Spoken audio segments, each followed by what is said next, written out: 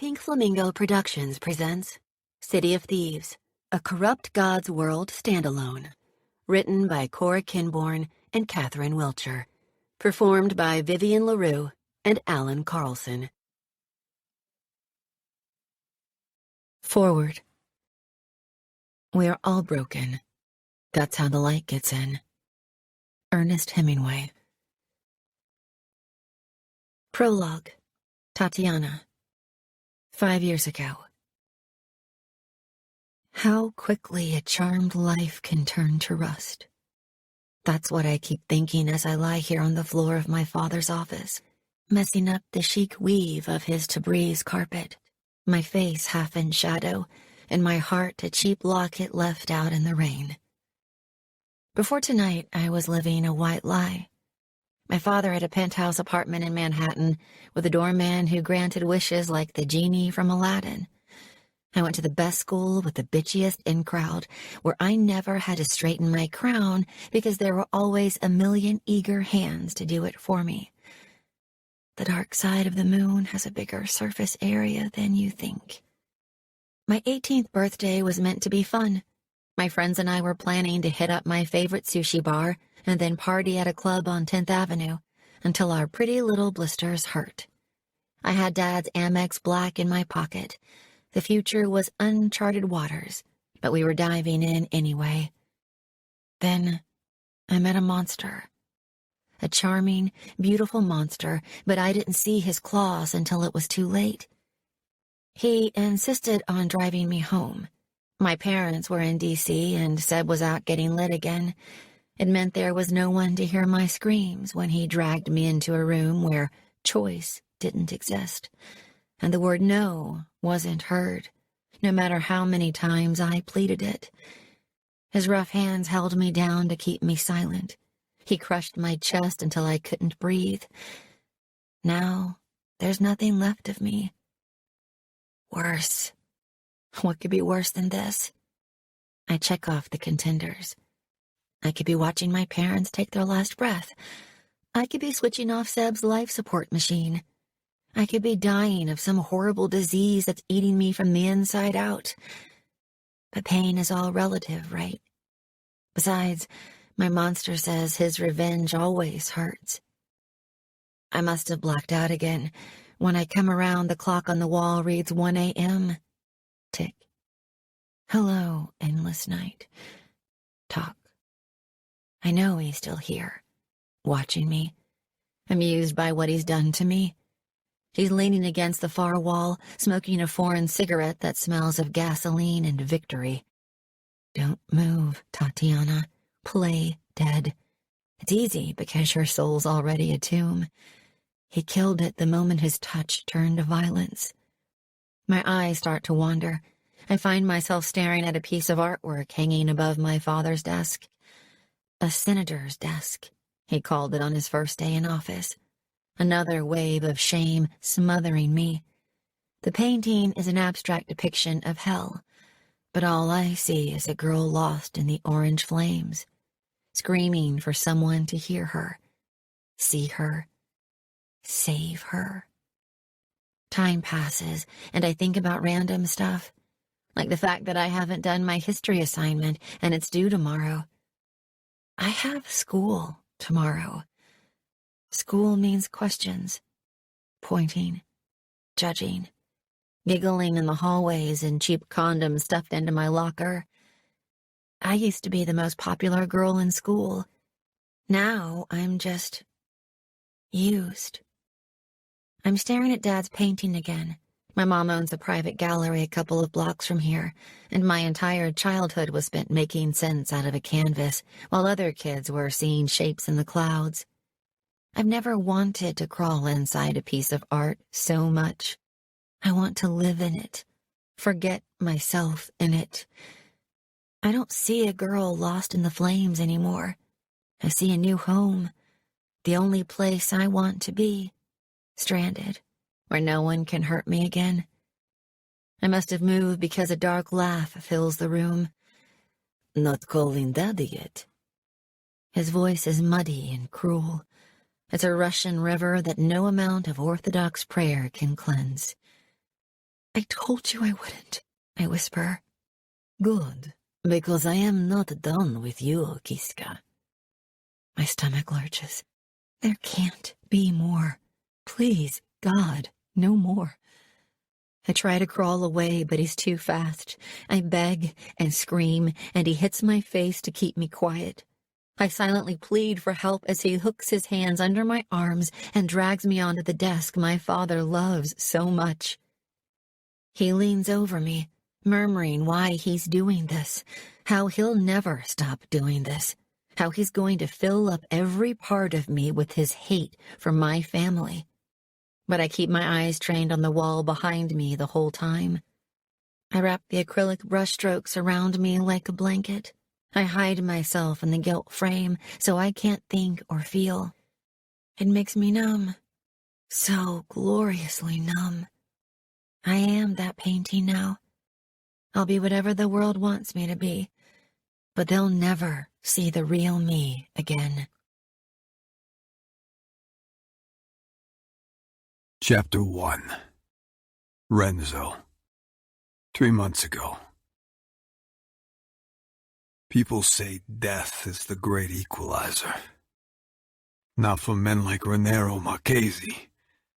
All Saints Catholic Church will be standing room only today, but not because my older brother was an upstanding citizen. When you're part of the New Jersey underground, notoriety and excess bleed well into the afterlife. From the dark end of the street, I observe a procession of stretched limos idling next to the curb, splintered in both directions like black bullets. Behind them, a swarm of paparazzi and media reporters line up, salivating for a glimpse of the grieving family. My family. Tipping my leather flask back, I let the alcohol slide down my throat, burning me in all the right places, as the clicks of their cameras become the soundtrack of my intoxication. Great equalizer, my ass, I slur, my voice sounding like broken glass dragged along asphalt. Not in my world. Not when I'm a quarter of a bottle of Macallan down, black tie draped around my neck like an afterthought, staring at the stone exterior of the church like an outsider, like I don't belong. Because I don't belong. I never have. I shift my stance, my stare hardening. Death isn't an equalizer. It's the great revealer. Lifting the flask for another swig, my fingers press against the monogrammed LMM, hand-stitched across the front. It was a birthday gift from the guest of honor. I'm more of a straight-out-of-the-bottle kind of man, but it seemed appropriate for the occasion. For him. Mio fratello, I slur again, lifting the flask in a final toast before draining what's left inside. This isn't the end, brother. It's only the beginning. After today, the world will know a new Renzo Marchesi. A colder one. A focused one. A more lethal one. Tucking the flask in the inside pocket of my suit jacket, I run a hand through my disheveled black hair and straighten my shoulders. No one bats an eye in my direction, and for the first time in days, the corner of my mouth lifts. The vultures haven't seen me yet. I control the narrative here, not them. I go where I want, when I want, always undetected. I don't lurk in dark corners. I hide in plain sight. Sliding my hands in the pockets of my black suit pants, I cross the street, scanning the hive of tabloid hornets, searching for the one who will pull their head out of their ass first. I find her seconds before she finds me. Blonde, pretty, young, hungry. My footsteps catch her attention. She cocks her chin over her shoulder, her eyes widening. Renzo Marchesi! My name comes out somewhere between a whisper and a shout, but she realizes her mistake as soon as it passes her lips. Her hurried steps toward me are followed by a stampede. Cameras flash in my face and microphones jab at me from all angles. Everyone wants a statement, and they're not above professional cannibalism to get an exclusive. "Renzo, what do you have to say about the allegations?" one reporter shouts. "Renzo, is it true you don't have an alibi for the night of the murder?" Another asks. "Renzo, did you order a hit on your own brother?" The last one almost breaks my stride, but there are 33 years of black walls separating what I feel and what I show. My face is a blank canvas as I push my way through the crowd. By the time I reach the heavy wooden doors of the church, their shouts become nothing more than white noise inside my head. There's no space for anything else in there. It's too crowded with memories and regrets, accusations and anger. The last two are the strongest. Gripping the ornate door handle, I swing it open and cross the threshold, straight into the broad chest of my cousin Dario. "About fucking time you showed up," he grumbles. I glance at him out of the corner of my eye. Jesus Christ. The asshole's hair is slicked back with so much gel he's a walking caricature of every over-the-top mob movie. I was busy. He leans forward and wrinkles his nose. "So I can smell." Punching him in the face could fix that for him. He quirks his lips, then settles his smug gaze on the multiple open wounds scattered around my face. "What the hell happened to you?" I say nothing, holding his cocky stare with a more lethal version of my own. He's welcome to make any assumptions he likes about my presently fucked up state. It's not like he's gonna get an explanation. But the real answer? I ran into a Russian bastard's fist 3 or 12 times. I lick my lips, the metallic taste of dried blood hitting my tongue. And that's just the prelude. Last time I looked, there were a couple of deep cuts on my cheek and forehead, and I suspect more than a few black and blues by now. The truth? I was late to my brother's funeral because I spent the morning at an underground fighting ring, firing fists and bullets like some Wild West outlaw. I thought drawing blood would expel some of this anger, but it didn't come close. "Get out of my way, Dario," I warn. "Do you know how bad it looked when they opened the doors without you?" Folding his arms across his chest, he widens his stance in an attempt to block my path. It's a pointless endeavor. Then again, Dario has always been a stupid motherfucker who can't read a clear message between two straight lines. "For fuck's sakes, Renzo, not only are you Nero's brother, you're a goddamn captain." I step forward, fire blazing in my chest. "You're goddamn right I am, which means I outrank you, soldier." I shoved my finger in his face. "I repeat, get the hell out of my way." Dario glares at me, but slides backward, opening a wide breath between us. Leaving him standing there with his dick in his hands, I move forward into the church, only to be assaulted by an overpowering scent. There are flowers everywhere. Hundreds of arrangements of wreaths line every inch of the sanctuary, all from extended family, soldiers, associates, politicians, hell, even rivals. Excess, not equality. I keep walking because I'm on autopilot. I'm exhausted, drunk, pissed, and numb. But most of all, I'm furious I'm in this church, and that my brother is lying in a casket because of me. Because of a deal that went bad on my watch. Because two Warren brothers finally stood on the same side of the battlefield, only for one to fall at the hands of the other. It should have been me in that hotel room. It should have been me lying on that fucking altar. 2 more steps. 3. That's as far as my feet take me. I don't walk down the aisle and sit in the front pew beside my family. Hell, I don't even sit in the last pew next to people I don't know. I do what I do best. I watch with my back pressed against the wall. I take inventory of every face in attendance, committing them all to memory. They say killers get a kick out of observing the carnage of their crimes firsthand. And I should know. Look at you, hiding in the back of the Lord's house like some drunken putana, a gruff voice says beside me. Go to the front and support your family, Renzo. Exerting your authority already, Uncle Sal? I say, not bothering to turn my head. Nero isn't even the ground yet. What the fuck is that supposed to mean? He sputters. Don't insult my intelligence, I warn, finally indulging him with my full attention. As suspected, he's bright red and about to blow a fuse. The man has zero poker face. Tripping his wires is almost too easy. You've had your eyes on the underboss position since the moment my brother took his last breath. Vaffanculo, he curses in Italian. I loved my nephew.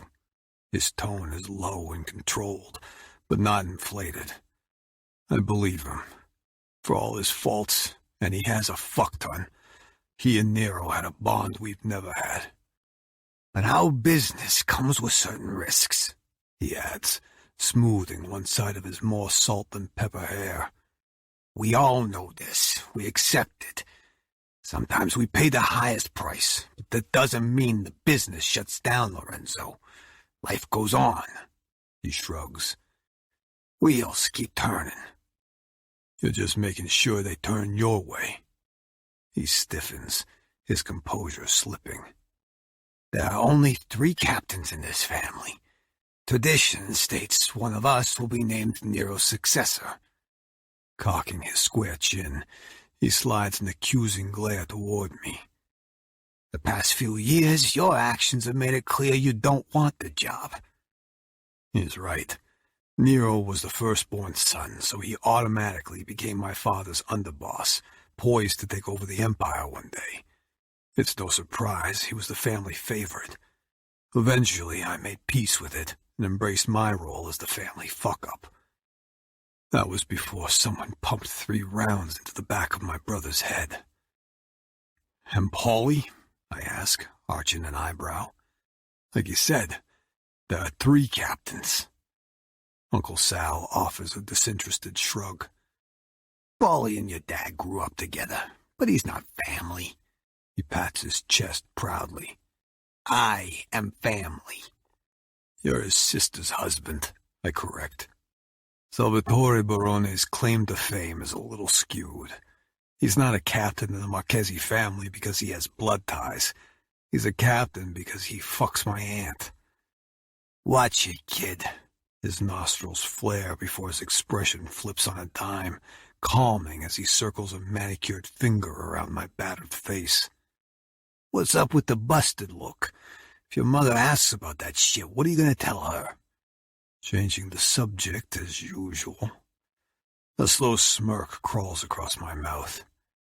That I got into a fight. I don't bother to elaborate. Instead, I walk away, leaving him with nothing but a half-truth. He knows all about Pesciara, the club that houses the underground fighting ring I visit to clear my head and break bones. It's a dark, desolate dungeon owned by the Bratva sector of the Sector, a secret New York-based elite network of crime families. Their deadly reach spans the globe like a spider's web, and membership is selective. Only 6 people in our organization are even aware of its existence. Not one of them is dead. Palming the back of my neck, I look up to find my father, wrapping his arms around my mother, who's draped over my brother's casket. She's sobbing, her body trembling so violently, it's all my father can do to keep her upright. My chest tightens, and I have to look away. To keep a lid on my composure, I resume cataloging faces until a wailing sob draws my gaze back to the front of the church, where my little sister, Rosalia, is bent over Nero's casket, her hands cradling his face.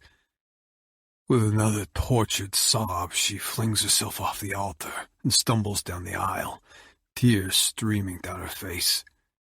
Circling back around the pews, I sprint along the back of the church and slip out the double sanctuary doors I saw her barrel through. I find her crumpled against the far right wall, her hands fisted at her face. Piccolina, Rosalia's lashes flutter above her fists, and she stares at me for a moment before hurling herself into my arms. Renzo, you're here. I didn't think this far ahead. I'm no good at empathy, so I pat the back of her expensive black dress. I'm sorry, Ro, for so many things. For being late today, for keeping my distance for years, but I say none of it. Rosalia pulls back, tears matting her long dark hair to her face. Uncle Sal said you set up that meeting in Atlantic City for Nero. He said you gave him the address and sent him there. Is that true? I grit my teeth and nod, but I may as well have slapped her. Why? It's a question I've asked myself every minute since Nero died. Why did I look the other way when he started dealing stolen art? Why did I agree to help him? Why didn't I run more in-depth background checks before following a lead from one of Pescera's most valued members, allowing that asshole to set up a meeting with a private buyer? So many questions with no answers. There was a lot about Nero you didn't know, Piccolina. I tell her as gently as I can. Let's just say he had a side venture, and I helped find an investor. That should have been the end of it.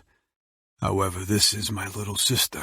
She may look like a delicate flower, but her petals are made of steel. As devastated as she is, she's also a Marchesi who knows when she's being coddled.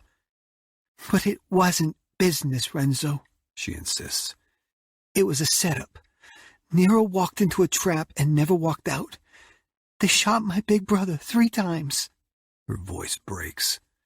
Why? I cup her cheek, wiping a tear away with my thumb. I don't know, Ro, but I swear to you, I'm going to find out. Rosalia. We both stiffen at the deep, even tone of our father. Gianni Marchesi doesn't have to raise his voice to command the room. It falls to his feet on a whisper. Rosalia and I separate, and I turn to face my father for the first time in 5 days. He looks like composed shit. Of course, outwardly, he's put together in a pressed black suit. His thick, dark hair is styled as usual, and the gray around his temples is the only sign of his age. It's his eyes that give him away. They're identical to mine, dark brown and bloodshot, with heavy black circles staining the skin beneath them. He opens his arms, and on command, Rosalia collapses into them. Shifting his attention to me, he lifts his chin. Renzo. Is Ma all right? As well as can be expected, considering she's burying her firstborn. His words are sharp, but his mask slips, the lines framing his mouth sinking deeper. She's with your Aunt Sarah.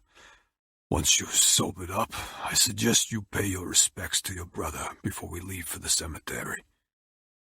By the time I make my way into the sanctuary, most of the attendants have already rushed outside to offer my parents their condolences. Hundreds of well-wishers who don't give a fuck about my brother, other than to say they were here. As usual, it's all smoke and mirrors. The floor creaks beneath my feet as I slowly make my way up the aisle. The closer I get, the harder it is to move. Quicksand impedes my steps, and by the time I reach Nero's casket, I'm wading waist-deep in it. It's the first time I've seen him since they removed his body from that hotel room. He looks peaceful. His hands are folded at his waist, and he's dressed in his favorite suit and blue tie. Even that unruly strand of dark hair that always fell in his eyes finally styled in place. But it's all a lie. He's not peaceful. He's swimming in a river in hell, cursing my name. He wants vengeance. I can almost see his lips moving, speaking the last words he said to me before I left him in Atlantic City. There's something going on that's bigger than all this bullshit rivalry between us. I need someone I can trust with me, and blood is stronger than any oath. Me and you, Renzo, we're brothers. We're in this together, till the end. Till the end, I reiterate, gritting my teeth. Only neither of us realized how quickly it would come. Gripping the edge of the casket, I fold my hand over his. I promise you, Nero, I'll find the Sukiyakazi who did this to you, and I'll make every member of his family speak your name before I cut their hearts out. Whatever it takes, and whoever I have to hurt to make it happen. Te lo prometo. I promise you. Chapter 2. Renzo. Present day. The night is my only companion as I stand in the shadows, watching a procession of men in expensive three-piece suits ascend the front steps of a lavish, heavily secured building, superiority trailing behind them like toxic smoke. Peshera is the top tier of every social pyramid, the scarlet, black, and crystal-coated gentlemen's club located in the heart of New York, catering to the highest echelon of excess and privilege. But at its base lies a darker foundation, where the only scarlet and black comes from blood and bruises. Zipping my black leather jacket, I round the building toward a different set of stairs.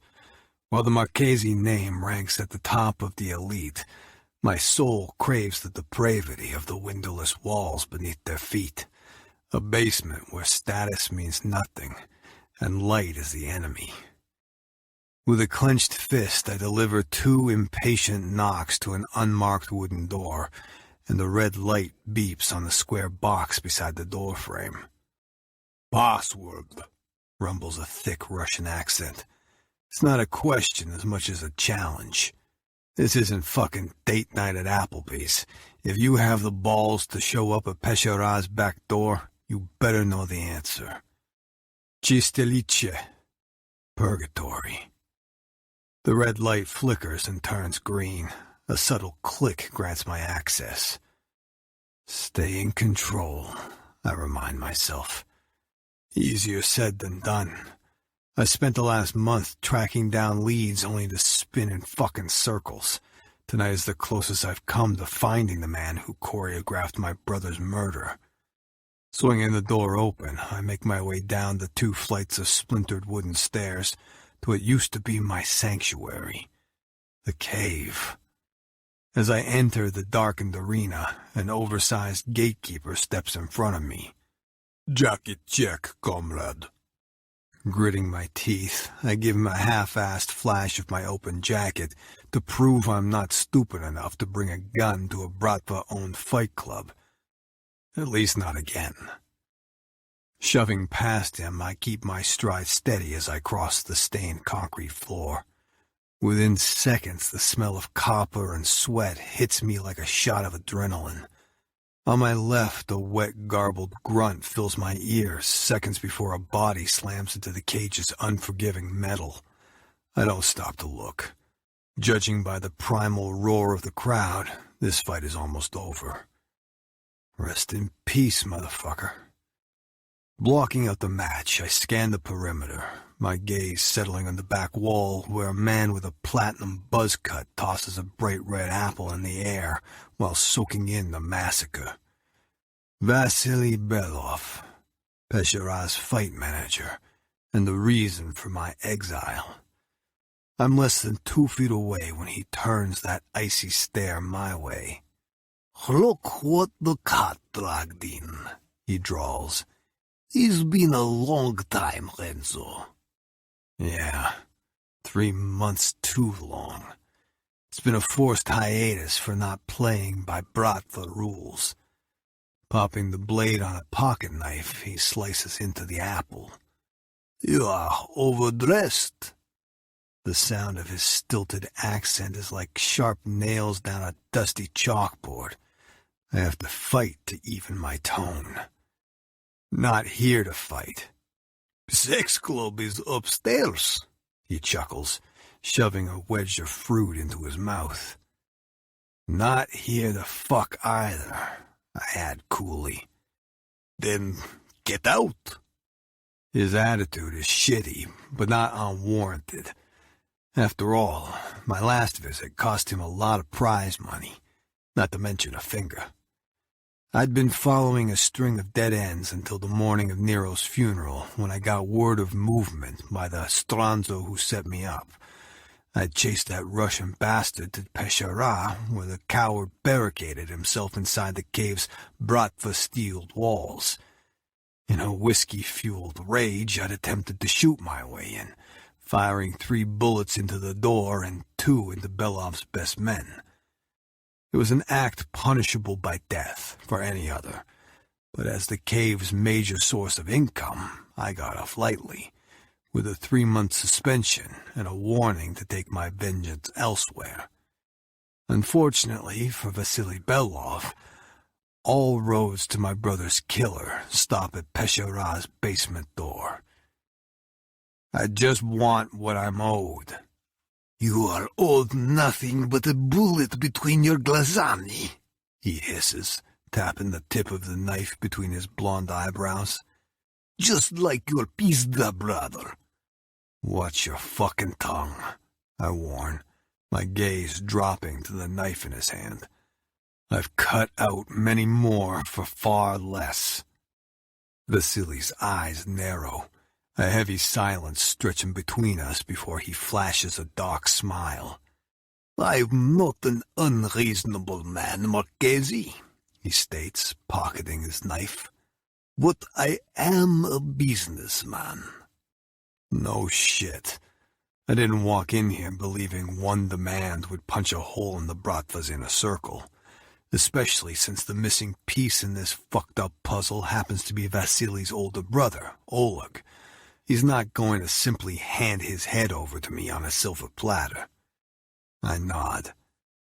Name your price for your brother's location. How long do you give this match? He nods toward the cage where some poor asshole is staggering around like he's following the bouncing ball to the afterlife. 2 minutes max, I answer without hesitation. Your boy in green took too many throat punches after a roundhouse kick to the chest, 1 rear chokehold, and it's permanent lights out. I survey the sets of packed steel bleachers, where shouting spectators are stacked like a bloodthirsty house of cards, which, from what I can tell, will go over like a whore in church. Scowling, Vasily hitches his arm back, sending the apple sailing from his hand into the concrete wall beside us. That Mudak was supposed to win, not get beaten like a dog. He's practically foaming at the mouth about it, which tells me the pulverized dickhead in the cage has a king's ransom riding on him. It's no wonder the crowd is about to revolt. They thought they'd bet on a sure thing. As soon as the words are out of my mouth, I realize where this is going. The next fight is too evenly matched, the Russian notes, his gaze shifting toward the increasingly irate mob. It could go either way. If those who lose big on that Mudak also lose on 50-50 shot. He waves a dismissive hand. More than one body to clean. I fold my arms across my chest. So what do you want me to do about it? Play cage-side referee? Niet. Fight. He gestures toward the stands again, his expression turning feral. If I take one man out of the next match and put the Widowmaker in, then my guests will empty their pockets. He slides me another slow smile.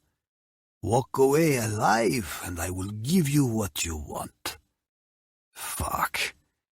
7 years ago, I stepped inside that cage, and in 6 days turned 12 white-clad brides into black-veiled widows, earning me the nickname Widowmaker.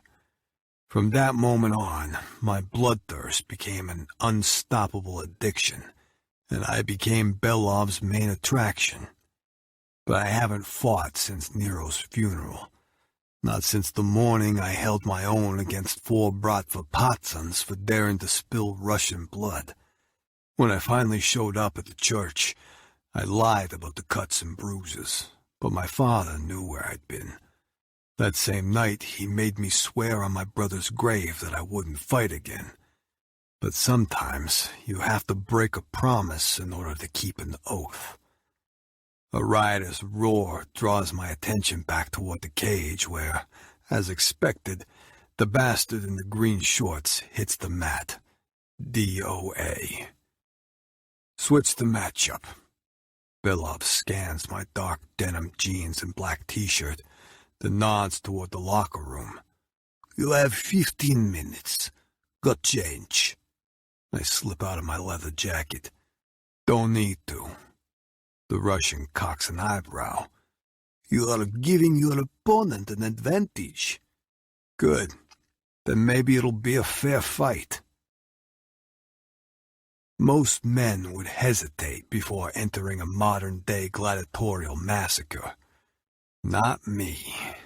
Murder is easy to commit when you see the man who sent your brother to his death in every opponent's eyes. Oleg Belov.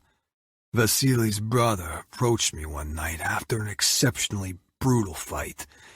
I'd heard he had his hands in some dirty pots, but when my sources found him clanging around in Nero's backyard, I paid attention.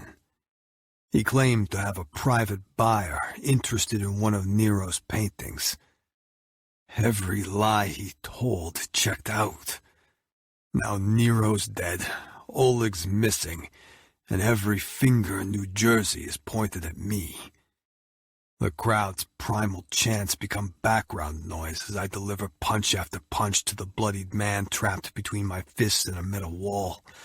After a hard right hook, I step back, watching fear then acceptance flare in my prey's eyes. It's useless blood on my hands, but unavoidable. Till the end, Nero, I murmur, justifying my actions by solidifying my vow. With one final punch, the sound of snapping cartilage and bone crushing fills my ears. Blood splatters across my face as my opponent hits the mat. Somewhere amidst the raucous roar of the crowd, I hear a bell ring. Dragging the back of my hand across my mouth, I wipe the blood from my busted lip, then stagger to the door.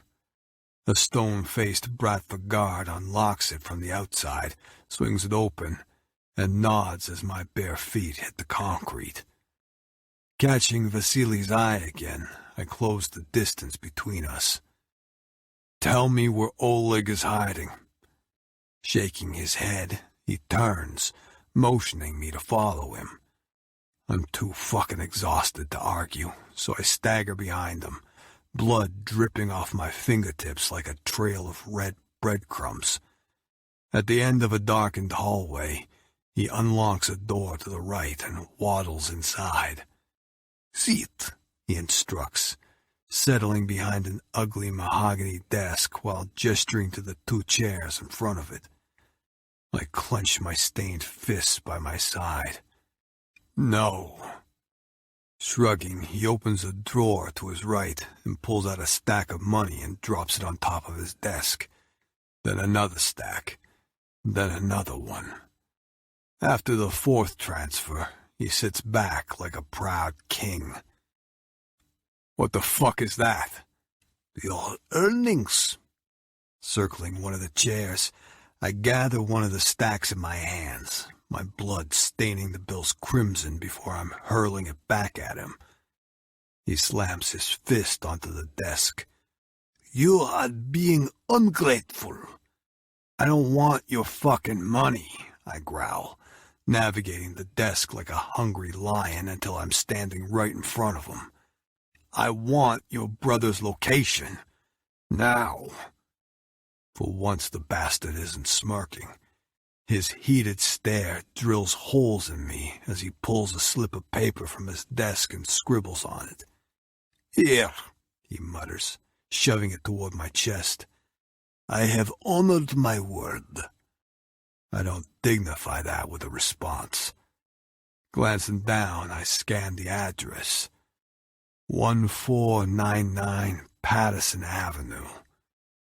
Where the fuck have I heard that before? 3 months' worth of conversation spin through my mind.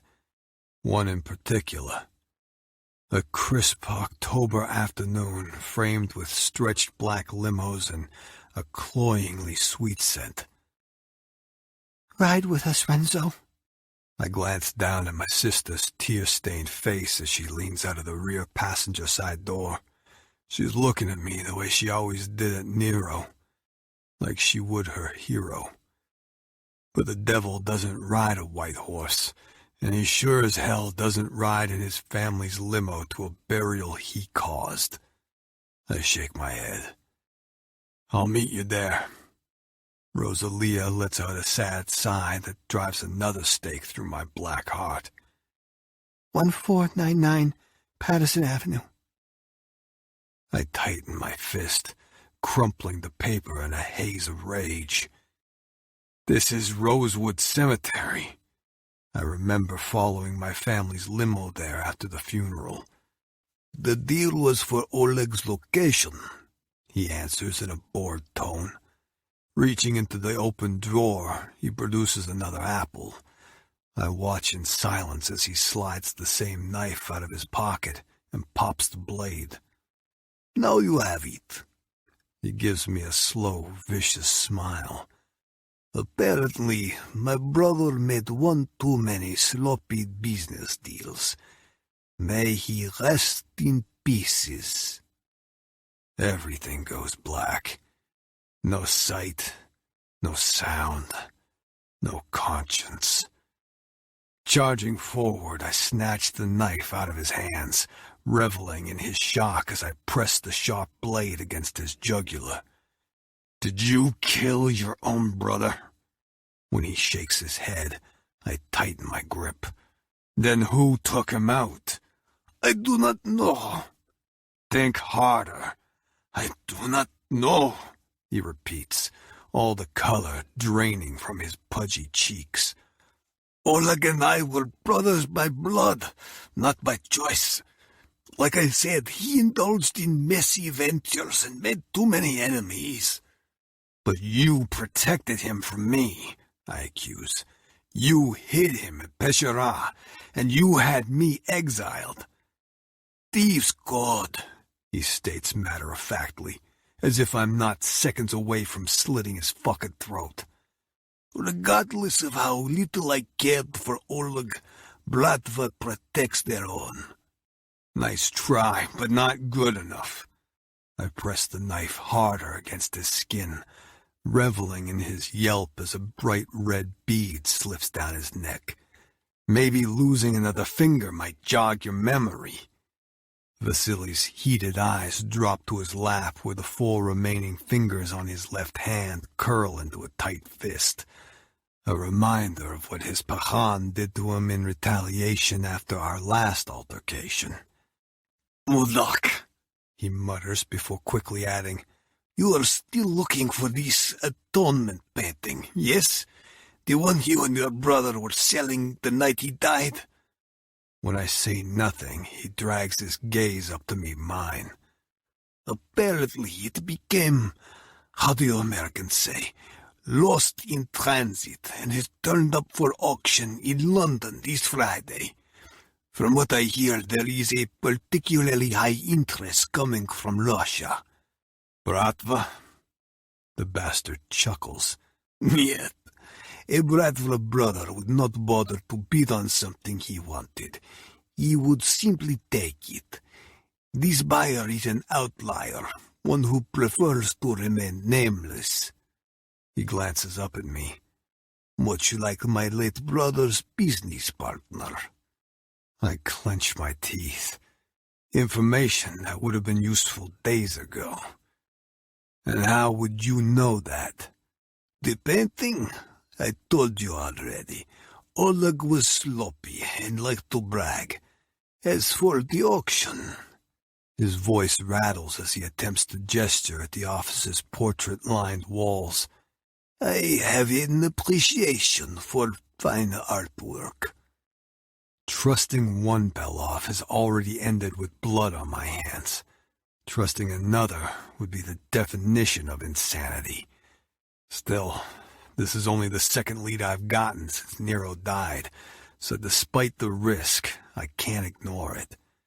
If there's a chance this nameless, enigmatic Russian could be the man who walked into his hotel room that night, I have to ensure our paths collide. On my terms. My gaze flicks toward the stacks of money still scattered across his desk. You want to pay me, Vasily? I challenge. Then get me in on that auction. It is an exclusive market. He swallows, then freezes, his Adam's apple bobbing against the blade. The painting you seek is reserved at 5 million. To even secure a seat at that auction house, you need credit checks, an international VIP account. Then get me all that shit. Not me, but I know someone who can. Perhaps if you wear the right suit, there is a chance you could get to them through a back door. Smirking, he flicks his gaze up at me. Or front. Depends on your skills of persuasion. I tighten my grip on the knife handle, a second thin line of crimson blooming across his pale skin. Name. Tatiana Sanders, he blurts out. Who? A New York socialite.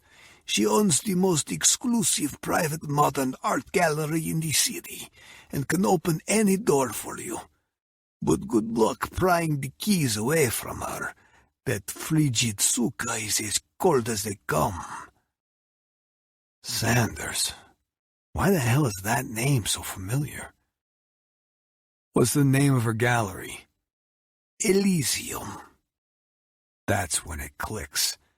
Tatiana is Senator Rick Sanders' daughter, a dirty New York politician with one hand on the Constitution and the other in the pockets of every underground operation this side of the Hudson.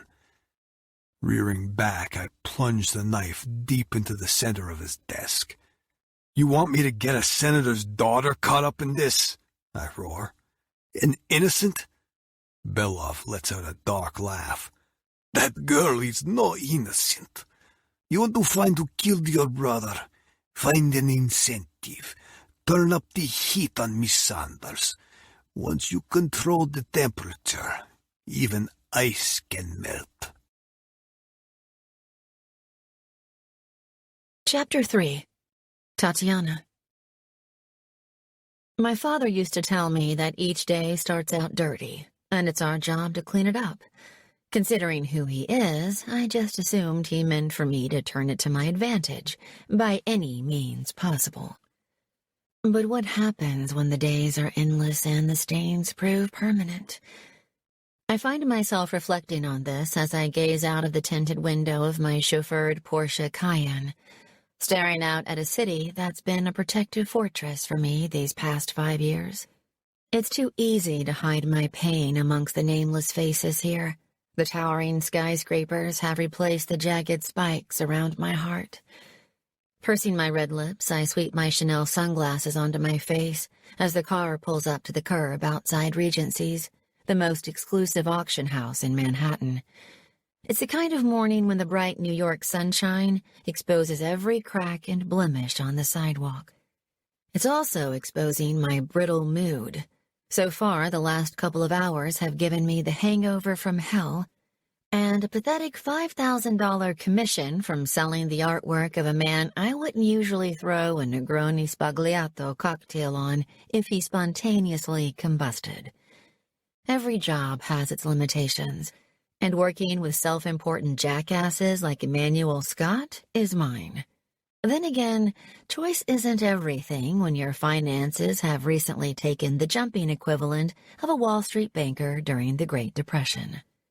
I check my phone, noting the 3 missed calls from the withheld number, the 2 from Erica, my personal assistant at the gallery, and 1 more from my twin brother, Seb. That's another thing my father told me before we stopped speaking to each other. before the words "United Family" became the new Iron Curtain. Never take money from someone you can't sweet-talk while fucking them sideways up the ass. My mother wasn't so enamored with him for sharing that morsel of advice, but it turns out he was right. Dirty money is like a dirty day. Sometimes you can't clean it up, no matter what you do. Still, I'm betting he was never blackmailed into liquidation. Putting his own private gallery, a place I adore with all the hot and cold in my soul, into major jeopardy. "We're here, Miss Sanders," my driver announces, bumping sunglasses with me in the rearview mirror. 20 minutes before the auction starts, right on schedule. "Thank you, Andrew," I say briskly, gathering up my purse and this morning's auction brochure as I wait for him to open my door. The moment my heels hit the sidewalk, I'm glancing up at the cream-colored stone building while the rest of New York ceases to exist around me. I can't stop staring at it. It's like a compulsion, brought on by the shiver of a memory. I'm reliving the first time my mother brought me here when I was 10 years old. She let me eat pink ice cream in the white and gold lobby, and then calmly purchased a painting for $1 million. She outbid a fiercely competitive room that day like she was bidding on cattle. Just her, with a white paddle and a number, and a child who couldn't stop fidgeting. I remember the painting, too. It was the most beautiful thing I'd ever seen, and the only piece of art I'd ever known her to buy that wasn't abstract expressionism. A small, square portrait in a shabby gilt frame of a young woman from the 19th century, with her hair in tight brown ringlets, a sad face and downcast eyes. I'd called her Inés, after my pet dog. Inés was always burying her toys and forgetting about them, and painting Inés looked like she had lost something too.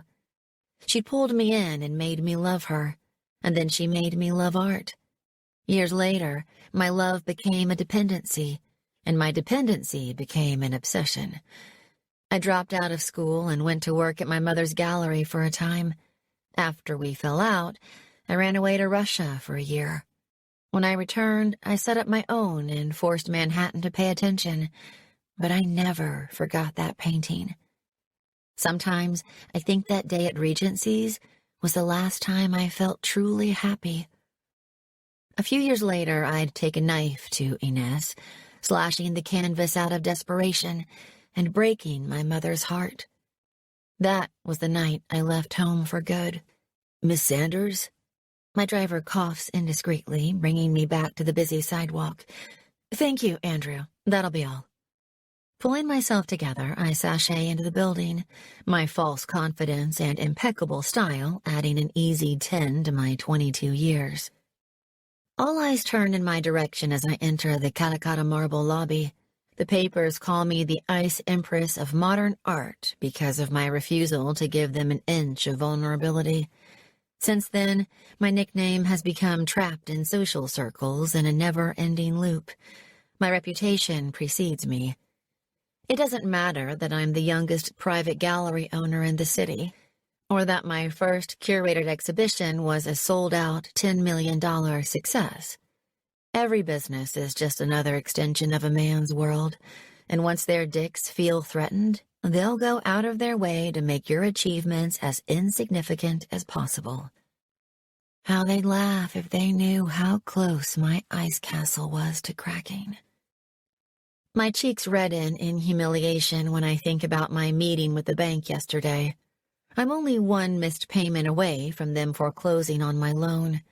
I have exactly 2 weeks to come up with $2 million, or I'm going to lose the only thing I've ever been allowed to love. "Tatiana, darling," gushes a voice to my left. "I thought that was you." "Richard?" I greet my colleague with a reluctant air kiss.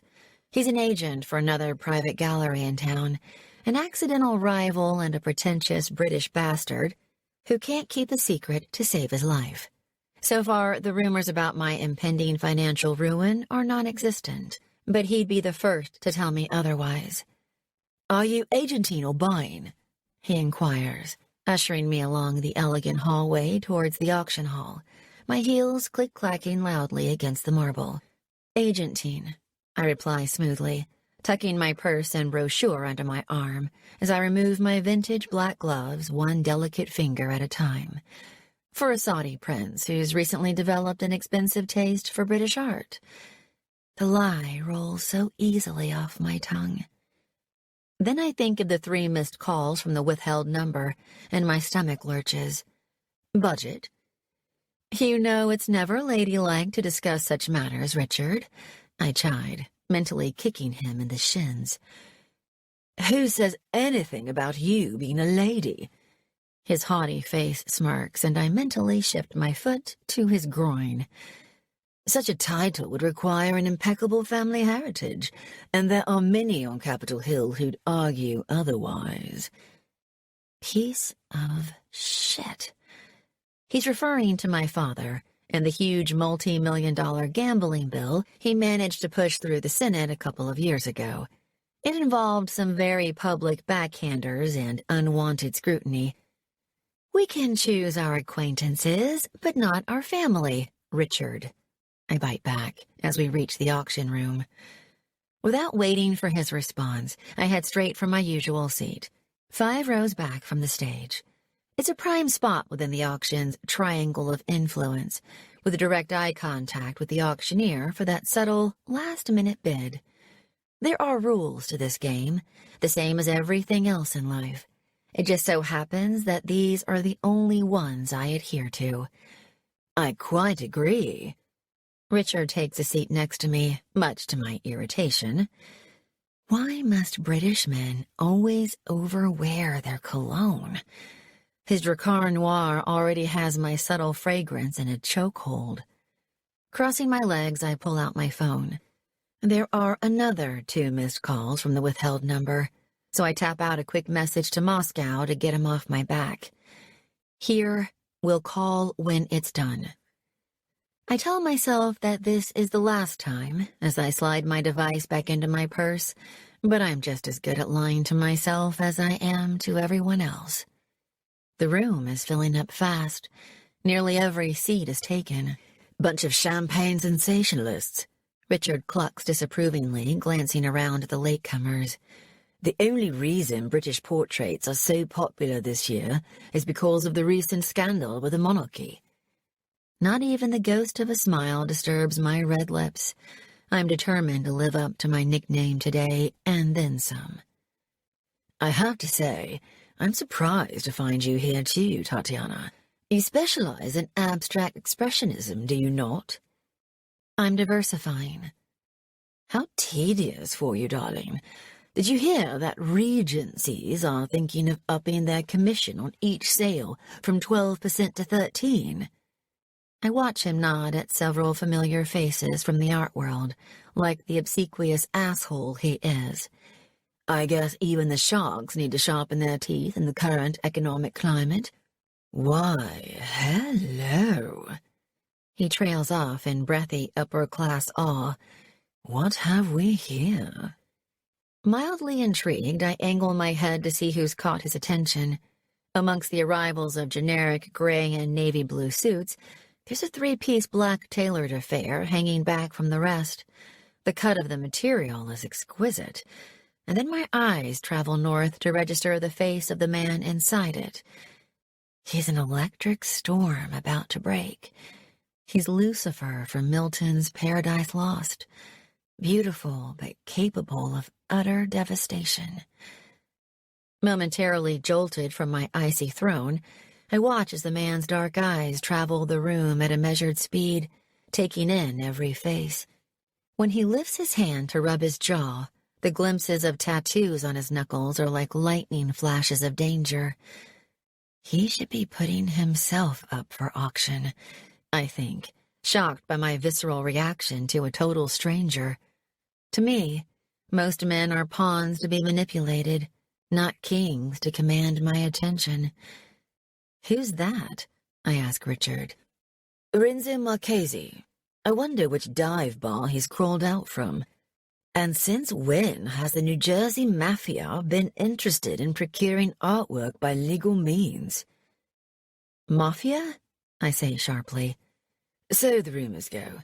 His family operates an old-world Cora-type cash flow across the bridge. At my raised eyebrow, he adds, extortion, stolen goods, labor union infiltration. An outdated business plan, I say dismissively. There are more profitable ventures these days. Like dealing in stolen artwork. That's just a side venture for them. Renzo's father has had his finger in the Mexicans' honeypot for years. According to my sources, he lets the Carrera cartel trade through his port, then sits back and collects rent. How entrepreneurial. My tone drips with sarcasm, but my instant dislike of the Marchesis doesn't stop me from indulging in another glance over my shoulder. To me, art is a joy to be savored, not a mafia game to be exploited. He doesn't have a paddle, I observe. No, but I hear he has a very big gun. Oh, for goodness sake, Richard. Just then, Marchesi turns his head in my direction, meets my eye, and the full power of his storm hits me. The air sizzles with something intense and undefinable. The rolling thunder in those brutal dark eyes threatens to shake something loose inside me. No, not happening. I quickly turn back to the stage, refusing to be distracted by some enigmatic mobster in a good suit who took a wrong turn somewhere near Brooklyn. The auction starts, the lots progressing at Regency's usual efficient pace. The only one I'm interested in is way down on the list, so I have a little time to sit back and observe the buying power in the room. All the while, I can feel Marchesi's stare heating up the back of my neck. It's making me squirm in my seat like a carbon copy of my 10-year-old self. Beside me, Richard has his phone glued to the side of his head, whispering commentaries of the play to his money, bidding efficiently and discreetly when instructed. I also have my orders for today. Buy at all costs or suffer the consequences. Unlike Richard, I won't be making any commission here. That's not how Constantine works. Half an hour passes. The auctioneer adjusts his glasses and glances down at his guide sheet. Up next, we have Lot 24, a stunningly modest 19th century British portrait by Sir Thomas Webster, entitled Mary. All eyes flick to the right, as a man in white cotton gloves carries a small portrait onto the stage. Placing it on the easel, he moves to one side, and my breath catches. It can't be. The next few moments are lost in a haze of white noise. I don't hear the auctioneer explaining about the artist and painting style. I don't even hear the opening bid. The likeness is too startling. Her sadness too striking. Her head isn't pointing to the left this time, it's pointing to the right, but her posture and expression are almost identical. Oh my God, Inés has a twin. How did I miss this? I've been so distracted I never thought to look at the rest of the auction brochure. Besides, it's not like I have a load of extra money to burn right now. I only came here today because Constantine ordered me to. Still, I want her. Damn, I want her. Even if I have to sell my apartment and live in a rented condo in the Bronx. My palms are sweating, and my head feels light. My consumerist compulsion is affecting me like a drug. She's more than just a painting to me. She's a lifeline to my past. My turn. Richard straightens up and switches his phone to his other ear, and it's suddenly clear his money wants my lifeline too. Reserve bid of $500,000, the auctioneer announces. I force myself not to move a muscle. Everyone knows only novices bid first. The auctioneer snaps out a curt nod. 5 from the back. Do I hear 510? My head whips around, my gaze colliding with the man in black again. He's staring straight at me, as if he never stopped, the shadow of a smirk now gracing his beautiful mouth. 550, the auctioneer declares. Do I hear 560? As I watch, Marchesi lifts his hand again, throwing all auction etiquette to the wind. Doesn't he know bidding is like a long joke? It only gets good with the punchline. He's playing his hand way too early. Unless he knows how much I want it. And he's toying with me. I jerk my head back to the stage, my heart racing again. But how the hell would he... 600,000. Unable to wait any longer, I give the briefest of nods and the auctioneer pounces. 700, drawls a deep voice, eliciting shocked murmurs from the audience. It's also frowned upon to call out the bid in an elite auction house, but something tells me that a blunt crook like Marchesi doesn't give a damn about protocols. I nod again. The auctioneer notices. 710 to number 800. Mafia bastard. Do you have an upper bid? Richard murmurs, skipping into play with a nod of his own to take the bid to 820. Limitless, I grit out. I thought you weren't here to buy, Tatiana, he says slyly. Oh, fuck off, Richard. I snarl in a rare flare of emotion, and he chuckles as Marchesi takes the bid to 1 million. 1 million. Tears prick my eyes. There are only 3 things I want in this life, and 2 are sliding out of view faster than an avalanche of shit. I give another nod. 1,010,000. 2 million. Marchesi calls out loudly, and the ensuing gasps are of a different kind. I slump back in my seat, beaten. 2 million is a lottery ticket. I don't even know if the painting is authentic. Still, the conflict is real. There's a 10-year-old voice inside screaming at me to continue, and another of a woman who knows exactly what's at stake. I listen as Richard and Marchesi play tag up to the tune of 2.5 million, and then Richard is grimacing in defeat as well. When the gavel finally falls, my eyes never leave the stage. I refuse to give Marchesi a sliver of magnanimity. He can rot in hell for all I care. The next lot appears, and I dutifully bid my way to a grim-faced purchase for Constantine. As soon as the auction ends, I'm sweeping my sunglasses onto my face and bolting for the double doors at the back of the room. Marchesi is gone, replaced by a tepid wall of art enthusiasts who, on seeing my chilly expression, can't part ways for me quick enough. Sliding into the back seat of the car, I reach for my phone. Done. Tossing it onto the empty seat next to me, I close my eyes in misery. When I do, I see the downcast face of Mary. All I want to do is call my mother and tell her all about it. My phone beeps.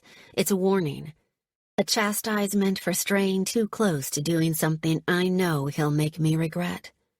Steeling myself, I glance at my device. But for once, the message isn't coming from one of Constantine's burners. Now that I have your attention, I'll see you tomorrow night at 8 p.m. sharp. Chapter 4. Tatiana. Good afternoon, Miss Sanders.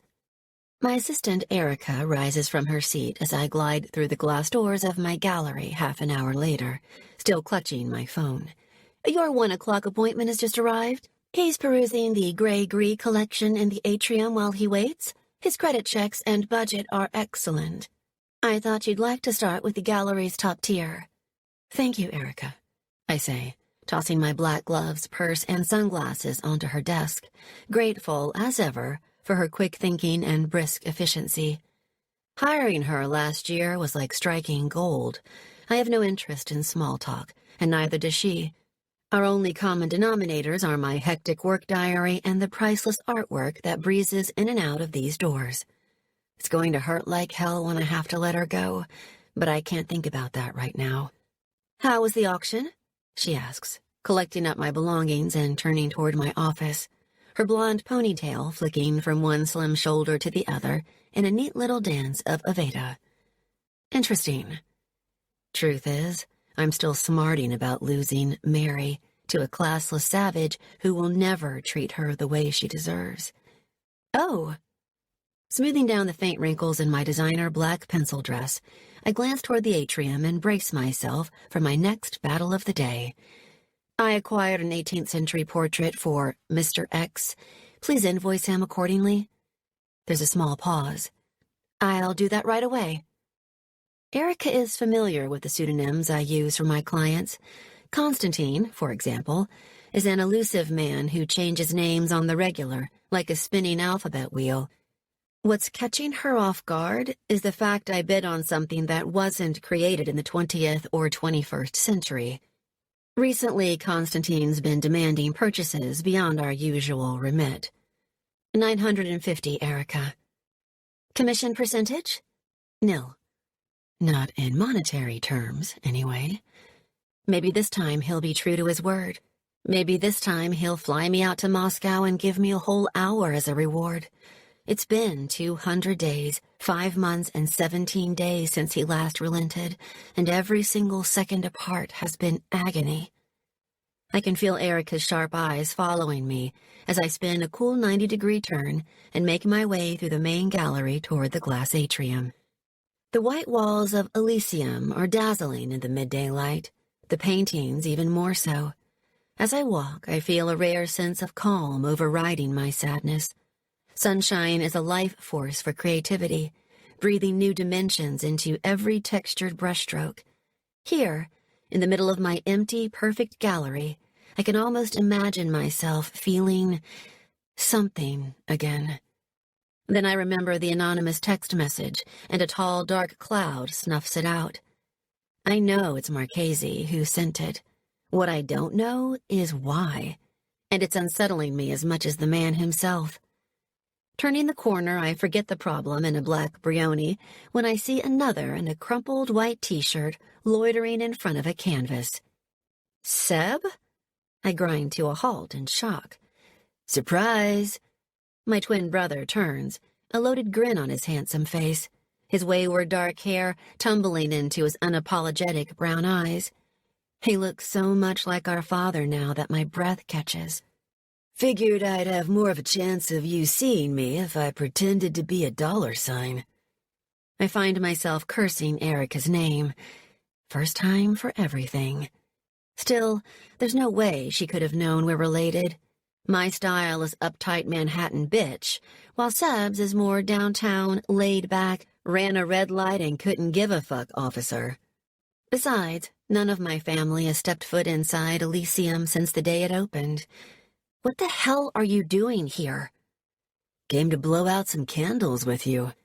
He purses his lips for a split second before collapsing into laughter. That's us to a T. Easy company and the Ice Empress. People instantly warm to him while I can't stop freezing them out. Happy birthday, sis. Birthday? Am I really 23 today? I feel so much older. When I don't return his drawled-out felicitations, he slides his hands into his jeans and ambles up to the next painting, trailing white laces and curiosity. Why are you and Mom so obsessed with this abstract shit anyway? My heart stutters at the mention of her name. How is she? Missing you. Dad? Cursing you and then missing you. You?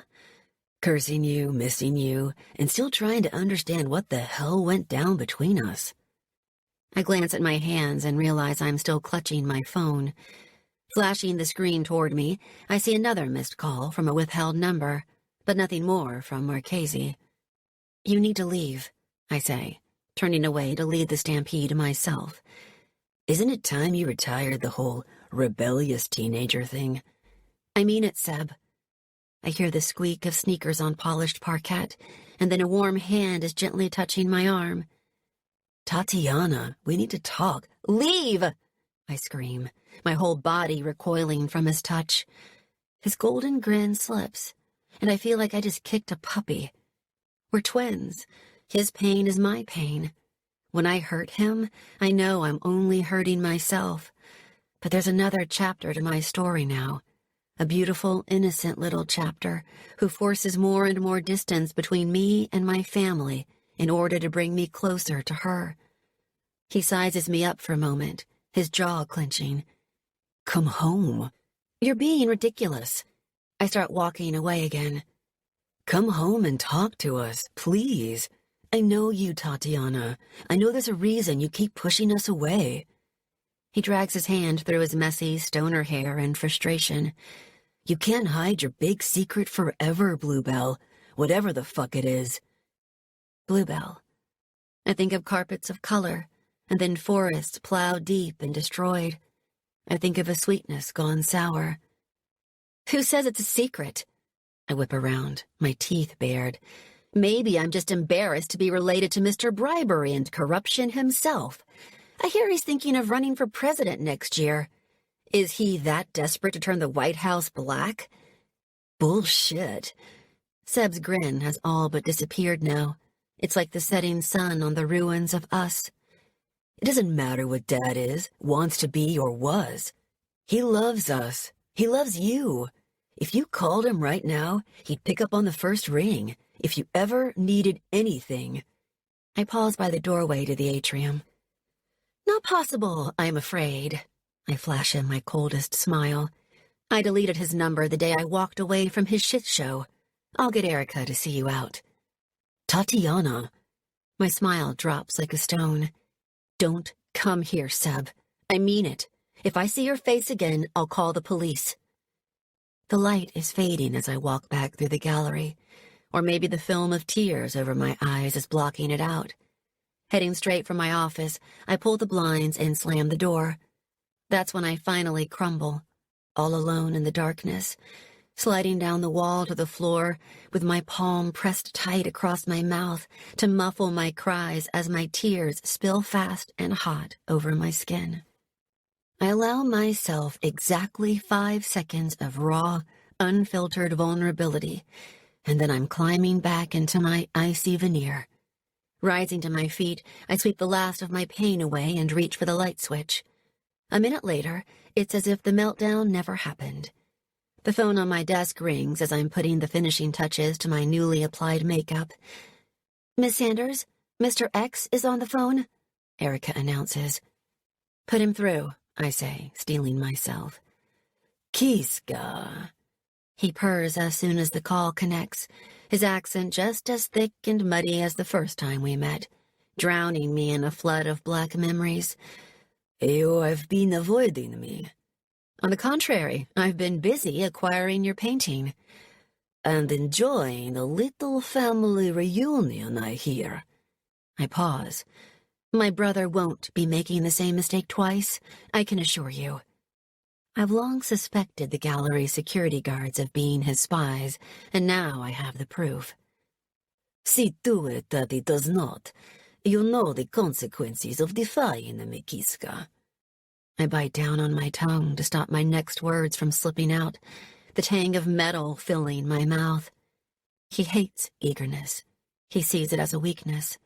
If I beg, he'll only prolong my suffering. Regencies will make delivery of your new painting within 12 hours of full payment, I say, changing the subject. There's another pause. I want it in Moscow by the weekend. My men will ensure its safe delivery. Call me once it arrives at the gallery, and, Kiska, tell that pretty blonde assistant not to waste any paper on my invoice. You will be covering that cost in a punishment for speaking with your brother today, after I strictly forbade you to do so again. My heart sinks like a stone. As you wish. Good. He chuckles darkly, knowing exactly how much debt I'm in with the bank already. As always, Kiska, it is a pleasure doing business with you. He starts to hang up. Wait. I trail off in desperation. Wanting. Hoping. Next week, he rumbles eventually. 1 hour. I will be in touch with a time and a place in Moscow. I shut my eyes, relief rushing over me. 1 precious hour is enough to sustain me for months. That's how starved I am of her affection. Hanging up, I press the intercom. Erica, I'm not satisfied with the gallery security. Call the company. I want them replaced right away. I'll see to it immediately, Miss Sanders. Within the next 2 hours. As you wish, Miss Sanders. Removing my finger from the button, I flick through my phone until I find the message that's still scorching the edges of my consciousness. Now that I have your attention, I'll see you tomorrow night at 8 p.m. sharp. Whatever this man wants with me, he can do it in secret, away from the sparrows of Moscow. Nothing is going to jeopardize what Constantine just promised me, not even an electric storm called Renzo Marchesi. Chapter 5. Renzo. Fire and ice. Contradictions that don't belong in the same sentence, let alone the same room, yet somehow embody Tatiana Sanders. From what I saw yesterday morning, the senator's daughter is everything I expected, yet nothing I could have prepared for. I'd studied her as she whispered back and forth with her associate, observing their conversation with disengaged boredom. I didn't care enough to eavesdrop. Their subject matter appealed to me as much as a root canal. However, Oleg Belov had proven no one was above betrayal, so I'd walked into that auction armed with intel on every player. Despite an overinflated sense of self-worth, Richard Thackeray is an unconnected nobody whose only talent is to name drop. Nothing he knows is worthy of my attention. Miss Sanders, however, from the moment the auction began, I watched, cataloged, and memorized the subtle changes in her body language. First the complete stillness, then the tension slowly tightening her shoulders. It wasn't until that one painting went up on the block that her entire demeanor shifted, and I felt it. I smelled it. Adrenaline. Her breathing shallowed, and those slim shoulders rose and fell in anticipation. I had no idea why that painting had such power over her, but I also knew there was no way I could let her have it. Wants are just as powerful as needs when it comes to leverage. Sensing her fury as I bid against her was like foreplay. The more coiled that lithe body became, the harder I got. Vasily Belov was right. She may be a lot of things, but innocent isn't one of them. Good thing I like a challenge. I turn off the ignition, feeling alive for the first time in weeks. Ironic, since the reason for my current state of invigoration walks the same art-lined gallery walls that damned my brother to hell. In the last year of his life, Nero had created an intricate pipeline of stolen artwork that funneled right to his doorstep. A quick turnaround on the black market, and the zeros kept multiplying in offshore bank accounts. Not a bad plan, but there was a loose thread in the matrix, a betrayal we never saw coming. And Oleg and his secret buyer unraveled the whole fucking tapestry. Stepping out of my black Ferrari Roma, I paused to button my jacket. It's perfectly straight, but I run a hand down the lapels anyway. It'll never be straight enough. The three-piece look was always Nero's calling card, not mine. I prefer the anonymity of my black jeans, t-shirt, and leather jacket. Black like my heart. But even though I'm dressed like a corporate shark, I'm blending in with all the CEO assholes flooding the sidewalks. I glance at my watch. 7:50 p.m. The sun's already dipped below the horizon, slipping the city into darkness. I'm used to people dropping to their knees and begging for mercy when I show up at their doors at this time. Yet something tells me Miss Sanders' stilettos won't be leaving her gallery floor without a fight. Let the games begin. Striding down 9th Street and 5th Avenue, I slow my pace as I approach the polished glass frontage of Elysium. The gallery is understated elegance, classy as fuck, reeking of money. Ironic, considering what a little extra background check on Miss Sanders turned up earlier. The place is still kicking out light, but no one is entering, and no one is leaving. An empty gallery means she's expecting me. This woman is as smart as she is beautiful, and I can't decide what turns me on more, The thrill of the chase or the anticipation of war? Maybe a little of both. I pressed the intercom, prompting a security guard to glance up from his station. Running his eyes over my expensive suit, he buzzes me in. "Marchesi," I state, noting he doesn't even check his guest list. "Miss Sanders has requested you join her in the atrium." Following a half-assed pat-down, he gestures to the far end of the art gallery. "Through those double doors. Can't miss it." Wouldn't want to. As I walk, my gaze trails like dirty fingers against each canvas. They all look like kids' paintings to me. Still, I'm impressed. At 23 years old, Miss Sanders has created quite a business for herself. Shame she's about to lose the whole fucking thing. Stepping into the glass-domed atrium, I spot her slender silhouette right away. I take in her profile as she gazes up at some abstract piece-of-shit painting that looks like gasoline-splashed asphalt. She's more than appraising the canvas. She's absorbed in it, her head tilted to the side, her dark hair still twisted into that tight bun from yesterday morning, not a hair out of place, with her tight black pencil dress holding all her secrets in. What is it about this woman? My type is uninhibited, not uptight, but there's a dark part of me that wants to see her come undone in my hands, to take a hammer to that icy facade and see what's really underneath, to close my fists around that hair and arch her back as I slam my cock into that frigid pussy. I take a step closer. She must have heard me, but she's refusing to turn. And another. "Careful, Miss Sanders." I move in close behind her, watching as her shoulders stiffen. "You're becoming dangerously predictable." Her eyes never stray from the painting. My eyes never stray from her tiny waist, the material gently flaring into the kind of curves that make me pay close attention.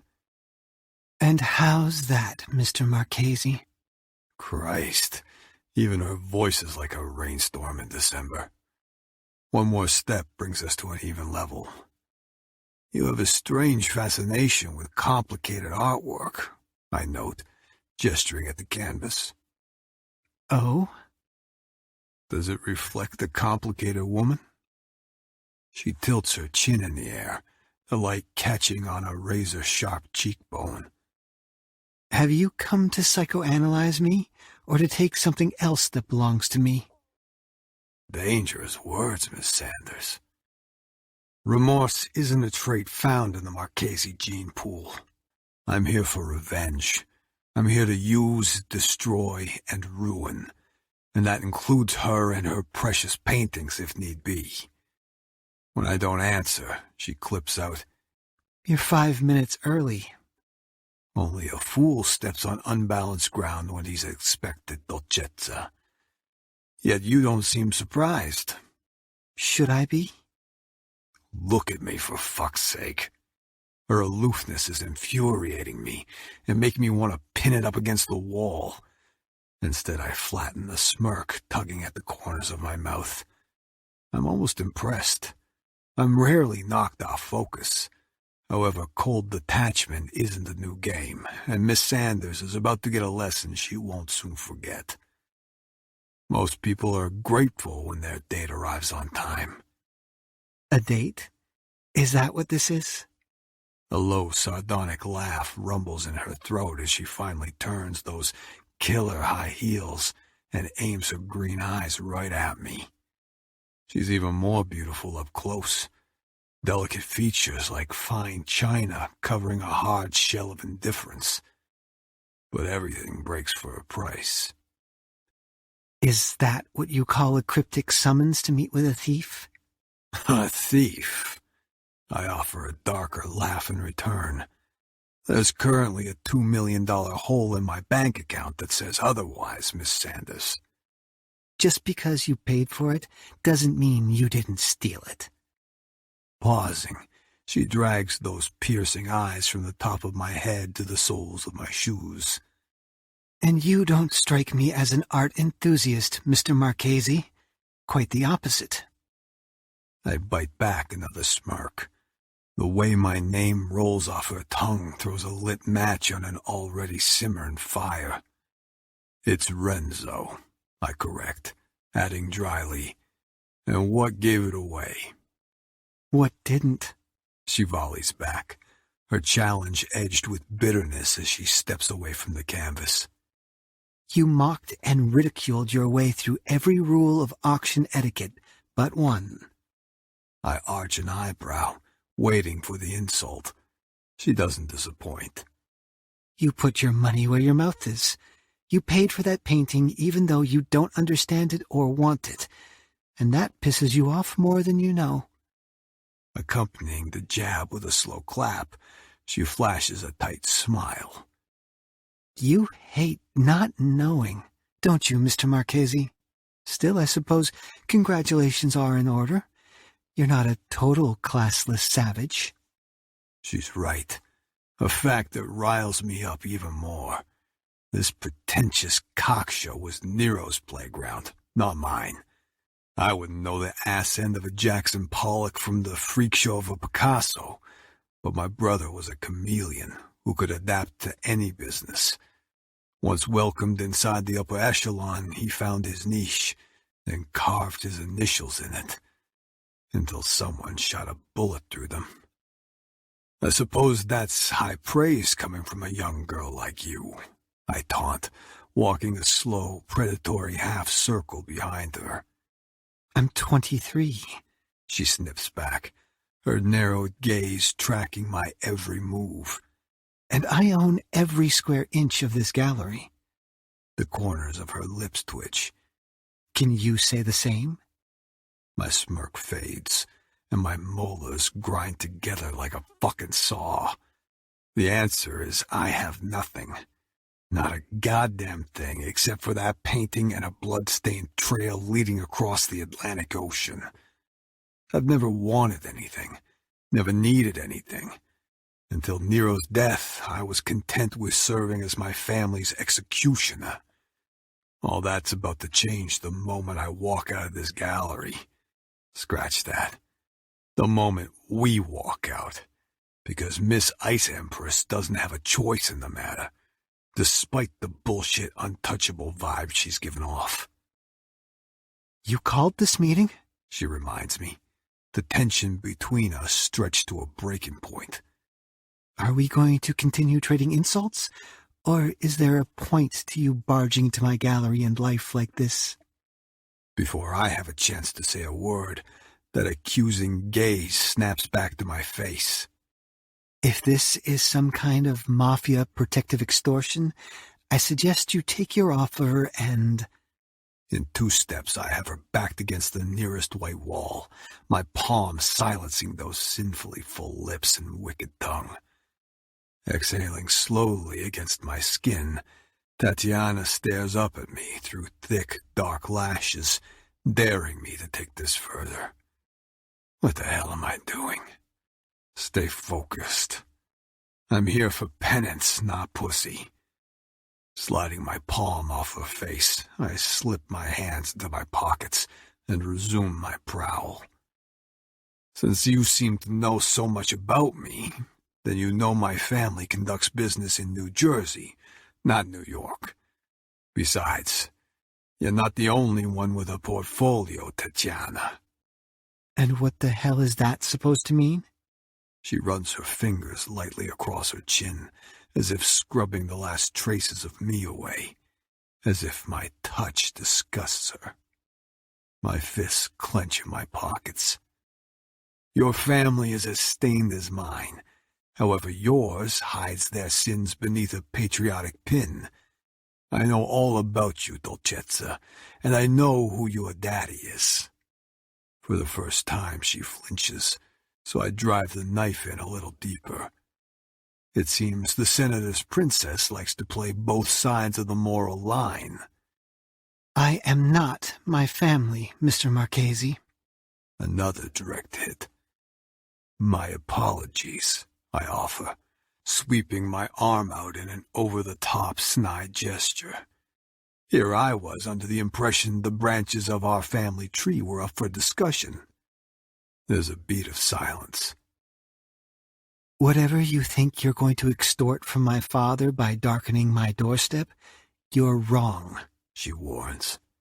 I'm rarely wrong. Well, there's a first time for everything. Her lips form a tight line, and I assume the subject has meant an untimely death. But then she turns her head and lets out a rough breath. I haven't spoken to my father in years, so congratulations again, Mr. Marchesi. You have cornered the black sheep instead of the cash cow. How unfortunate for you to have wasted your time.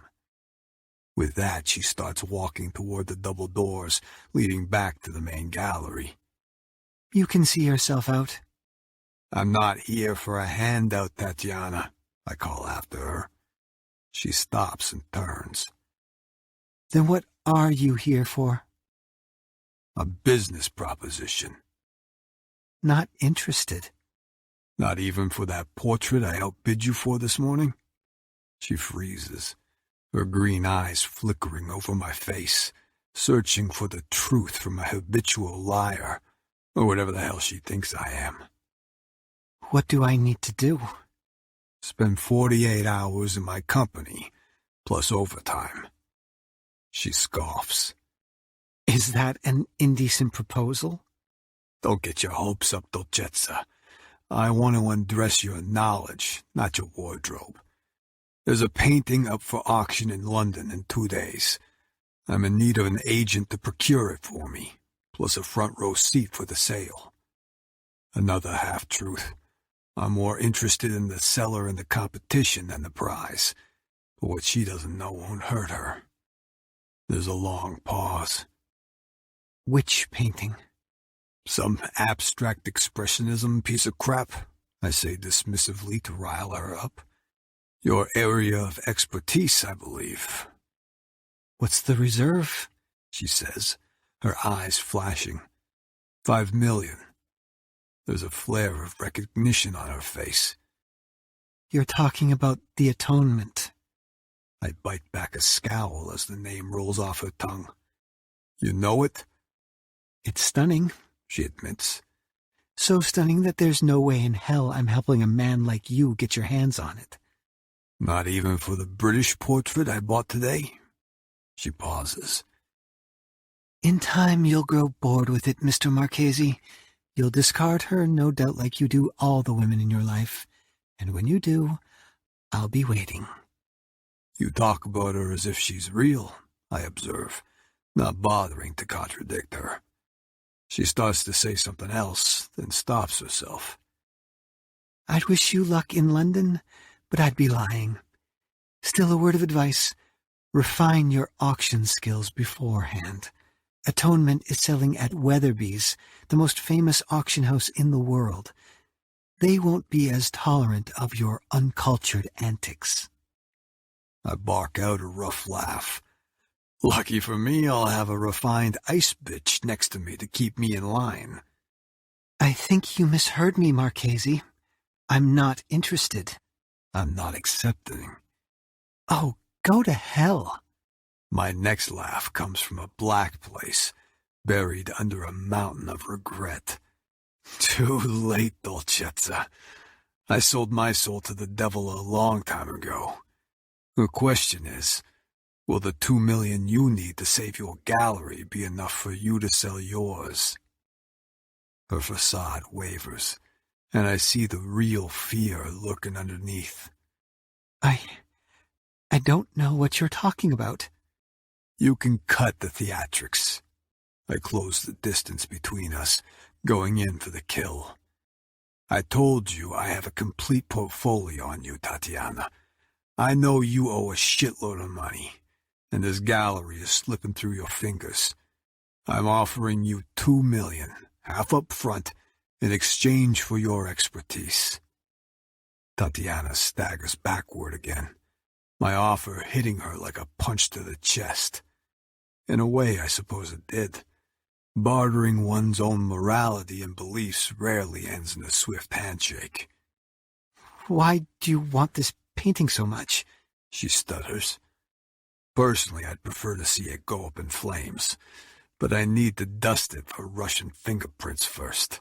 Not that I'm planning on telling her that. I'm not planning on telling her anything. Does it matter?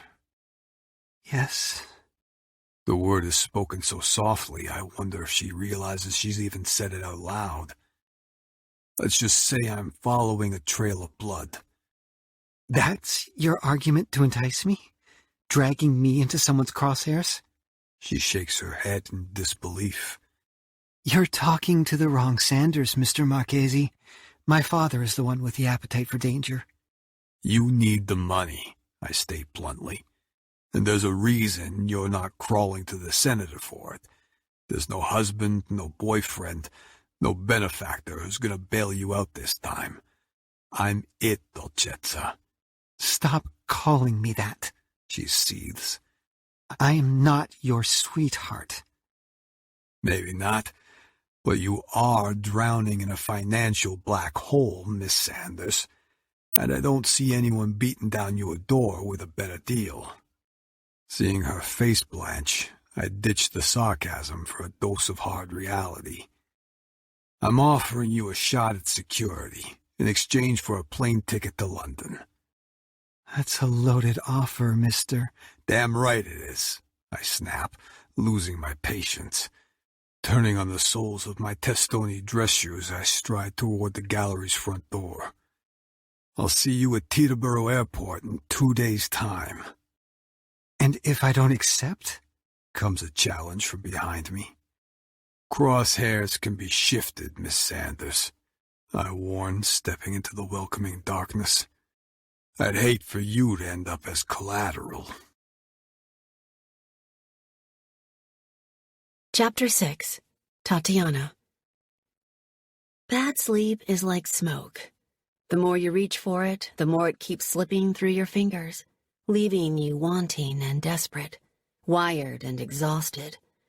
My pillow is soaked in tears and my head is aching. Lying here in the darkness of my apartment, every choice I've made in the last few years is coming back to haunt me. My thoughts so vivid and monstrous at times. Not even a couple of Vicodin can blunt their teeth. I see the faces of everyone I've hurt and discarded, hanging like portraits from my own gallery walls. Mom, Dad, Seb, my half-brother, Sam, all my friends. I remember snippets from my old life. I remember what it feels like to love and be loved, and the loss of that has me screaming into a clenched fist sometime around 3 a.m. I think about Marchesi, too. I think about the silver scars on his face and knuckles. I think about the shadows I saw moving behind his eyes, suggesting a pain as great as mine. Outside, dawn is approaching.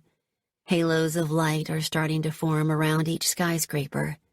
I'll need to leave in the next 2 hours if I'm going to reach Teterboro by 7 a.m. I've justified this decision to myself 1,000 times over the last 2 days. I'd sworn nothing would jeopardize my trip to Moscow next week, but Marchesi has backed me into a corner. He's right. I need the money to survive. I need his painting to keep my hopes of one day reuniting with my family alive. I'll tell Constantine it's a work thing. As long as I do as he says, when he says. He only yanks on my leash when I stray too close to the edges of my cage. Besides, I'll be back in New York within 48 hours, leaving plenty of time to prepare for my flight to Moscow. Once I return, I'm going to pay the bank loan off and send the portrait Mary to my mother as an anonymous apology. She'll know it's from me. It won't even scratch the surface to make up for all I've done to her, but it'll be a start. Throwing off the white bedsheet, I step into the shower and let the water cover every inch of my body. Despite the heat, I can't shake the stone-cold feeling that history is about to repeat itself. Be wary of handsome men in good suits offering unattainable gifts, because they've never served me well in the past. I was a teenager when I first met Constantine. He was 34 and hungry. He poured compliments over my teenage insecurities, set fire to an obsession, and I've been trapped in his hellhole ever since. The phone rings as I'm stepping out of the shower, my pale skin flushed and steaming, the chain on my silver locket tangling with my wet hair. Somehow I know it's a Marchesi wake-up call, so I let it ring out. It happens again. And again. That's another thing about men like him. They only know how to use force and bribery to control a situation, while indifference is a far more useful weapon. Show him a heart, and he'll pierce it with a bullet. The more I keep him at a distance, the safer I'll be. We arrive at Teterboro Airport with 10 minutes to spare. My driver, Andrew, glides the Cayenne to a smooth stop alongside the gleaming white Cessna. Marchesi is standing by the steps wearing jeans and a black leather jacket, filling out his casual attire in a way I hate myself for noticing. The suit is gone. The pretense is over. But not for me. I'm wearing an identical black pencil dress to the one I wore the other day, and I'm refusing to remove my Chanel sunglasses as I exit the car. He doesn't bother to remove his sunglasses either, and for some reason I find this comforting. There are so many invisible barriers between us already. An extra layer just adds to the great divide. 10 minutes to spare, he says, stepping forward to greet me. I like a woman who doesn't disappoint. He tilts his head to one side, and I know he's looking me up and down, repeating the same slow crawl of derision that I did to him in my gallery. Let's keep this relationship strictly reluctant, shall we? I bristle. What happened to the suit? Did the lease run out? He laughs, a rich and dangerous sound that's full of bass and tone. You're a mouthy bitch, but I'm guessing you knew that already. In my experience, men only call a woman a bitch when they sense that the balance of power isn't going their way. Shall we get this over with? I gesture at the waiting private jet with more than a hint of impatience. He seems larger today, a 6'3" wall of unpredictable hard muscle, wearing his sin like an open shirt. On second thought, I preferred it when he hid the worst of him behind his black brioni. Do you have any luggage? Yes, But before I can explain, he's taking my Louis Vuitton carry-all from Andrew's hands and carting it toward the plane. He tosses me a look over his shoulder as he passes. What's the matter? Never had a man carry your luggage who's not on your payroll? Of course I have, I lie. I was just thinking how much servitude suits you. If you ever tire of being a criminal, you can always be my butler. Carry the fucking thing yourself, then. With that, he dumps my carry-all on the dirt asphalt a foot from the aircraft steps. Then, I watch in mounting anger as he climbs them at a leisurely pace and disappears into the cabin. Miss Sanders. Andrew coughs discreetly behind me. May I take that for you? No, thank you, I huff, picking up the damn thing myself, before adding under my breath, I need an object to throw at Mr. Marchesi's head, should the amount of turbulence disappoint me. Navigating the steep metal steps in high heels is no joke, especially when I'm balancing the carry-all in one hand and my laptop case in the other. When I enter the cabin, he's sitting in a plush cream leather seat, his feet resting on a polished mahogany table in front of him, a glass of something strong in his hand, and a glimmer of a smirk on his brutally handsome face. The rest of the seats are empty. Where are your soldati? I ask, choosing the seat furthest away from him, feeling his heavy dark gaze flickering over me constantly. I was under the impression mobsters hunt in packs. Did your daddy tell you that? He finally removes his sunglasses and swipes a hand across his thick 5 o'clock shadow. He would know. He was part of Dante Santiago's crew for long enough. As for me, I prefer my own company. Finally, we have something in common. I drop into the cream leather with a weary sigh. It's barely 7 a.m. and I'm already feeling exhausted. Don't let it go to your head, dolcezza. I don't fuck women with hearts colder than their glasses of Chablis. I'm sure I can handle that particular disappointment. I reach down for my laptop bag. Pulling out the auction brochure for tomorrow, I toss it across the aisle at him with far more force than necessary, but of course he catches it easily. There's a condition report on the atonement inside, but I know the team at Weatherby's. They've given us a last-minute appointment tomorrow morning to examine the painting in private before the auction starts. Cold-hearted women's privileges, I add with a withering look. If you're going to drop $5 million on a painting, you need to at least take it out for dinner and give it a couple of orgasms first, he finishes.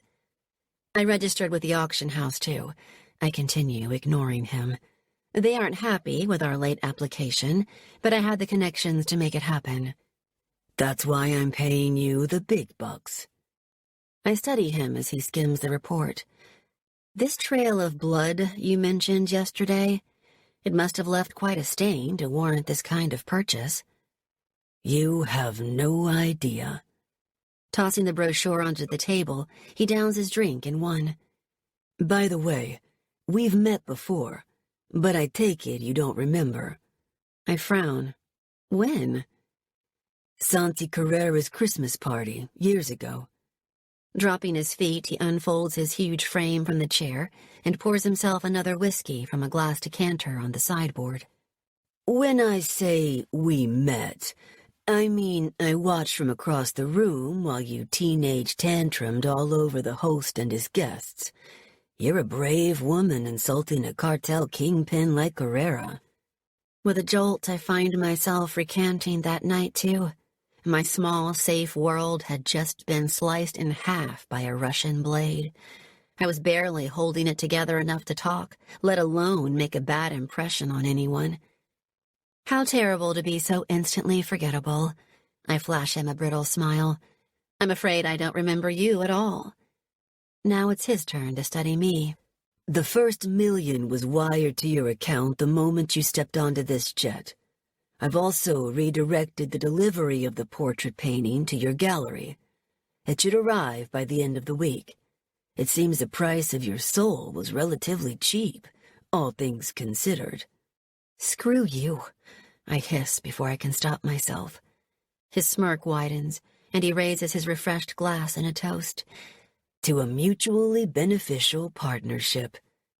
That ends in precisely, I make a big show of checking my wristwatch, 47 hours and 31 minutes. The jet starts to taxi, and I clip my belt into place. The moment we're in the air and the cabin is leveling out, he's on his feet again and pouring himself drink number 3. This time, when he reaches for the decanter, I spot the solid bulk of his gun beneath his jacket. A shiver of fear races up my spine. Secrets are the only real currency between us. There are things he's not telling me, and things I don't want to know. I just need to fly to London, agent this painting for him, return to Manhattan, and forget we ever met. Truce, he says, offering a glass to me, but I jerk my head away, preferring to watch the unfolding colors of dawn outside instead. Suit yourself. For the rest of the journey, I pretend to work, but in reality, I'm just recycling his words over and over in my head. Turns out, I have no price on my soul, because I gave it away a long time ago. I sacrificed it to save a little girl with dark hair and green eyes just like her mother, who was kept in a different kind of captivity 1,000 miles away. A precious little piece of me who will never know I exist. Chapter 7. Renzo. Listen to silence, for it reveals the truth hidden by words.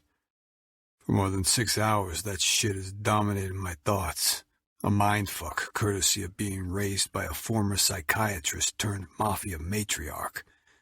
I toss back another glass of whiskey as the landing gear releases with a tortured groan. It's a welcome sound that cuts through all the familiar psychobabble inside my head. However, for once, my mother's cryptic words of wisdom aren't a bunch of scattered dots. They've manifested into the soundless woman to my right.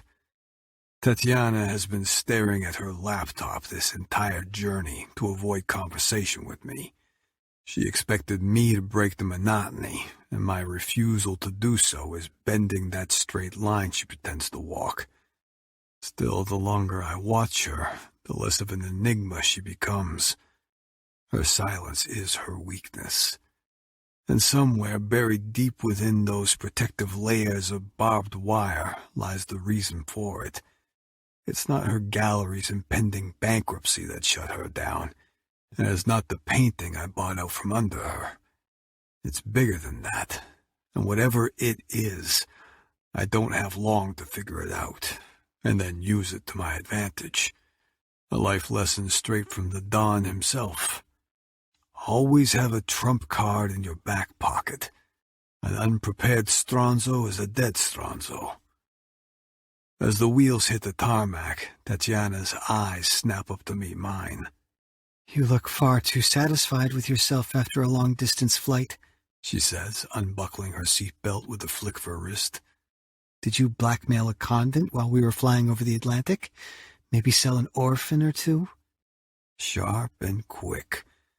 Steel-tipped sarcasm seems to be Miss Saunders' weapon of choice. Releasing my own seatbelt, I offer a leisurely tilt of my glass, partly to piss her off, but mostly because I never waste a good shot of Macallan. Just thinking about something my father taught me. The art of extortion? Cute, but no. Offering no further explanation, I tip the glass back and drain what's left. The stale silence eventually drives Tatiana to her feet, her posture as rigid as her words. Well? I shrug. Well, what? Aren't you going to enlighten me? Standing, I take 2 steps toward her, crowding her up against the cabin wall, those jade eyes tracking my every movement. I'm a bastard for cornering her like this, but her determination to stand her ground feeds something dark and hungry inside me. The truth is, it's been a long time since anyone has had the balls to challenge me. Forcing a lethal smile, I point to her forehead while slicing a vertical movement through the air. And miss seeing that line sink between your eyebrows when you don't get what you want? Not a chance. I don't get a line between my... Her emphatic argument takes a nasty turn when her fingers brush across her face. Scowling, she drops her hand as a subtle click toward the front of the jet turns both our heads, sending my hand to my holster. False alarm. I let out a low breath and draw my jacket back over my gun as a bleached blonde in a tight black pantsuit appears in front of the cockpit door. Good afternoon, Mr. Marchesi. A curt nod is the most my flight attendant is going to get from me. While efficient, this girl seems to think complimentary in-flight service includes my dick. Unfortunately, her continual disregard of professional boundaries is going to end badly for her. Flashing me a coy smile, she swings her hips down the aisle as she heads straight toward us. Jesus Christ, this girl is about as subtle as an earthquake. We've arrived in London, she chirps. The airstairs are fully assembled, and I've arranged the car and hotel bookings as requested. There's a loaded pause as she bites her lip. Can I be of any other service? Absolutely fucking not. That'll be all, Piper. There's no mistaking the warning in my tone. Her lips flatten in disappointment as she hands me my bag. I watch as Tatiana casts a pointed look down at her own bag, resting in the aisle, but Piper clasps her hands in front of her and pins her with a defiant glare. Well, this just got interesting. I half expect retaliation for that. Instead, Tatiana's mask remains firmly in place as she strides toward the doorway and retrieves the bag for herself. Thanks, but I've got mine, she says. Her backhanded gratitude is laced with scorn. Piper bares her teeth. I've booked 2 separate rooms at the Annabelle Park Hotel. How efficient of you. At this, Tatiana pushes past her and glides down the air stairs with her bag in tow. By the time I catch up with her, I'm ready to pick at random threads again to see what unravels next. Retract the claws, kitten. She's just an employee. Tatiana's manic pace comes to an abrupt halt. She slowly spins around before letting out a harsh laugh. You think I'm jealous of your flight attendant? Let me be very clear, Mr. Marchesi. I couldn't care less who or what you do. This is a business trip, and despite what you may tell yourself... She leans forward, the sweet scent of her perfume doing fucked up things to my self-control. You're just not that interesting. Is that right? Afraid so. There's that steel-tipped sarcasm again. First rule of lying, Dolcezza. Make this. Closing the space between us, I lightly tapped the same vertical line sinking between her eyes again. Match what comes out of this. Lowering my finger, I trace the outer edge of her lips, my dark heart igniting as she starts to tremble. It's a whisper of a touch, restrained, a deceptive taste of what I'm truly capable of. Yet somehow, it's more intense than if I'd grabbed her by the throat and pinned her against the jet.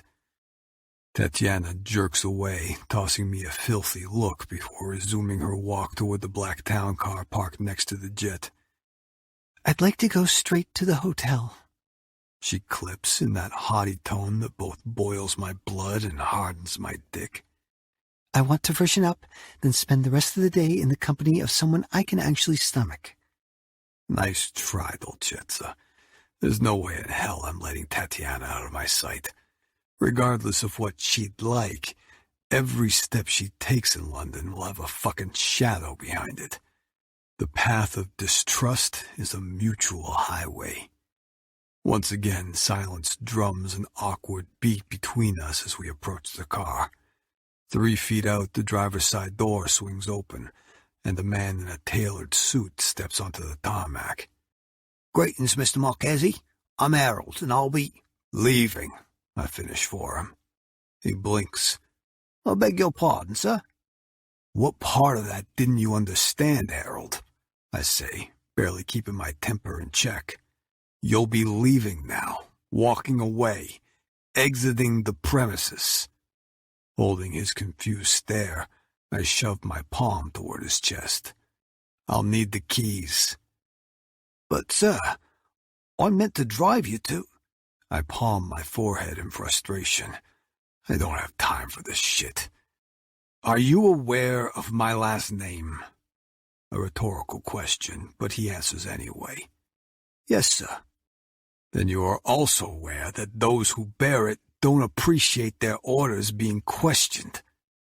As the man stands wide-eyed and mouth opened, I walk a slow circle around the car, inspecting every part, from the hood to the trunk. Are we clear? He swallows. Yes, sir. Good. Giving the undercarriage another thorough scan, I climb to my feet. Harold's hand shakes as he drops the keys into my waiting palm. The moment the transfer is made, he turns on his shiny black shoes and hurries toward the terminal. Tatiana's eyes are all over me as I round the car and pop the trunk. I'm in no mood for another argument, so after throwing my bag inside, I tug hers off her shoulder and toss it in next to mine. She stands there like a damn statue as I circle back around to the driver's side. Leaning forward, I brace my forearms on the hood. If you're waiting for me to open the door for you, then don't. I reserve chivalry for someone whose company I can actually stomach, I say, slinging her words back at her. Giving me another of her scornful looks, she moves gracefully around to the passenger's side door and flings it open so hard it swings back like a boomerang. Was that necessary? She admonishes as I slide into the seat next to her. Shrugging, I start the car. Your words, not mine. I meant dismissing the driver like that. I'm not thrilled at the thought of being trapped in a car with you without third-party intervention. Don't trust yourself to be alone with me? I taunt, exiting the airport's security and heading toward signs for the M1 motorway. Oh, I trust myself. Tucking that proud chin in the air, that prickly tone returns as she adds, I don't, however, trust you. You shouldn't trust anyone, Tatiana, I warn, my voice dipping low. First rule of survival. The deadliest bullet always comes from the friendliest face. Her stare never wavers. Does that include you? Everyone is a potential threat. Call it a warning, call it our twisted reality. But if she's as smart as she claims to be, she'll listen to her instincts and run back to New York as fast as she can the minute this auction is over. Why were you checking for bombs back there? Occupational hazard. You think someone's trying to kill you? Second rule of survival. I hold up 2 fingers. Someone is always watching. Never let your guard down. Speaking of which, I hold up a third and final finger. Last rule. While we're in London, you're not going anywhere without me. Don't be ridiculous. She pulls her phone from her purse and starts tapping away. My shoulders tense. Who are you texting? It's none of your business. Everything you do while on my dime is my business, Dolcezza. Her fingers tighten around her phone. I told you not to call me that. And I told you not to do anything in this city without my approval. It seems neither of us follows directions. She sighs. If you must know, it's an old friend. Bullshit. She doesn't have any friends. Why? To arrange a lunch date. Cancel it. Excuse me? Cancel it, I repeat, shifting my gaze upward to meet her stare. You're not here on holiday, Miss Sanders. You're here on retainer. Don't forget that. I sense $2 million worth of insults dancing on her tongue. However, she wisely keeps them to herself and tosses her phone back into her purse. No chance of that mistake, I hear her say. Your presence would be enough to ruin anyone's holiday. The traffic starts backing up as soon as we join the motorway. I find myself weaving across 3 lanes of traffic to shift into a higher gear. The move sets off a line of dominoes. 4 cars follow, including one asshole in a dark blue sedan who clips my bumper. Tatiana tuts in frustration. As expected, your driving leaves a lot to be desired. My driving is fine. Maybe for the visually impaired. She flings her arm across the console of the car. This is London, Marchesi, not Newark. Left side is the right side is the wrong side. As if her condescending tone isn't enough, she punctuates it with hand gestures. Stop side-seat driving, I snarl, but it's a half-ass insult. I'm too preoccupied watching the same blue sedan ride my ass. I keep a watchful eye, my gaze darting back and forth from the road to the rearview mirror. Just when I'm about to swerve again, the sedan backs off, widening the distance between us. Fucking London drivers, I mutter, sliding a glance across the car to find a rare half-smile on Tatiana's face. When she catches me staring, she tries to hide it with a quick swipe of her hand. Her guard is down. It's an opportunity I don't intend to waste. Are you this bossy toward your brothers? The smile fades immediately, and she turns her head toward the window. Moment gone. Guard up. I thought we already established that the branches of our family trees weren't up for discussion. It's a simple question. She sighs. Nothing with you is ever simple, Marchesi. I've only known you for a day, and that fact is already engraved in stone. We drive in silence for a few more moments, my attention focused on the rearview mirror and the same blue sedan. The traffic is way too dense to be playing road tag, but I take a calculated risk and make a hard right, nearly sideswiping a Fiat. Not surprisingly, the sedan veers the same path. I'll take that as a compliment, I say, diverting her attention while keeping mine locked on the mirror. Of course you would. What about you? Are you always this antagonistic with your siblings? I stiffen, my hands tightening around the steering wheel. Don't ever, I start, but another glance in the rearview mirror redirects my brewing anger to the fucking sedan that's all but lodged itself in the back seat. Damn it! This time my turn is so sharp it flings Tatiana across her seat, and she smacks her head against her window. Letting out a blunt curse, she cradles her temple. What the hell was that? Offensive driving, which I'm about to kick up about 12 notches. Slamming my foot onto the pedal, I keep it glued to the floor, sending the speedometer from 75 miles per hour to 90. Look behind us. Tatiana turns, her eyes widening as the sedan mimics our every move. Who are they? I don't know, but they've been following us for the last 10 miles. They're not just riding our asses now, they're trying to flatten them. How can you be sure? The words are barely out of her mouth when the small distance I gained is replaced by a hard slam to the back as the sedan rear-ends us. Shit! The impact slams my ribcage into the steering wheel. Does that answer your question? Thankfully, there's a lengthy stretch of road between the town car and the BMW in front of us, but the Audi to my right doesn't fare so well.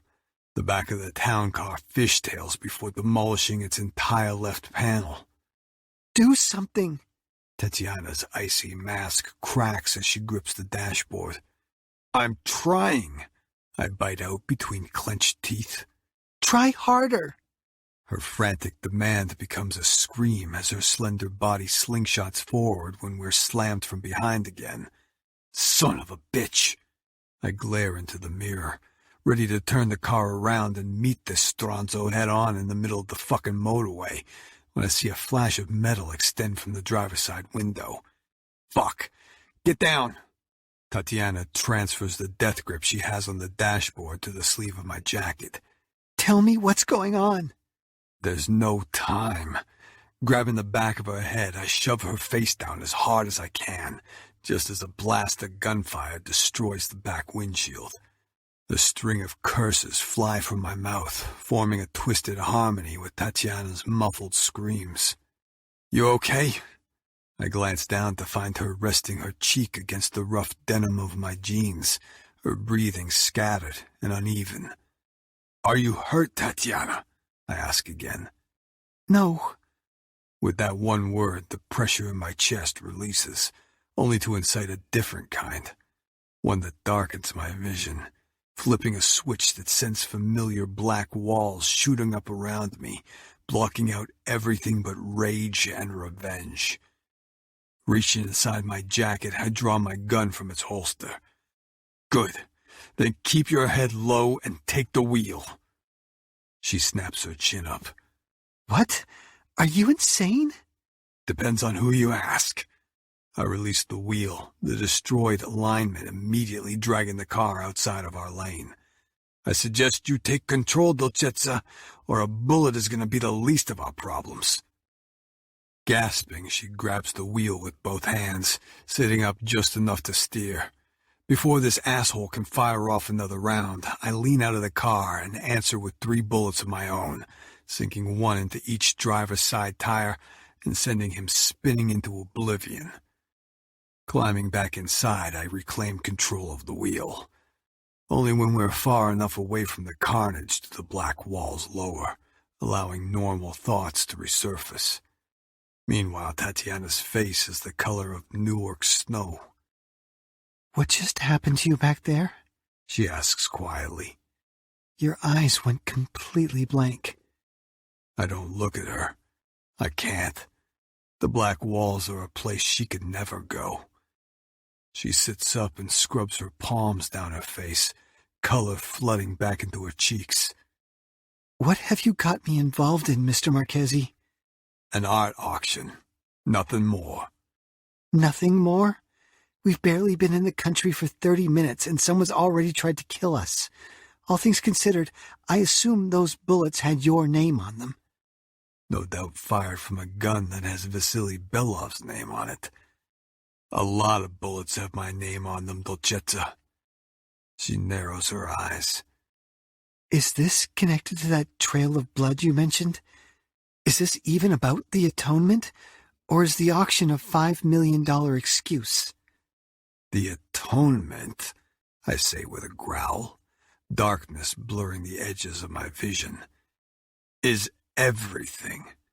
And if you enjoy living in your high society etiquette-fueled world, you'll keep your eyes on the horizon and leave the trail to me. One that leads directly to the British police after the show you just put on. I shoot her a vicious smile. You think the Marchesi name doesn't extend across the ocean? Catching sight of a gas station up ahead, I pull off the motorway and into a parking lot next to an empty Starbucks. Throwing the car into park, I drag my phone from my pocket and call the one person on my payroll who can fix whatever the hell just happened. Welcome to Blighty, Renzo, comes the familiar voice, but I have no interest in British pleasantries. Killian, I need a move-in store from a service station on the M1 southbound. Already? What? And a replacement with untraceable plates, I add, before ending the call. Who is that? She asks. There's no fire in her tone anymore. It's more of an automated response than a question, which is just as well because I don't give answers. I demand them. Pocketing my phone, I glance behind us at an interior that's littered with fragments of broken glass. They're coating the floor and spearing the expensive leather seats. Hell, one look at the blood smeared along the back of my hand tells me I'll be picking shards out of my skin for days. I freeze. Tatiana, look at me. When she lifts her eyes, I see vulnerability there for the first time. It makes me want to protect her. It makes me want to go fucking savage for her. Something foreign lodges in my throat, and my hand darts out before I can stop it.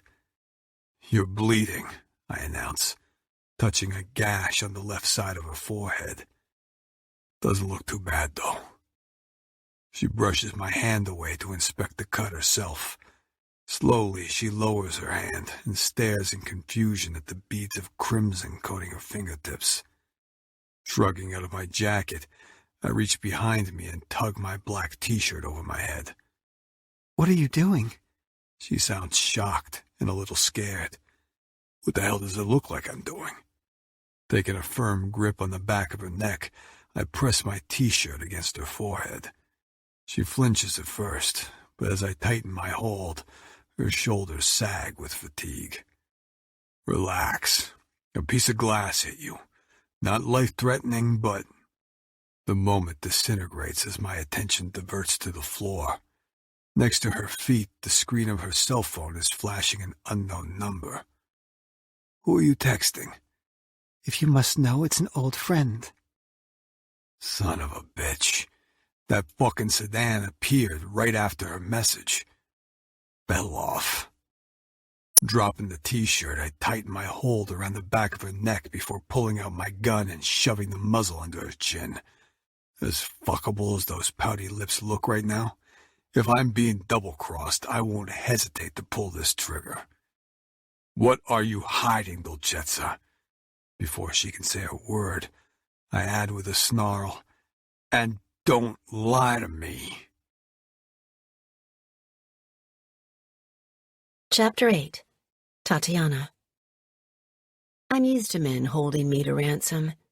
What's less familiar is this wildfire that's coursing through my veins. Adrenaline and indignation have overridden good sense, and all I'm seeing now is red. Don't you dare point that thing at me. I smack the muzzle away from my chin with a hiss. You're the criminal here. A beat later, the muzzle is back, pressing into my forehead this time.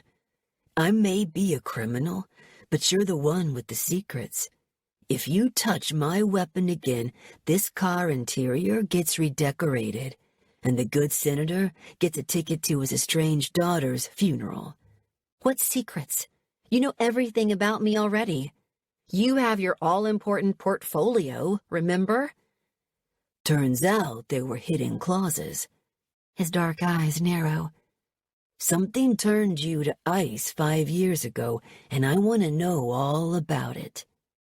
I go very still. Breathe, Tatiana. Breathe. This is stupid. He shifts position. I'll ask you one last time. Did I just drop $2 million on a sure bet or a rogue outsider? $2 million, plus a very valuable portrait painting, I correct, my heart beating like a drum. Are we really going to sit here glaring at each other or leave this gas station before the police arrive? Your car has bullet holes all over it, and the motorway behind us is 3 lanes of carnage. Plus, I hear British jails are pretty cold this time of the year. You should fit right in, then. I'm not the one with a record longer than the Atlantic. I'm not so worried about the cops as the woman who sold me out. He snaps back, switching his finger from the grip to the trigger. My next breath gets stuck in my throat. You really do have serious trust issues, Mr. Marchesi. No shit, sweetheart. He leans in closer, hitting me hard with his masculinity. He still has his shirt off, and his chest and abdomen are a thick, tan web of muscle. His cologne is nothing like Richard Thackeray's. It's more sinister, powerful, alluring. Suddenly, the car doesn't seem to be big enough for his stubbornness and my mysteries. His gaze drops to my mouth. Time for some devil's advocate. Yay, my favorite, I say, notching up my indifference, despite the fact he's still holding a gun to my head. Yours too, I can imagine, considering you are the devil. If you're not connected to the welcome wagon, who is? Why do you want this painting so much? I say, flipping it back on him. His expression darkens. I'm the one with the gun, Tatiana, so only I get to ask the questions. Not when you're throwing out false accusations like confetti. Listen, Dolcezza. He trails off as something behind us catches his attention. Shit. What is it? I was hoping to change vehicles before the flashing lights arrived. That's when I hear the faint sound of sirens in the distance. Dropping the gun from my forehead, he drags his t-shirt back over his head and slides into his seat. Slamming the car into first, he hits the gas. This isn't over, Tatiana, he warns as we screech out of the parking lot. It never is. Once we rejoin the motorway, we're breaking the speed limit, kicking up dust and unanswered questions all over the M1 until we reach central London. His silence is just as fortified as mine, and it's getting harder and harder to breathe with all the toxic uncertainty in the air. My phone beeps again as we turn into Oxford Street. London Kiska, call me. It's a 4-word reprimand that fires an arrow straight through my soul. Who's messaging you now? Marchesi's sharp demand cuts through my mounting panic. Would you like my bra size, too? I chuck my phone back into my purse before he has a chance to snatch it from me. Not particularly. Oh, that spiky, sarcastic bomb of a New Jersey accent. Is there anything more infuriating? He shoots me the kind of look designed to annihilate my self-confidence, if I had any left. Well? It was my assistant. I have a buyer interested in one of my paintings. He digests this for a moment. Don't you get bored of selling hyped-up graffiti for a living? Don't you get bored being an ignorant jackass? I mutter, peering out at the narrow Soho streets through the car's shattered windows. This city is a gray monster without sunshine. Even the colorful shop awnings look lifeless and dull. The last time I was here, I was with my parents. I was 10 years old, and everything was still warm and fuzzy. Where are we going? Boutique hotel off Wardour Street. It's quiet and discreet. A perfect love nest for you and your blonde flight attendant, I say acidly, but he doesn't respond. The hotel is charming, with pink and green explosions of bougainvillea dripping from a smart red brick facade. It's so unlike Marchesi, subtle as a sledgehammer personality, that I start to see Piper in a whole new light. Disappointed it's not the Dorchester? He snipes, misreading my expression as he swings the wreck of his car up to the white stone steps. On the contrary, I'm just relieved it's not a 2-star at the wrong end of Charing Cross. If the valet notices the bullet holes, he doesn't comment, as Marchesi tosses him the keys. Lose it, I hear him say. Killian's delivering another. Yes, Mrs. Marchesi. Do you know that man? I ask as we enter the lobby together. I know everyone who's worth knowing. He's staring straight ahead, giving me that killer profile that's as strong and unyielding as a Greek statue. We criminals are only 6 degrees of separation from each other, and we're only ever 1 bullet away from the truth. He shoots me a sideways glance as he slaps his Amex Black down on the front desk. 2 key cards are produced immediately, without further ID or questions. Thank you, beautiful. I know you don't believe me, I say, peeling away from the swooning receptionist, but that car chase had nothing to do with me. He doesn't say a word as we step into the elevator together, but as soon as the carriage starts to rise, he holds out one of the key cards, wearing that poker face expression of his. Whoever was behind it, Dolcezza, isn't done with us yet. And if they were trying to kill us both, that means we're in this shit together.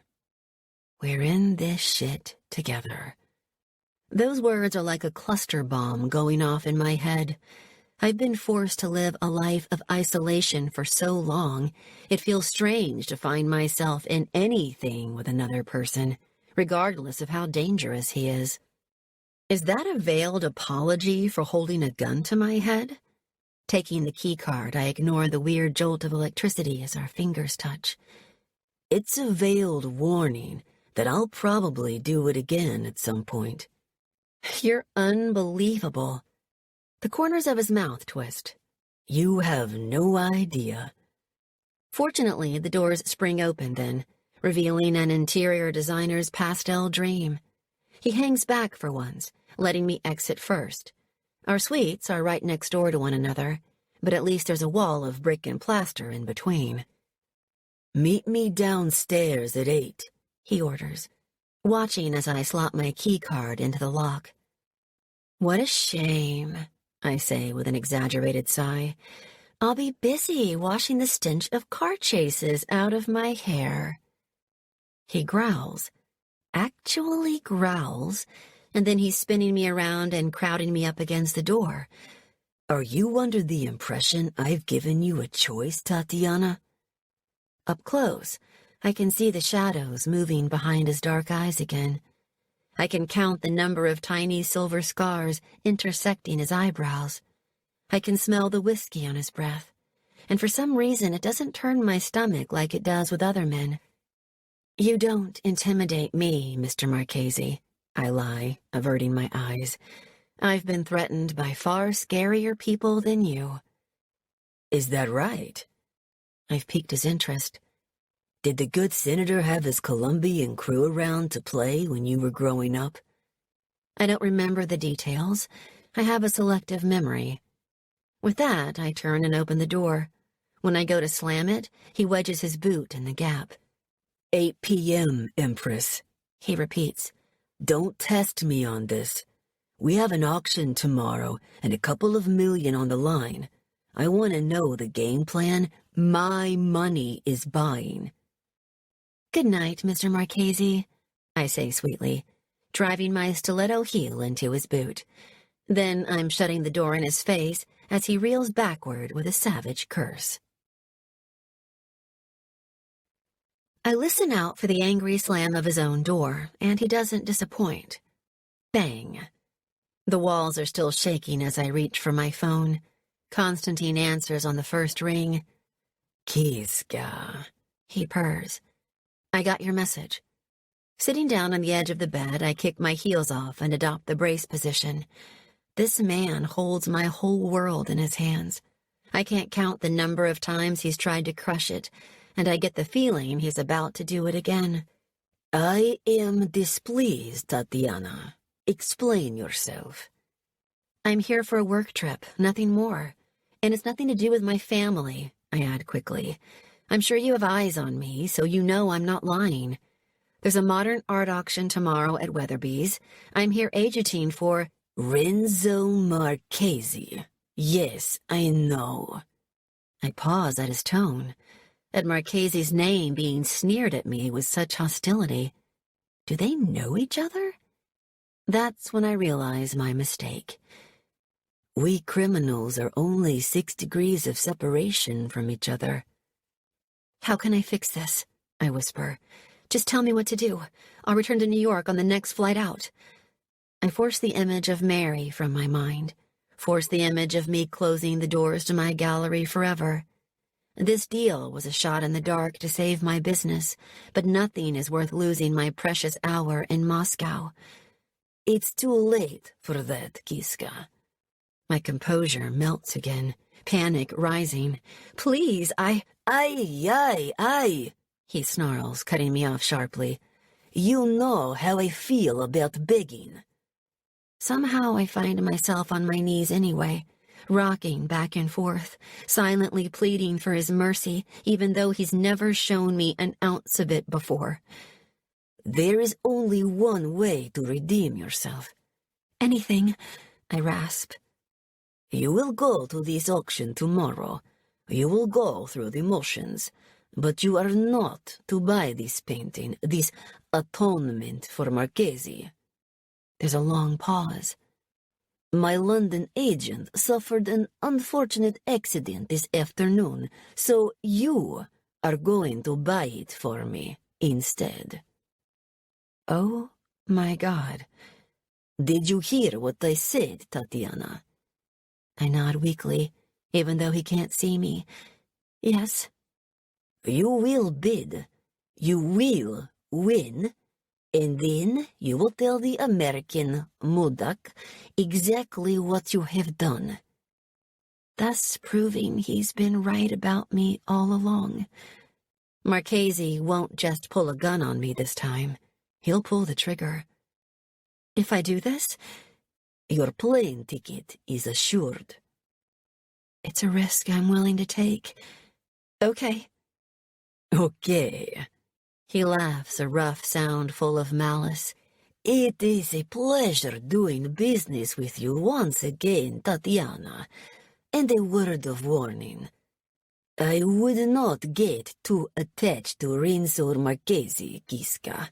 He will not be alive for much longer." Chapter 9. Tatiana. I'm a bad liar. That's what my brother used to tell me. I never had a problem saying the words out loud, but my actions never matched the crime. Like when I was a kid and they'd accuse me of stealing the last cookie, and I'd swear up and down it wasn't me, blinking out wide-eyed innocence, even when I had the evidence smeared all over my face. My body was rebelling against my intentions, just like my body is in danger of doing now. It's 8:10. I'm sitting on the bed again, staring at my hotel bedroom door, mentally preparing for the moment Marchesi kicks it down to demand an explanation from me. I'm scared. Scared for me. Scared for her. I have no idea how to make this deception believable tonight. He rattles me like no one else, sliding deep under my surfaces like a bad splinter. My disguise is starting to thaw. She's been my armor for so long, but with him, I shut my eyes. I'm all out of choices. I need to buy this painting out from under him. But despite the turbulence of the last 24 hours, despite him holding a gun to my head in more ways than one, I don't want Marchesi to die. Why? Because underneath it, we're the same? Just coming at it from opposite ends? His motivation for attending this auction is just as great as my incentive is for derailing his plans. There's a knock at the door, and I steel myself to open it. When I do, it's the pretty receptionist from downstairs, smiling expectantly at me. "Miss Sanders?" "Yes." "Mr. Marchesi would like you to know that he's waiting in the bar downstairs for your company." Her smile falters and she blushes slightly. He would also like to remind you that the only rules in this game are his." Wrong. So very wrong. "Thank you," I say stiffly. "Please return to the bar and tell Mr. Marchesi that it all depends on which game we're playing." She looks blank for a second, and then her smile reasserts itself. "Certainly, Miss Sanders." 5 minutes later, I'm walking into the hotel bar, dressed to kill in an olive green wraparound mini dress. The room is much like the rest of the Annabelle Park Hotel, stylish and cool, with burnished brass fittings, shiny black tables, and huge sprays of white roses everywhere. I see him right away. He's the only man standing at the long bar, one elbow resting on the counter as he knocks back another drink. He's changed into a black shirt, and it makes his shoulders look huge. His dark waves are still damp from the shower, curling in tendrils over his collar. He's the picture of brutal refinement again. But he doesn't fool me for a second. Our gazes meet in the dusky mirror above the counter. After a slow beat, he turns to face me, not greeting, just waiting, for the woman he strongly suspects I am, and for the woman he hopes I'm not. I wish I didn't care. I'm not allowed to care, but I'm starting to think I do. I make my way toward him, sensing the moment slipping away before it's begun. A burning photograph of something that might have been if our pasts hadn't played so skillfully into the wrong hands. After tomorrow, he'll be another person I've deceived, another disappointed face to hang in my gallery of shame. But not yet. Right now, I'm still a woman with a frozen heart, and he's still a man with shadows in his eyes. "You're late." He clicks his fingers at the hovering bartender. "And my foot still hurts from where your stiletto kissed it goodbye earlier. What's your poison?" "Prosecco. And will there be a monetary penalty for my tardiness?" I slide into the bar stool next to him and place my purse on the counter. "There was." He pauses to finish up his whiskey. "And then you walked in here looking like a living, breathing woman for once, instead of an ice sculpture." My heart lurches. I better head back upstairs and change. We can't have this evening starting out under false pretenses. I go to stand. Stop. I feel his hand on my arm, and I flinch out of habit. 2 days, Dolcezza," he murmurs, leaning in to graze my cheek with his words. "After that, you never have to see me again. You get your gallery back, and your newly acquired painting will hang in a primo spot in your gallery. But I need my auction seat first, sweetheart. I don't trust you, and you don't trust me, so let's just get the fuck through this and come out at the end both feeling lighter." Why do I feel drunk suddenly? Is it his nearness? His touch? "Have you ever heard of a game called 2 Lies and 1 Truth, Mr. Marchesi?" I say, sliding back onto the stool as he sinks down into the one next to me. My father and I used to play it when I was a child. "From what I hear, he still does with Congress." He shoots me a look.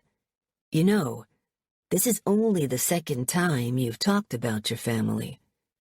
A bubbling flute is placed in front of me. That word, family, I muse slowly. It has so many different meanings, don't you think? I curl my fingers around the slender glass stem and lift it to my mouth. We spoke of family trees yesterday, but we failed to mention that not all the branches grow the same way. "What are you trying to say, Dolcezza?" he drawls. "That we're both defective?" There's that same soft breeze of inclusivity I felt earlier. I take it you're not close to your parents either? I ask. "Yeah, I've heard of this game of yours." His dark eyes glint in the low lights as he shuts down the previous subject. "Back in New Jersey, we play it differently. Guess right and you get a right hook to the jaw. Turns out it's a pretty effective lesson." How so? "It teaches you lies are less painful than the alternative." Let's play it, I blurt out, shocking myself before quickly backtracking. On second thought. "Okay." No, please, I bluster. It was a stupid idea. You wanted to talk business, so let's talk business. I've reconfirmed our private viewing appointment for the morning. If you choose not to be present for the main event, I'd be happy to keep in phone communication with you throughout the auction process. "I'll be there," he says fiercely. Trails of blood. He holds up 3 fingers. "I like pretentious artwork. I'm taking etiquette lessons from an auction expert, and I'm searching for the man who killed my brother." I don't think I understand. "I'm playing, Dolcezza," he says patiently. 2 lies, 1 truth. Which is correct? I let his words sink in for a minute, and then I finally see his shadows for what they are. Guilt, anger, revenge.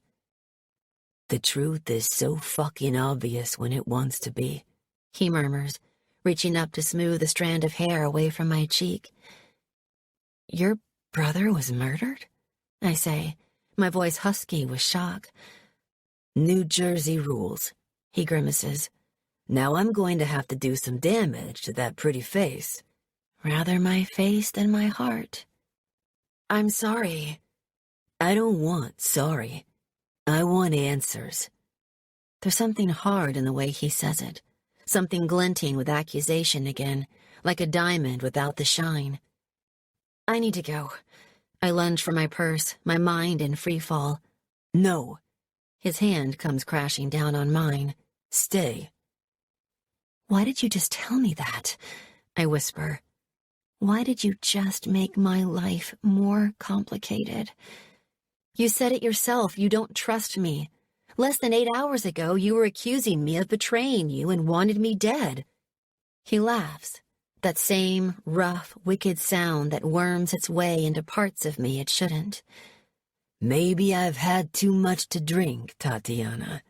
Maybe I wanted to see your reaction. Maybe I thought you deserved to know my reason for blackmailing you." Are we playing my father's favorite game again? His hand is still resting on mine, and all I can think is warm, warm, warm. "What do you think?" Let me go, Renzo, I say, and he stiffens at the sound of his first name on my lips at last. "Tell me one thing before I do." His eyes give a cursory sweep of my face, and then he's flipping my hand over and pinning it to the polished counter, his expression turning cold and savage as I yelp in surprise. What the hell are you doing? "Exposing you, Miss Sanders." His grip on me tightens. "You forget, it's my job to notice everything. So why the fuck do you have the Russian word for cat tattooed here?" He swipes his finger against the black letters inked into my wrist. "That's brought for prison code for thief, sweetheart. Did you steal? And, for the last fucking time, what are you hiding from me?" I can't seem to draw a breath. I don't know what you're talking about. "I think you do. Is everything okay here, ma'am?" The bartender slides into view, glaring at Renzo's grip on my wrist. "It will be in approximately 10 seconds. He snarks back. You bastard. I whisper. Did you think that by giving me a shot of honesty, then snatching it away again, that I'd do the same? Was all that stuff about your brother even true? Sir, I really must insist you release the young lady's hand. The bartender interjects, skating dangerously close to a broken jaw from the man sitting beside me. Renzo's fingers tighten, and then he loosens them with a low curse. I take full advantage. Grabbing my purse, I shoot a look of gratitude to the bartender, then exit the bar as fast as I can. I catch the elevator as the doors are closing, cutting off the heavy footsteps that have been tracking me across the lobby. I see the brutally handsome face of my reckoning right before he disappears behind a wall of sliding metal, and it's enough to make me stumble back in fear. Exiting at my floor, tears streaking my cheeks, I bolt for my hotel suite, half expecting him to be lying in wait for me, but the hallways are empty. Jamming my key card into my room lock, I burst through the door. A beat later, a rough hand is clamping over my mouth. Please don't do this, Renzo. You don't know what's at stake. But the cologne smells different. The hard body plastered to my back is all wrong. There's none of Renzo's dirty, savage elegance in the way I'm being manhandled. I have a message from Moscow. A voice snarls before I'm being hurled to the carpet with force. I go down hard, my body a cloudy haze of pain as my wrists and knees bear the brunt of the violence. A beat later, his boot is connecting with my stomach and robbing my lungs of air. My Pakan wanted you to have a little motivation for tomorrow, should your loyalties start to waver. Kneeling down next to me, he flicks my hair from my face as I wheeze and gasp for mercy. Please. I try to crawl away, but he grabs hold of my ankle and drags me back. You don't need to do this. I'd never. Hush, Suka. His thick voice caresses before he's driving his fist into my ribcage.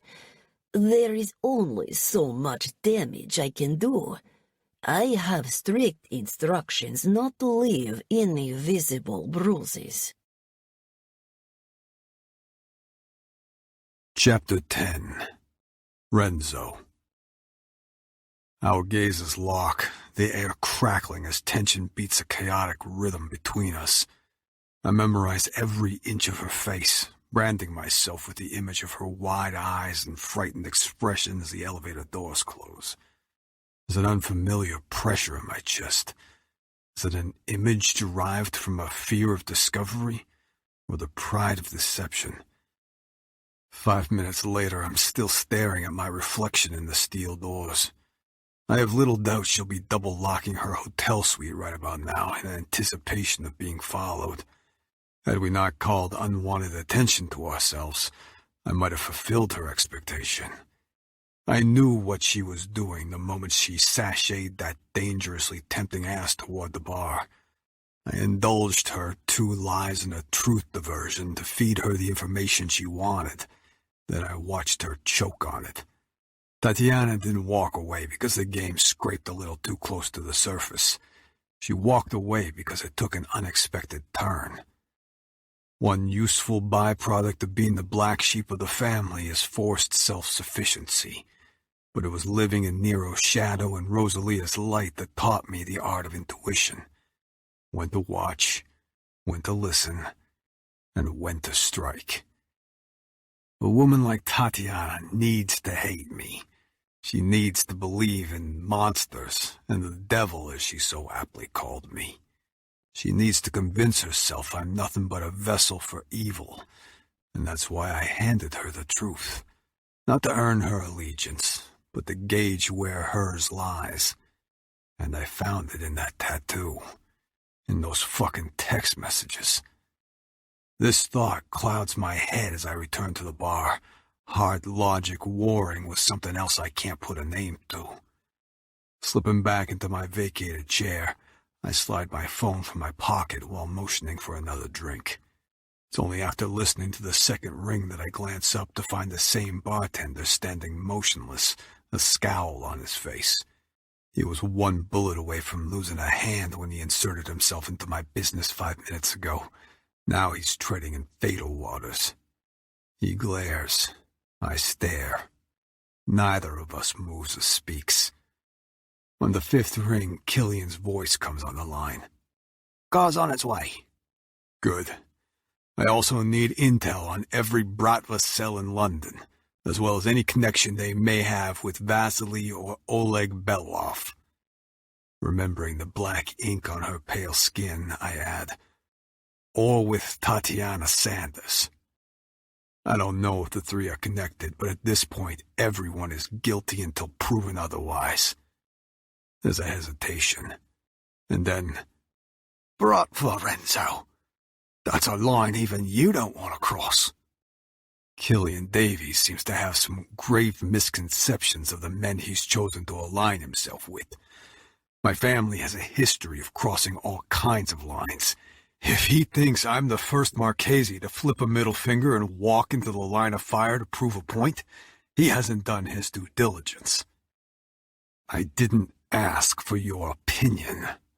I lower my voice because my business isn't for public consumption. You'll be well compensated for your troubles. It's not a matter of money, mate. It's... There's a heavy sigh of resignation. Does this have anything to do with Renero? My tongue sweeps over my dry lips, his question hammering into me. Everything has to do with Renero. Every move, every kill, every blackmail. In that waited pause, I think of Peshara, of Vasily, and his bait-and-switch cage match offer. How he dangled Oleg like a fucking carrot, knowing I'd kill every man in that place just to get my hands on that traitor. I think of his smug expression as he'd revealed his brother's fate. Maybe Miss Sanders isn't the only one with a few sins to atone for. I'm not sure yet, I answered truthfully. But I'm not leaving London until I find out. I reach for my whiskey, only to find the same empty glass sitting in front of me. As Killian rambles on about risks and consequences and hidden agendas, I return my gaze to the stone-faced bartender. Message me when you have something. Ending the call, I shoved my phone back into my pocket without breaking eye contact. There's nothing intimidating about the man glaring at me from across the bar. He's an average-sized British asshole with a hero complex. A confident son of a bitch, I'll give him that. But confidence only takes a man so far before ignorance leads him down a dangerous path. His white knight act was unnecessary. My intention was to rattle Tatiana, not to hurt her. I may be a killer, but when it comes to women, the only danger I pose comes from a bullet, never my fist. We seem to have a communication problem, I say calmly. No problem here. Holding my stare, he wipes down the bar while dumping my empty glass in the sink. But we reserve the right not to serve those we deem to be a threat. A threat? The way you manhandled that young woman, sir, he retorts, the pleasantry as natural as a mouthful of thumbtacks. We don't tolerate that at the Animal Park Hotel. I have a good mind to alert the manager. My mouth spreads into a vicious smile. That won't be necessary. Tilting my head, I scan the name printed on his hotel badge. Because here's the thing, Grant. Grabbing the striped tie under his shitty blue blazer, I give the knot a hard shove up into his trachea. I don't make threats. I'm more of the take-action type. Releasing his tie, I step back. There's no need for further explanation. He'll find out soon enough. He nods, his face paling. Very well, sir. Lowering his gaze, his shaking hand reaches for the cloth and he drags it across the counter again. Rising from my seat, I toss a 20-pound note down on the counter and walk an unhurried stride away from the bar. I didn't choose this hotel on a whim. As I told Tatiana earlier, I know everyone who's worth knowing, as well as every aspect of their business. My family operates out of New Jersey, but every Italian underground is like a cracked windshield. Dozens of small fractures splinter in every direction across the glass, but they all originate from one break. The Marchesi Empire isn't bound by American soil. We have contacts all over the globe. Luckily for him, I've become more selective of the blood that stains my hands these days, and he isn't worth my time. As I make my way back through the lobby, each step grows heavy with intent. It's time for another game of lies and truth with Miss Sanders, with a greater emphasis on the latter. Keeping my eyes averted from the pastel walls, I head for the elevator, my mind filled with the unwanted image of her face. That irate, terrified, infuriatingly beautiful face that gazed at me with determination and regret for a fraction of a second before the doors closed. Then I hear Vasily's warning in my head. That girl is no innocent. He's right. She's a Molotov cocktail. One wrong step in her line of fire and we'll both go down in flames. A couple of steps out from the open carriage, my phone vibrates in my pocket. Without slowing my stride, I yank it out and answer it. Killian, I told you. Lorenzo, where the hell are you? Lorenzo. Only one man calls me by my given name.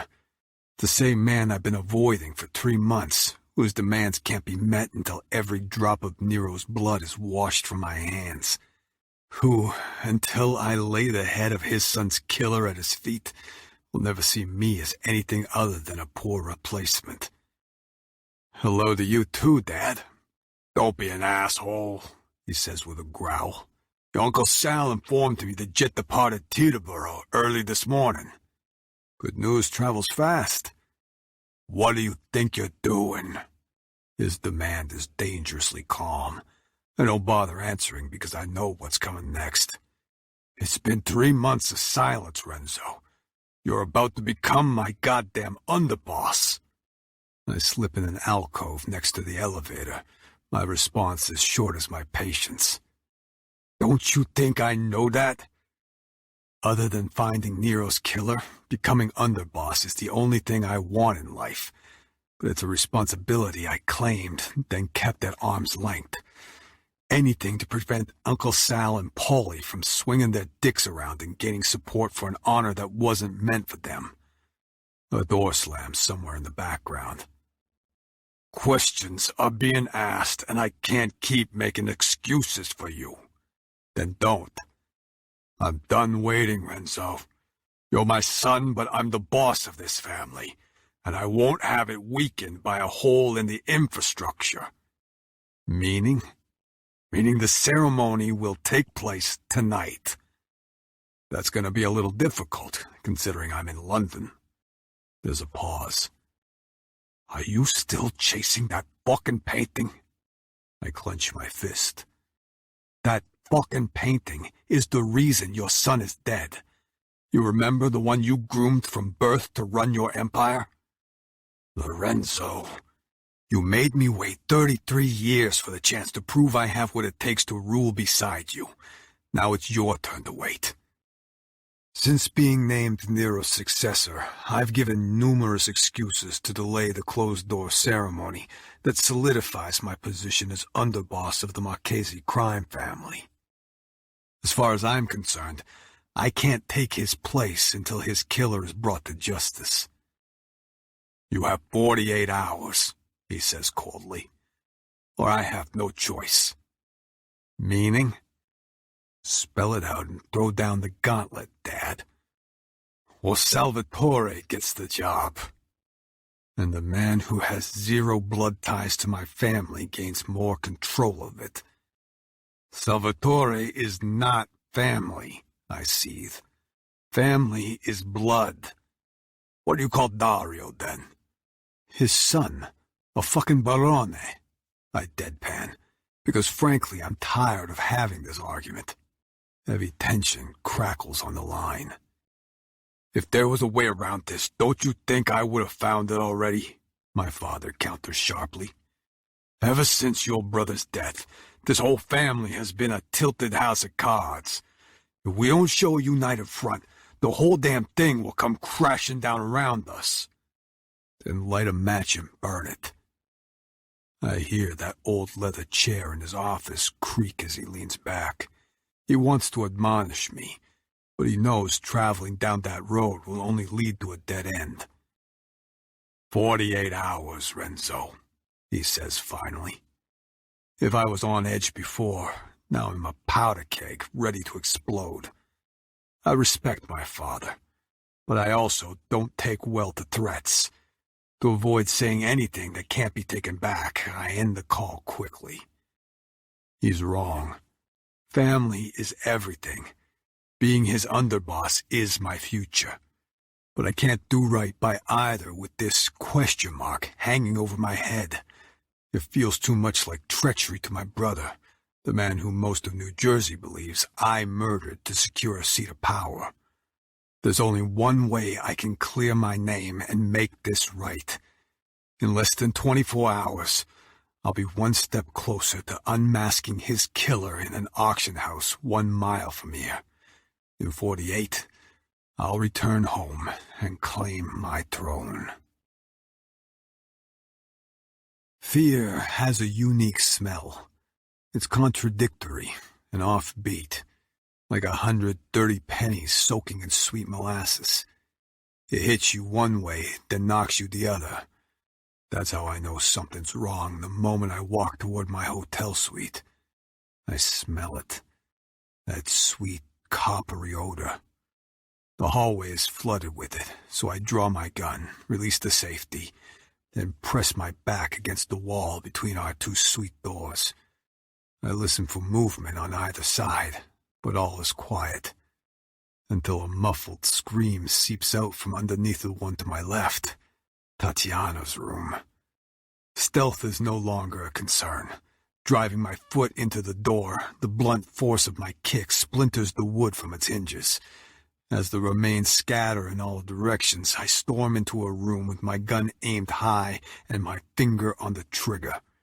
It takes a fraction of a second to register what I'm seeing, but in my head, it's hours. The pressure in my chest returns, but this time it doesn't just squeeze, it detonates. Tatiana is lying on the floor next to the bed, her arms curled protectively around her stomach. An ugly fuck of a man covered in tattoos looms above her, fisting her hair while driving the steel toe of his boot into her ribcage. Fucking suka! Drawing his gun, he spits on her groaning body before swinging the barrel toward me. The edges of my vision darken, and all I see is Nero's lifeless body tangled with Tatiana's screams.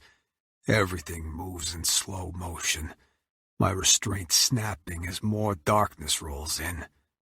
That's when the unforgiving black walls go up, and there's nothing left but empty rage. I'm not in control anymore.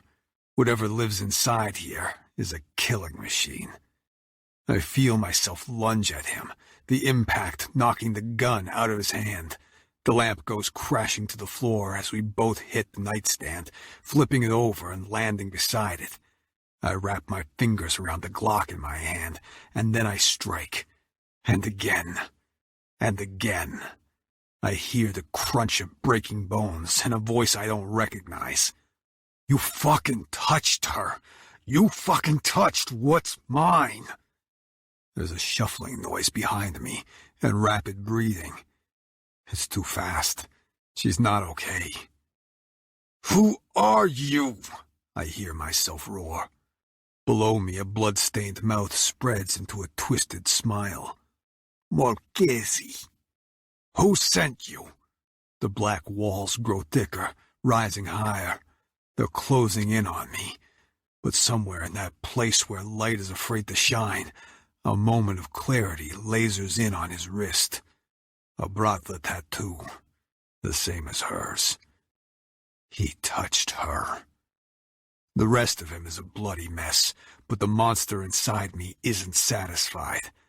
Grabbing a jagged piece of glass from the broken crystal lamp, I drive the sharpest point through the back of his hand, ignoring the pain as it slices into my own palm.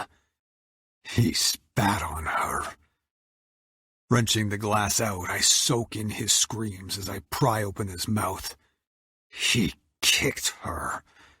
All my demons chant as I drive the glass through his tongue before I'm twisting behind and sinking it one last time into his thigh. Next, I'm squeezing my hands around his throat. Who's your fucking pahan? The man beneath me doesn't move. He doesn't fight. He doesn't run. He laughs, a defiant gurgle spilling blood from the corners of his lips as he garbles out a forked-tongue version of "Go to hell." Releasing his throat, I slam my palm down onto his forehead and pin him to the floor while shoving my gun in his mouth. You first. I pulled the trigger, then watch as my black walls turn to red. Chapter 11. Tatiana. There's a blanket of pain smothering me.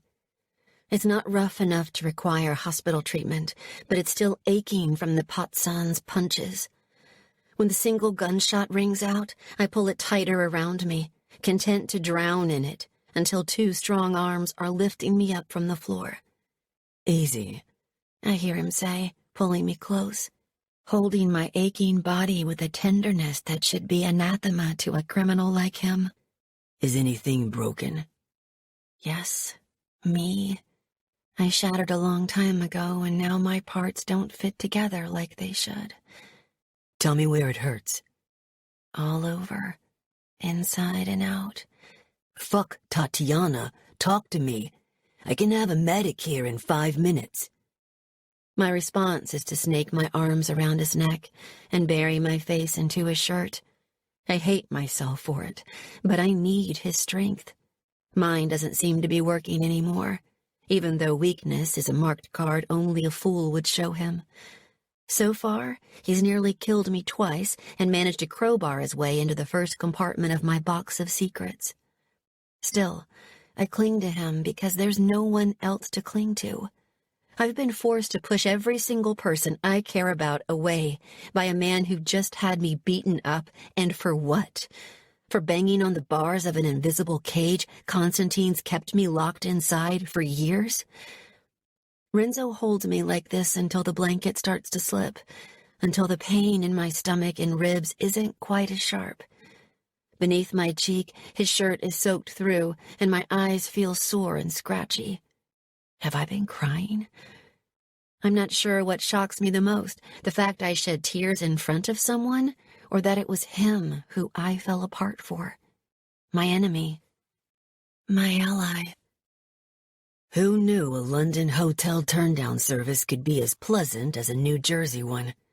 He shifts his weight to gain access to his back pocket. Killian, I need a cleanup crew in Suite 203 right away. I overhear a curse of disbelief, followed by a terse rebuke. I don't give a damn how it looks. There's a dead asshole lying 3 feet away from me with a bullet in his head. Save the British outrage for another day and do as I say. He hangs up and chucks his phone across the room. That's when it hits me. He's just killed my attacker. Once Constantine finds out about this, I might never set foot in Moscow again. Panic courses through me like a bad vintage with a bitter aftertaste. I try to pull away from him, but the arm draped around my shoulder tightens like a vice. Let me go, Renzo, I plead. I'm okay, just bruised. That man didn't come here to kill me. He pauses. And how the fuck would you know that? Think before you speak, Tatiana.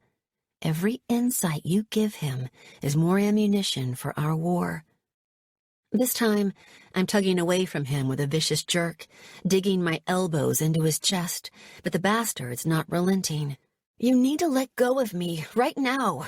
I've been manhandled enough tonight. Not so fast. His grip turns to iron as he rises to his feet, my body still cradled in his arms. Swatting away my protests, he carries me out of the room and into his, kicking the door shut behind him, hard enough to make the doorframe rattle. Put me down! We've been dancing around each other long enough, Tatiana. 5 minutes ago, the music just ended, along with all your excuses. I drum my fists against his chest, but he just bats them away. I struggle harder, but he doesn't even flinch. Instead, he walks me straight into his bathroom and then inside the shower cubicle, slamming the heel of his bloody hand against the shower faucet. It springs to life immediately, dousing us both in freezing cold water. "What the hell are you doing?" I scream, my silk dress molding obscenely to my curves in a matter of seconds, gasping and spluttering for breath as a million tiny needles pierce my skin. "Giving the Ice Empress an ice bath." With this, he drops me to my feet on the slippery shower floor. "I'm putting you back in your natural habitat. Oh, and you're welcome for saving your life back there." "Do you have any idea what you've done?" I try to push him away, but he's an immovable object. "You haven't saved my life, Renzo Marchesi. You've gone and made it a million times worse. Didn't you just hear what I said? That man had no intention of killing me." "No, just to rough you up and maybe fracture a couple of bones. That a typical night for you, Dolcezza?" God, he's so stunning in his fury, so merciless. Like all my walls might shatter on his command, along with the walls to this cubicle. "You're such a selfish bastard." I explode, terrified by how vulnerable he's making me feel suddenly. "You only see your pain and no one else's." "That's bullshit." "You don't give a damn about anyone except yourself." Somehow it's easier to show him emotion when the water's trying to drown me out. I'm battling against outside forces and it's unleashing things I'd never normally say. "Is that really what you think?" "Fuck you!" I scream as he pins my wrist to the white tiles above my head, looking so savagely dark and handsome, towering over me like this, with his black hair flattened and dripping into his eyes, and his long eyelashes separated. "Your language drops along with your mask when you're backed against a wall, Dolcezza. We should try the hot water next and see what happens." With this, he rams his hand against the faucet again. "Hell, maybe this will melt you back to life." A beat later, scalding heat is stripping the cold from my skin and flowing like lava through my veins, along with something else I'd rather die than ever acknowledge. "Are you working for Vasily Belov?" he demands, slamming my wrists against the tiles again. "Is that why he sent me to you?" Belov. The last name makes me shiver despite the heat. "I have no idea who you're talking about." "Is he the reason you have the Bratva tattoo on your skin? Or maybe that's his brother Oleg's doing?" The tattoo was a stupid mistake during high school. I was grounded for a week because of it. I glare back, watching as he shakes his head with a twisted smile on his face. "You've told so many lies, Tatiana. You wouldn't know the truth if it bled you dry. If you were a man, I would have tortured this out of you by now." "I don't know anyone named Belov." "Maybe you do. Maybe you don't. But you're wrong about one thing." He takes a half step closer, pressing his chest against mine, something even harder nudging against my stomach and sending another shiver coursing through me. "I don't just see my pain, Tatiana. I see yours, too. I saw it the moment I stepped into your art gallery and found you hiding amongst your paintings. Somewhere along the way, you chose to lose yourself in them because the alternative of living in the real world was too fucking awful to contemplate." Inhaling sharply, I let his words plant poisonous vines inside me as the lock to another of my box of secrets shatters. "Am I getting close yet, Empress?" he says, his mouth hovering right over mine, hot water spilling all around, making us one. "Because as pretty as those canvases are, I much prefer your truth." I go to laugh in his face, but my composure crumbles. I can't stop thinking about what I've lost, sitting all alone in Moscow, clutching the brown teddy bear I gave her the night she was born.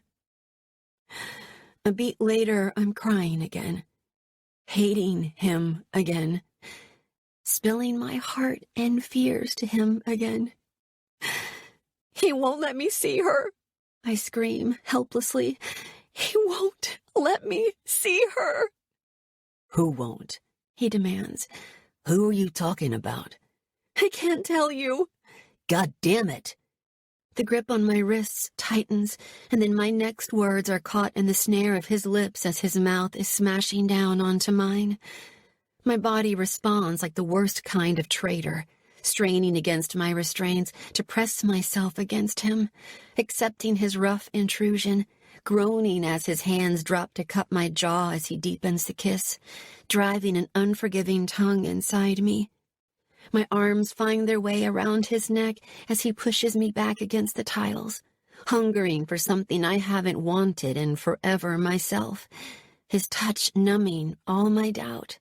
Fuck, he hisses, pulling back to look at me for a second, before he's claiming my mouth again, our mutual canvas of hate stripping back to reveal the sketches of our lust underneath. Jesus Christ. His hand moves between my legs, and I moan into his mouth, keeping my eyes shut tight from the stinging water as I clutch at his wet forearms to keep myself upright. Sliding my panties to the side, he thrusts one finger inside me as my leg curls around his thigh to give him all the access he wants. I need to taste you right now, Dolcezza. I hear him snarl, his urgency making me moan with desire. As if he'd give me any choice. I feel so fragile in his hands, a shell cracked open by a brutally handsome force of nature. I feel safe for the first time in years. With the water still falling, he sinks to his knees, hooking his thumbs into my panties and dragging them down with him, coaxing my leg around his shoulder. He spreads me wide with his fingers and wraps those talented lips around my clit. My lower back jackknifes away from the tiles as the sensation reverberates in every nerve. Oh, God. I tip my head back, my fingers tangling up in his wet hair as he slides me over his face, burying his tongue inside me, fucking me for a few leisurely strokes, then letting his own fingers take over, pressing in one and then two, massaging a spot that makes my knees buckle. At the same time, he's back circling my clit again, alternating it with vicious sucks as my head spins wildly. I can't even feel the water anymore. It's nothing compared to the molten heat in my core, spilling out onto his face and down my thighs. He devours me like he hasn't eaten in a decade, growling out all the filthy things he wants to do to my pussy, my face, my ass.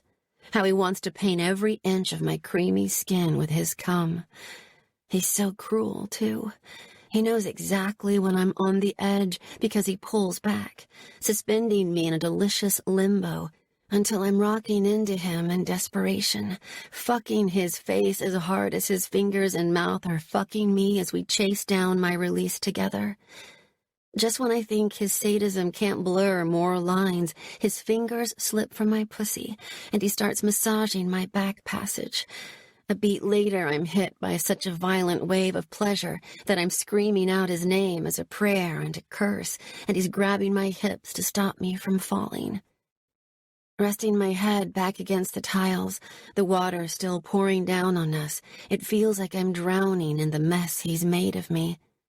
He's still on his knees, his hands still planted to my hips, my soaking wet dress pushed higher, allowing him to trail soft kisses across my lower stomach. He's silent, too, absorbing the scene as much as I am, as I loosen my grip on his hair. When I finally glance down, he's tracing a finger along the smooth scar that a Russian surgeon made after 36 hours of labor. The scar that is all I have left of my daughter. Chapter 12. Tatiana. There's no point trying to hide it. He's seen my biggest secret now in all its faded silver glory. But instead of a Renzo-style interrogation, he rises to his feet. his dark gaze burning with something dangerously close to compassion. Reaching around to switch off the shower, he takes my face between his hands and kisses me again, more gently this time. His tongue doesn't delve inside my mouth like it did before. Instead, it hovers at the seams, as if the discovery of my scar is cooling his desire and forcing his base nature into retreat. I open my mouth to encourage him, but he doesn't take advantage. I lean my body into him, but he doesn't press back. Suddenly, the silence in the shower cubicle is more deafening than the chaos of the last 20 minutes, knocking me off balance even more. "Turn around," he orders, breaking away, and for once I do as he asks, gasping when I feel his fingers at the zipper of my dress, and then again when he's pushing the wet silk from my shoulders. He drops his mouth to the naked dip between my shoulder blades, and I bite my lower lip to stifle a moan. A moment later, his touch is being replaced by a fluffy white hotel towel that he proceeds to wrap around me. Scooping me up into his arms again, he carries me through the room to his bed and places me on top of the covers. "Sleep," he commands, stepping back to peel his wet shirt from his shoulders and take another one from an open suitcase nearby. "I'll be back as soon as I can. First, I need to see a man about a dead Russian."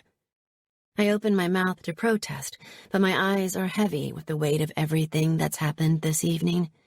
Without his touch, my body is hurting again from all the bruises Constantine's patsan gave me. My last image of him as I slip into the darkness is of a golden chest more sculptured than Michelangelo's David, but crisscrossed with his own fading silver scars. The stories behind them, no doubt, as ugly as mine.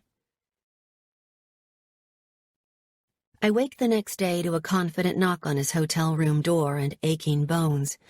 Sometime in the night, he must have tucked me into bed because I'm lying underneath a mountain of sheets and duvets and wearing a black t-shirt that smells strongly of him.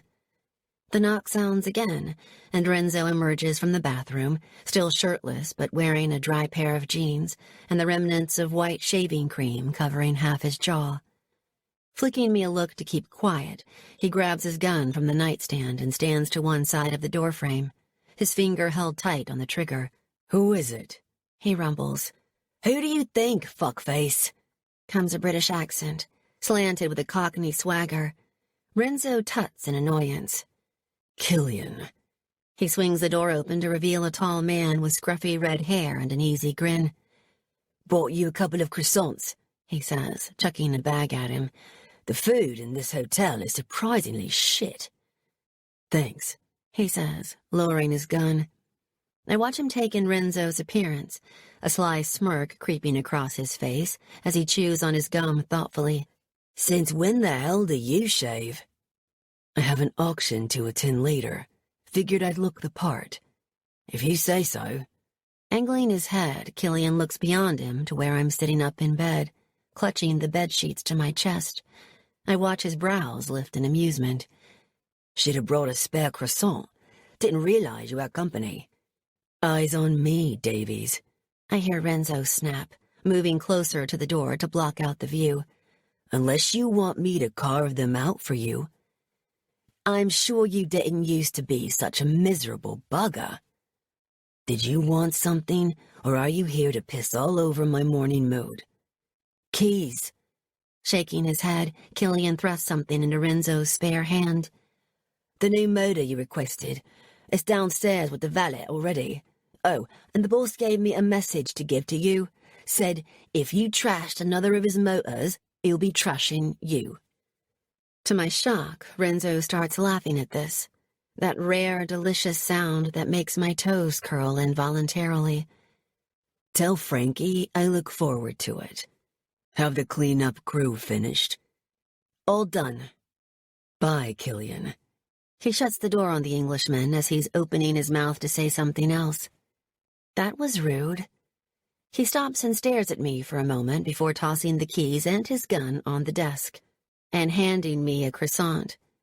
"People exist to serve a purpose, Dolcezza," he says, heading back into the bathroom. My courtesy rarely extends beyond me giving a fucking order and them following it. If people piss me off, they face the alternative. Which is? Climbing out of bed with a wince, I take a bite and follow him into the bathroom, leaning my hip against the twin sink as he picks up his razor again to finish shaving. He pauses with the blade pressed against his throat to shoot me a look. What happened to your Russian friend last night was a prime example. He wasn't my friend. Mine either, which is good. I've caused enough funerals of people I give a shit about recently. He means his brother. So that's it, I say, taking another bite of the croissant. The code that cracks the great Renzo Marchesi? You simply dispose of people who no longer serve your interests? Or those who point a gun at you? How singular in your outlook. Acid drips from my tone as I chuck the rest of the croissant in the bin. I suggest you expand your horizons. Some people might still surprise you. Some of us have hidden depths worth exploring. Am I talking about myself here? He starts to shave in long, precise strokes, but I can tell he's struggling to keep a straight face. People rarely surprise me, Tatiana. I bet I can. Right now, I challenge. Prove it. Hand me your razor. I can do a much better job than you are. Not a chance. How are you feeling today? I'm okay. Don't you trust me? We've been through this before. I don't trust anyone, and neither do you. It sounds like he's returning the challenge. Turns out playing 2 truths, 1 lie with you is a joyless experience, Renzo. How about a quid pro quo instead? His smirk finally breaks through the rain clouds. There's another slow stroke as he makes me wait for his answer. Okay, I'm listening. If you let me finish shaving you, I pause to force a swallow down. I'll tell you my daughter's name. I watch him drop the razor into a sink full of water and wash the shaving cream off. All the while, my heart is thumping so loudly there's not a chance in hell he can't hear it. Without a word, he turns and hands me the clean instrument, leaning back against the vanity unit with a frown. If you nick the skin, I'll be pissed. You cut me open last night, Renzo, and now I can't seem to staunch the bleeding. This morning, I awoke, like I always do, with a crystal-clear image of my daughter's tear-stained face, pressed up against the glass of Constantine's house as I was being driven away from her. She doesn't know I'm her mother. I've never been allowed to tell, but somehow, during that last visit, it felt like she already knew. I could see it in her eyes. I could feel it in her embrace. Bloodlines are like magnets that can't help being drawn together, no matter how strongly they're kept apart. When I betray Renzo later by purchasing the atonement for Constantine instead of for him, when I prove his theory about people is correct, a part of me wants him to understand that it wasn't an easy choice for me, that the link back to my daughter was always going to supersede whatever undefined madness there is between us, that there was always a magnetic force in existence I couldn't deny. Head back, I instruct. Tell me about the tattoo first. That wasn't part of the deal. I don't play by the rules, Dolcezza. I pause. I made a mistake in my past, and that's where I'd like it to stay. Accepting my answer for now, he finally obliges, his fingers tightening around the edge of the vanity unit as I move to stand in front of him. Pressing the blade to the base of his throat, I forge my own clean line up through the remaining shaving foam, following the contours of his strong, stubborn jawline, until there's nothing left but a strip of smooth, golden skin. Washing the razor clean, I repeat the process, leaning in closer as I do, feeling the hardness of his erection against my stomach, forcing myself to concentrate as the beat between my thighs explodes into a symphony. On the 4th run, I sense his patience running out. Shifting my weight, I prepare to shave my 5th and final stripe. Anastasia, I whisper, feeling a gnawing ache inside me as I say her name. I gave birth to her when I was 18 years old. His dark eyes are burning me up again. Where is she now? Moscow, with her father. Why not with you? Gritting my teeth, I finish up and offer him the clean razor. The man you killed last night was my key to seeing her again. So perhaps that dogmatic outlook of yours isn't so great for those around you. Tell me why. I shake my head. No more. I've upheld my side of the bargain, Renzo. I've finished shaving you, and the bathroom doesn't look like an abattoir. Did you shave him too? There's a hard snap to his tone. Who? I say, but I know exactly who he means. The father of your daughter. It's nearly 8 a.m. and I have to get ready. Weatherby's are expecting us at 9, and London traffic is just as bad as New York's is. He grabs my wrist as I turn to leave. Does your family know about her? I stare at the white-tiled floor for a beat before shaking my head. No one does. He lets go of me, the atmosphere leaden and oppressive. There are too many unanswered questions, too much he wants to know. I had your suitcases brought into my room. You'll find them in the closet. Thank you, I say softly. Oh, and Tatiana. He reaches out to cup my cheek, but there's a fierce possessiveness in his touch that makes it more of a claim than a concern. Don't think I'm done with you after last night, he says roughly. Once this auction is over and I get what I came for, we'll be picking up right where we left off. Chapter 13. Tatiana. Like most of the places in London, Weatherby's auction house comes with a history and a warning. Built in the heart of Mayfair, the Georgian building with its white stone frontage has a bright red canopy that looks like a slash of blood in the snow. As our car pulls up to the front steps, it feels like a premonition for how this day is going to end. I know Constantine. He likes to toy with his victims before making the kill. Despite what I said to Renzo, I know that the car chase yesterday was implemented on his orders. The same way I know that the Patsan, who was sent to beat loyalty into me, was sent to hurt Renzo too. Constantine wants to scare me and punish me, but the next time he comes for Renzo, it's going to be fatal. The guilt of knowing what I do cuts deeper than it should. Many times on the journey from Soho to Mayfair, I've opened my mouth to warn him. But each time, I see Anastasia's face pressed up against the window again. What's worse, Constantine has stopped answering his phone. My only chance of seeing Anastasia now is to acquire the atonement and then return to New York as a cowering submissive with a dead body in the cargo hold of the man who's making me feel something for the first time in years. Holding the door open for me, our shoulders brush as I exit the car, that single touch affecting my lungs more than the bitter chill in the air. You look good, he says, appraising my designer black silk jumpsuit, the one that's clinging to my body as the winter wind whips up and down the street. Chanel, I mutter, pulling my coordinating cashmere coat tighter around my shoulders. Sounds like a drink. I could use a double. I turn to scowl at him, and he gives me the faintest trace of a smirk. He looks good, too. More than good, actually.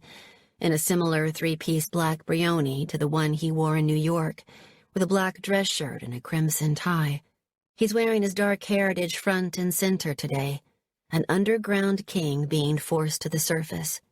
I pause, caught up in a whirlpool of a moment, feeling the need to kiss him again, to take more strength from him, to be back in that shower cubicle with his face between my legs, moaning out his name as he deadens me to all life's hurts and disappointments. He's not so much an electric storm on my horizon anymore as the rider of both our tempests.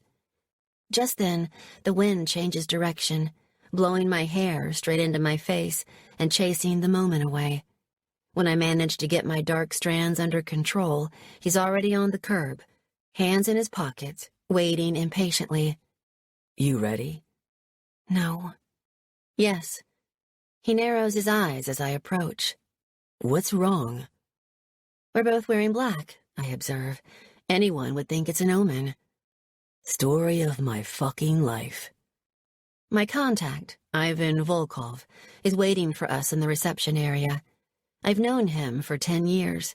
He worked for my mother in New York before he and his husband moved to London.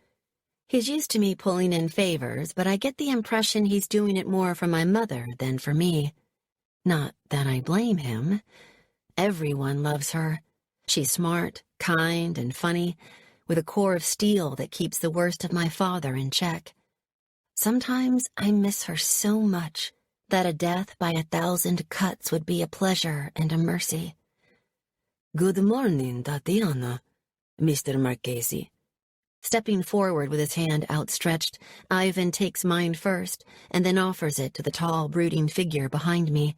I watch his face pale at Renzo's firm grip.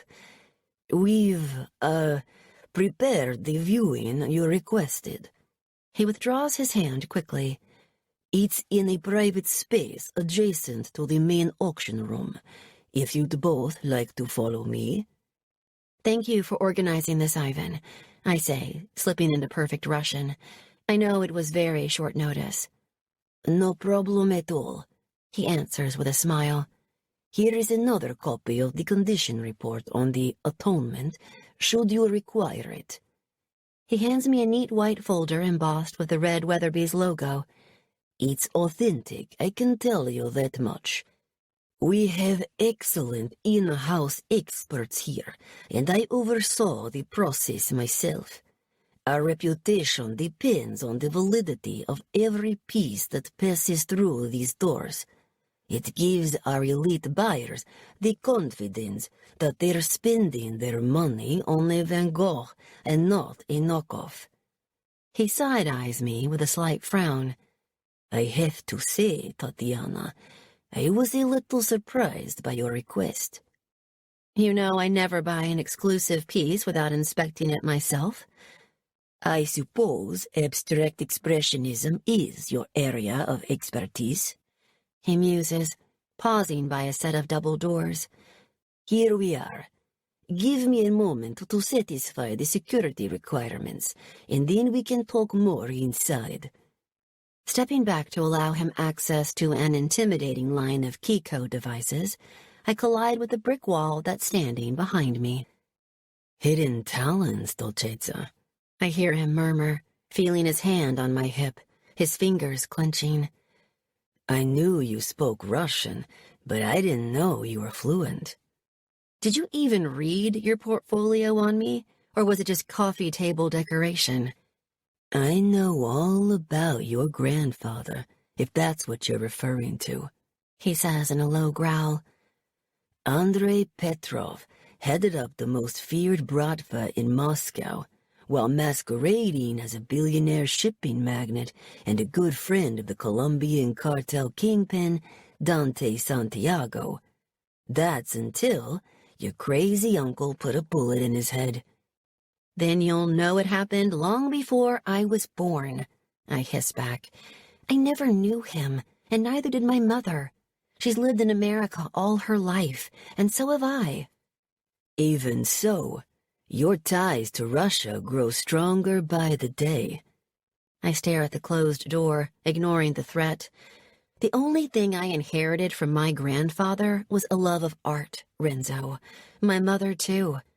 And, in time, your daughter, no doubt. I pause. Now that you know about her, are you going to use her as a weapon against me? A beat later, I'm being spun around with force. That's not how I fucking operate. He looks furious at the insinuation. You entrusted me with your pain, so why aren't you sharing yours with me? We glare at each other before there's a discreet cough behind us. Excuse me, Tatiana. We're ready for you. Wrenching my arm free, I force a smile for Ivan. Mr. Marchesi and I were just, discussing pre-20th century art in Russia. I lie, plucking a topic from thin air. As you might have gathered, our opinions differ.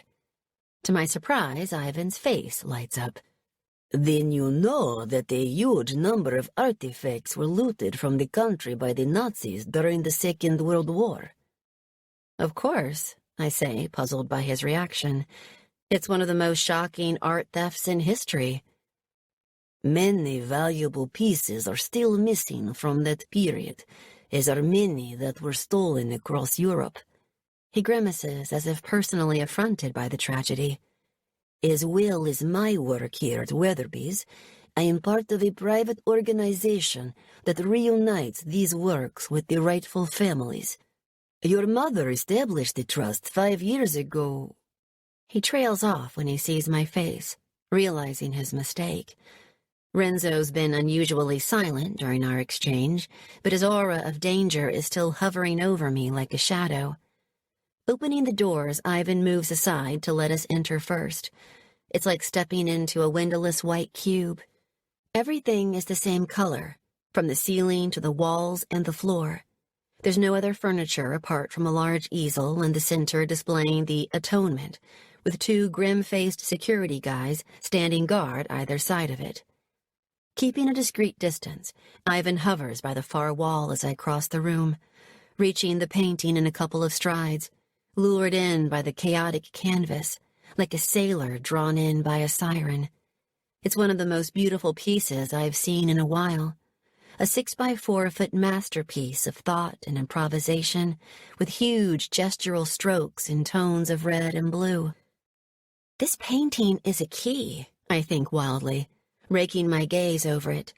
To me, it has the propensity to unlock happiness. To Renzo, it's a chance to unlock the truth. What are you looking for? He moves up beside me as I tilt my head to study every aspect of the canvas. Inconsistencies? I assume your experts used black light?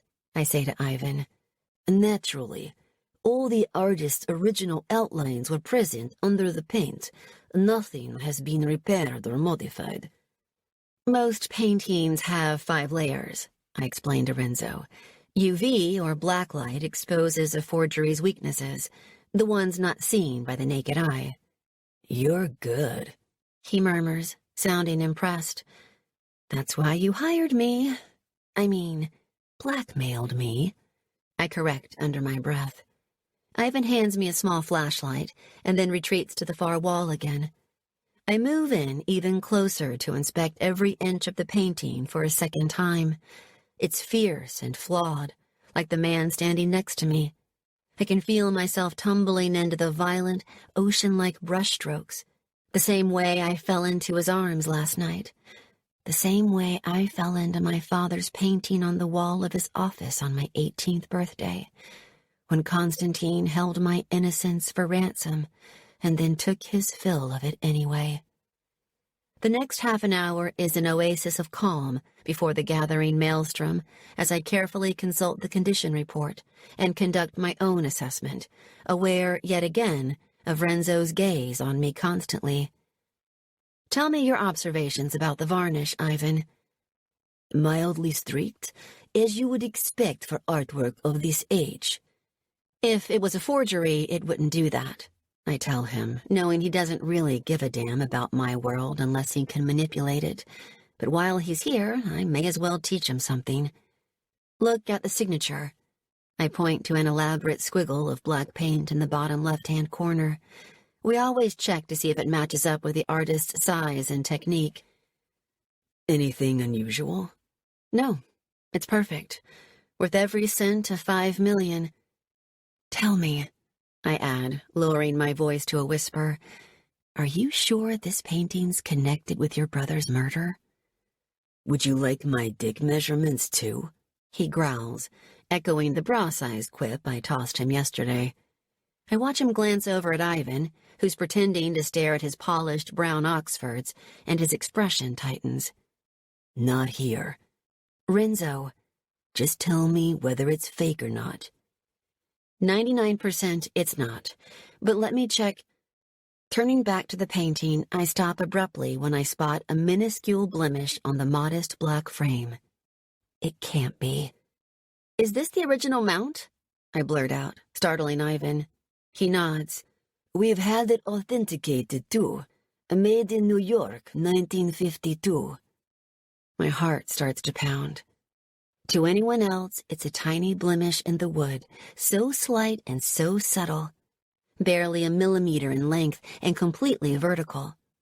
To me, it's the same rebellious middle finger moniker he uses in all his forgeries. He swore to me that he was done with this. He promised me. No one in the world has his talent, his attention to detail, his methods to navigate every single authentication process like it's child's play. No one else has his complete and utter fuck you attitude to the law, except for maybe our father. I am going to kill him. I'm already pulling out my phone for a verbal assassination as I'm striding towards the door. "Thank you, Ivan," I say, forcing another smile as I pass him. As I do, I notice the slightest flicker in one eyelid. It's a nervous gesture. He knows. He fucking knows. Is my whole family in on this? Keeping my composure in check, I slide my arm into Renzo's as we reach the hallway. He stiffens at my gesture, but he doesn't react. This man is a pro at reading when the shit hits the fan. He knew something was up a split second after I did. "We have an hour until the auction," he says coolly. "We're going to find ourselves a drink." Marching me out of Weatherby's, he hangs a sharp left, pulling me into the first narrow side street we come to. Backing me up against the side of a restaurant, he pins me to the brickwork with a palm to the base of my throat. "Talk." "It's a fake," I blurt out. "How do you know?" His eyes are jet black and gleaming. I've never seen him this angry before. "I recognized a mark on the frame. The forger wanted me to recognize it too. He used to call it his middle finger at the establishment." "Who did?" I hesitate. "Don't test my patience, Tatiana," he snarls. "I am not in the best of moods." "My twin brother, Seb," I whisper. He loosens his hold on me immediately. "What the fuck? How can you tell?" "Because I know him, and I know his work." I shiver as the maelstrom I felt gathering in the auction house finally hits. It started as a joke between us when we were 16, but his talent... I shake my head in quiet awe. By 18, he was the best forger in the world, but I begged him to stop before I left home. I was afraid he'd get caught. "You're telling me that some rich kid in Manhattan has the goods to con millions of bucks out of other rich assholes with copycat canvases?" He runs his hand across his jaw in disgust. "And you call me the fucking criminal?" "You're just annoyed that you and your brother didn't think of it first." "Don't ever mention my brother again." He backs me up against the wall once more. "The copy is too accurate, Renzo," I say, pushing him away. "The artistry, the arc of the brushstrokes. Seb must have lifted it straight from the original." "Then get him on the phone right now. Ask him how he got his hands on it. You have exactly 10 minutes before I send a group of soldati to Manhattan to rip his throat out." "But I don't," he thunders. "I know you still speak to him, albeit reluctantly on your part. Turns out I read your fucking portfolio after all." I hesitate again. "Has the Russian in there figured it out too?" "Ivan?" I shake my head. I need to keep him out of this for as long as I can. In Renzo's present mood, he'd end up with a bullet in his skull before the auction even started. I'll deal with him when I speak to Seb. Leaning back against the wall, I try to center my spinning thoughts. Renzo and I have reached another impasse. He told me yesterday that only a fool trusts, but he needs to give me something if we're going to figure this out together. I glance at him and freeze. His loaded expression tells me our frustration is mutual, and it's about to break down into something neither of us seems to be able to control. "God damn it, Dolcezza." A beat later, he's coming for me, letting his mouth do a different kind of talking. His kiss is a hot mess of anger and irritation, demanding and unforgiving, but I open up and let him in anyway, because it's mirroring my own emotions. This day is too fucking unpredictable already. He spins me around, roughly palming my pussy through my black silk jumpsuit.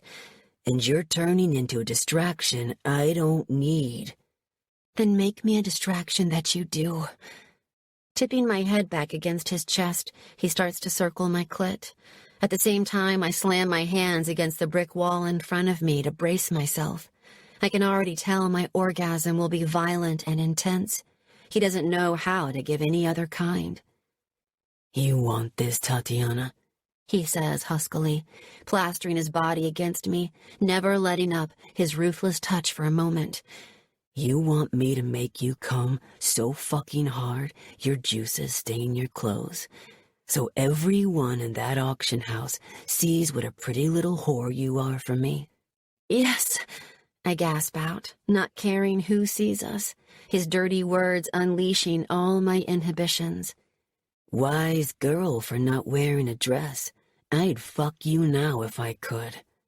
With his other hand, he curls his fingers around my hair and yanks it backward, locking my head against his shoulder, making my eyes sting with the pain. I'd fill you up with as much as you can take, until your smart mouth forgets her own name. I can take it all.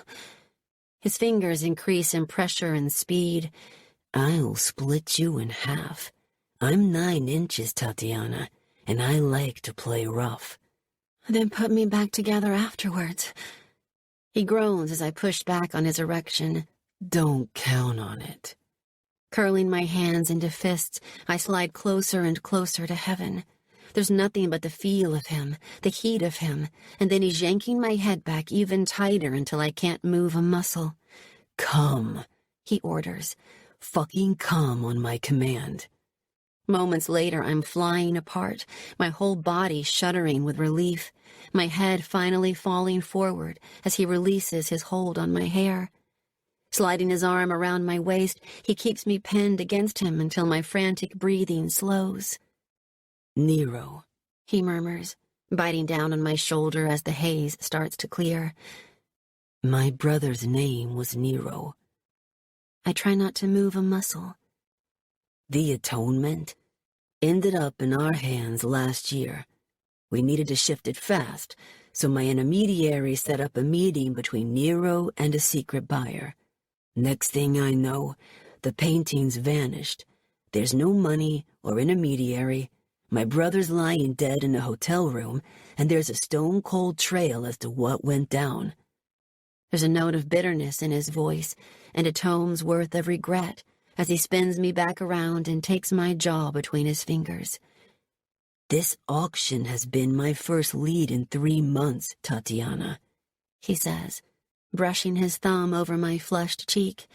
And now I discovered that might be bullshit too. Not necessarily. His eyes narrow. I'm listening. Seb came to see me a couple of days ago. I think he was trying to tell me what he'd done, but I threw him out before he confessed. If I'm right, the real painting might still be in his possession. I watch his face cloud over with things that belong in closets in the dead of night. My brother isn't a murderer, Renzo, I whisper, placing my hands over his. I swear, he had nothing to do with your brother's death. My family is several shades past squeaky clean, but promise me you'll speak to him first before your trigger finger starts pointing. Call him, he repeats, breaking away and reaching into his pocket for his phone. Right now. That's not reassurance, Renzo. That's a different kind of blackmail. Glaring at him, I take the device and dial a number I know by heart, but it goes straight to voicemail. I hand it back to him to listen as proof. What should I do? Leave a message. Set up a meeting for late this evening. We're flying back to New York the second this auction is over. I'm so shocked I hang up by accident. You still want to buy the painting? Even when you know it's a fake? There's a pause. This was never about ownership, Tatiana. This was about getting a front row seat for the auction. The blood starts rushing in my ears. When the truth starts to drop, it bruises like rubber bullets. You were never going to buy the atonement, were you? You lied too. He shakes his head, his gaze never wavering. I want the Russian bastard who's overeager to get his hands on it, not the painting itself. I have intel that he'll be there today in some capacity, whether in person or through an intermediary. Either way, it's a fucking trail to follow. Why didn't you tell me? I whisper. You didn't need to know. And this doesn't let your brother off the hook. He's still connected with this, and I want his life story autographed in blood. That's not... Wait. What Russian bastard? I say, finally registering the words, my stomach lurching. The one who keeps coming at us with his knives and his guns and his shitty blue sedan. It tells me he values his identity more than he does our lives. He checks his watch. But we have an advantage. He doesn't know it's a fake. The fragile connection between us splits and multiplies. Constantine. Is he talking about Constantine? Is he the man who murdered Renzo's brother? Chapter 14. Renzo. Most family trees grow straight and true. Then there's Tatiana and me, two people whose roots coil into so many knots, removing them would level entire cities. Since the moment I barged into her life, we've tried to strip the bark from each other's branches. We've plucked leaves just to drive the stems under the other's skin, never realizing that our trees are more tangled than we ever imagined. Until now. Unbuttoning my suit jacket, I take a seat beside her, scanning the faces of the bidders as they file through the double doors. The auction room is similar to the one in New York, a large white space filled with rows of expensive gold chairs, the kind you can't buy at Walmart, even with a fistful of coupons. Rich Brits outnumber rich Americans, meaning that most of this crowd have their noses up in the air and sticks up their asses. Next to me, Tatiana is wound tight like a coiled spring.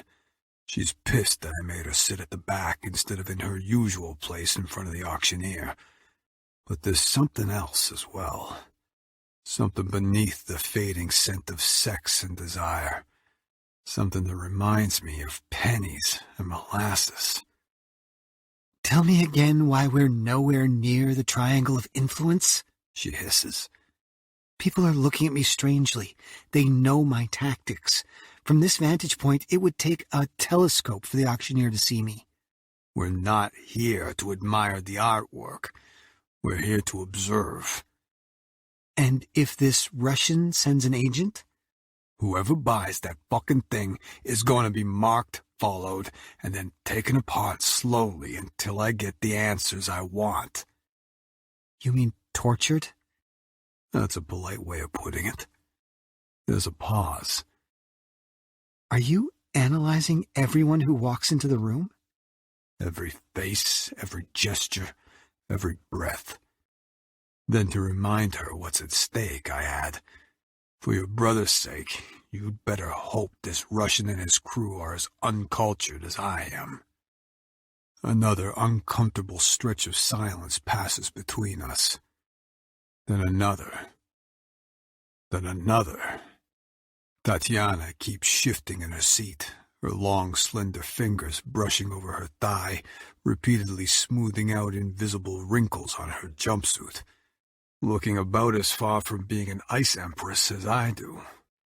I try to focus my attention on the doorway, but I find my gaze wandering back to her constantly. 12 hours ago, I would have inhaled her anxiety like oxygen, letting it fuel the darkest places of my sinner's soul. 12 hours ago, Tatiana Sanders was nothing more than a Bratva-branded pathway to vengeance. How things change. She's more than an ambitious woman with a tantalizing body now. She's a victim, with deeper scars than the ones marking her flawless skin. She has a daughter. I never saw that one coming. Just like Nero has been my driving force for the past few months, Anastasia has been at the forefront of her every decision. She's been her motivation, her reason for breathing. The agony of their separation cuts grooves into every move she makes. I don't know what forced them apart, but I intend to find out. My attention shifts toward a balding man in a navy blue Seville Row suit. I watch him nod in recognition at a stone-faced woman sitting a couple rows in front of us before taking the empty seat beside her.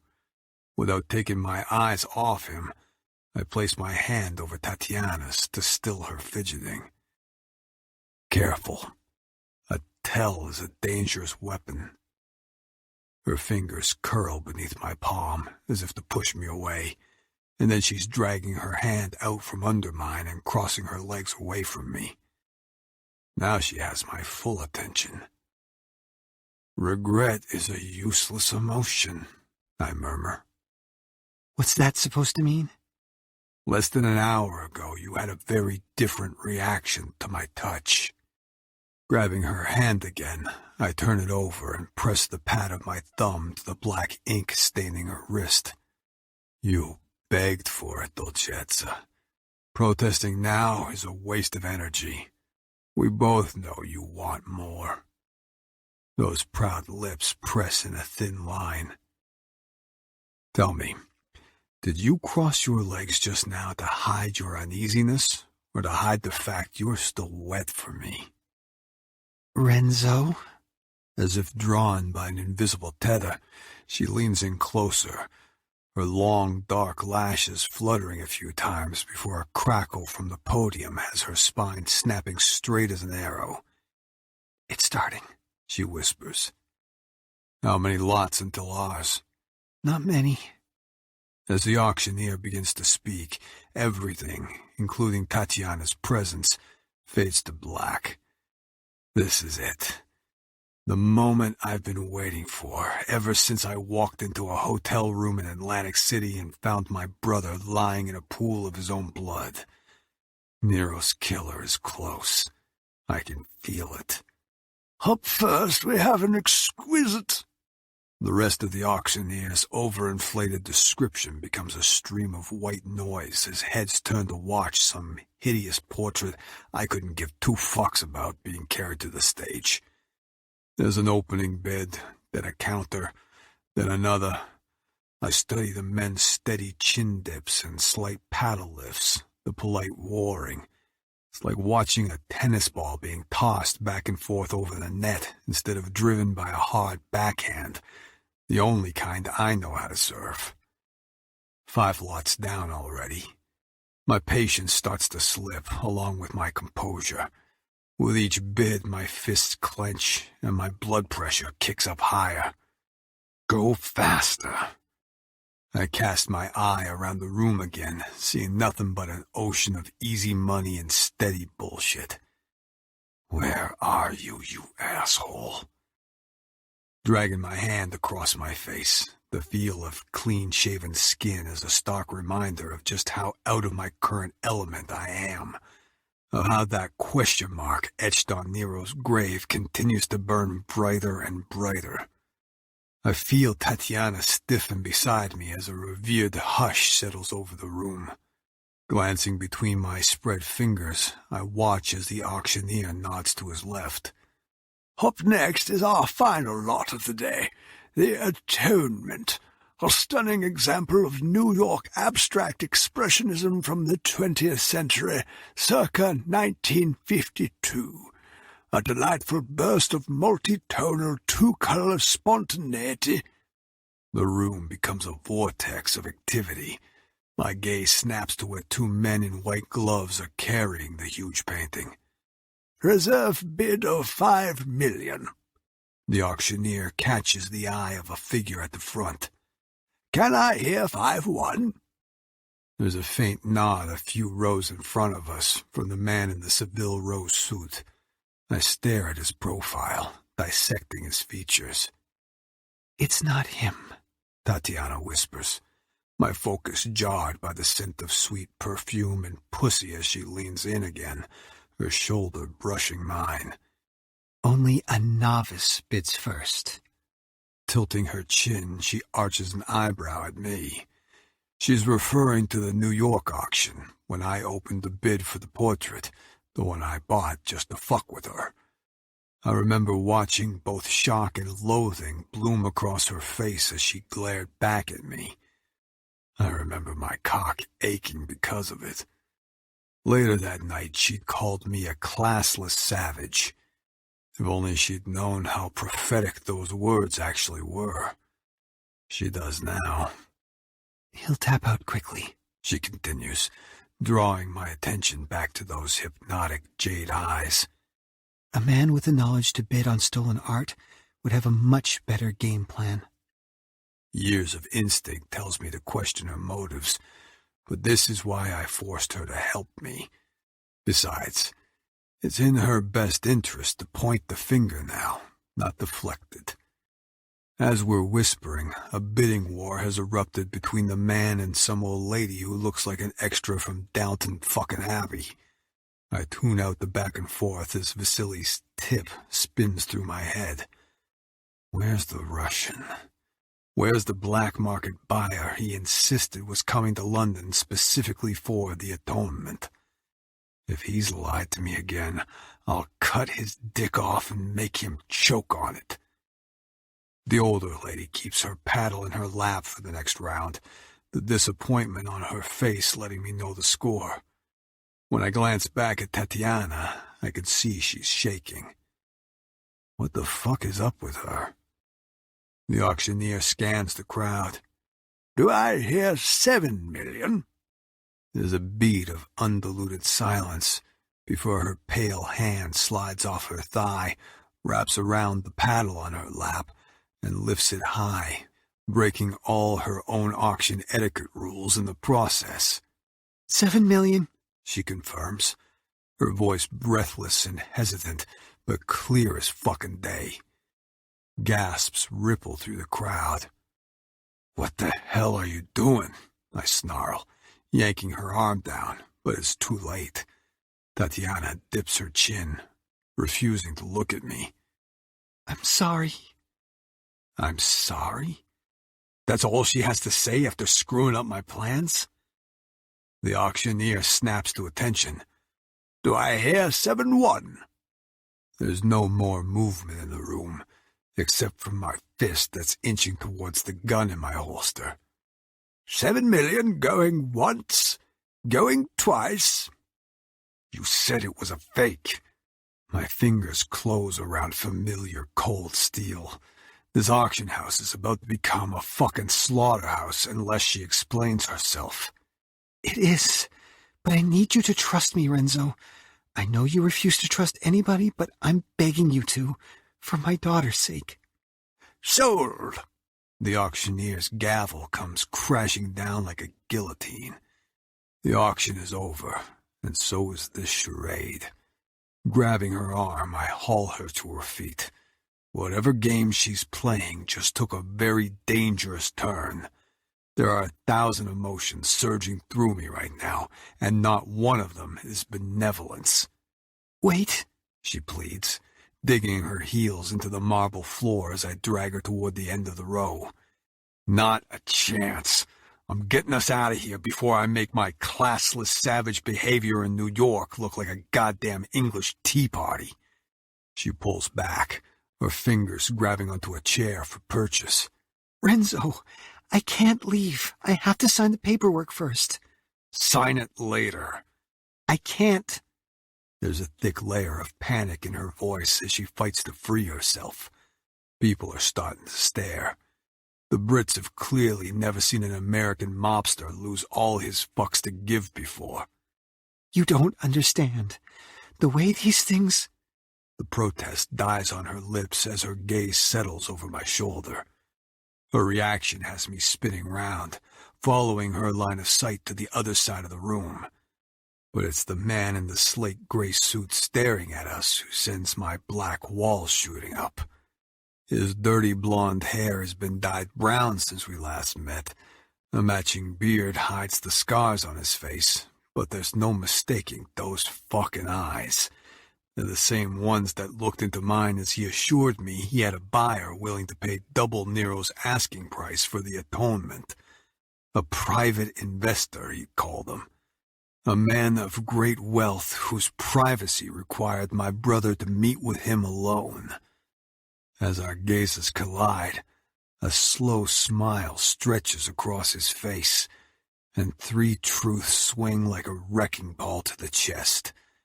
Vasily lied to me, again. Oleg is alive, and Tatiana is so deep in all this shit, she's sinking faster than all of us.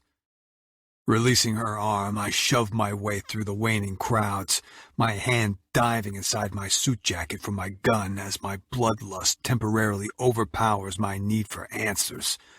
Somewhere on the other side of the black walls, I hear her call my name, but the man she wants is no longer in control.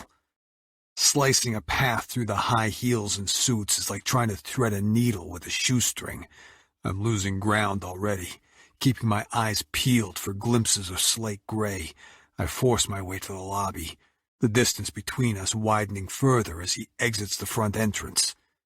Once my feet hit the sidewalk, he's 20 feet ahead of me in a full-out sprint.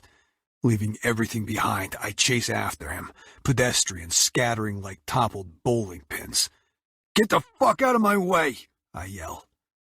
Once I've narrowed the gap to 10 feet, I stop and aim my gun at his shoulder, only to have another dark blue sedan cut across my view line and slam on its brakes.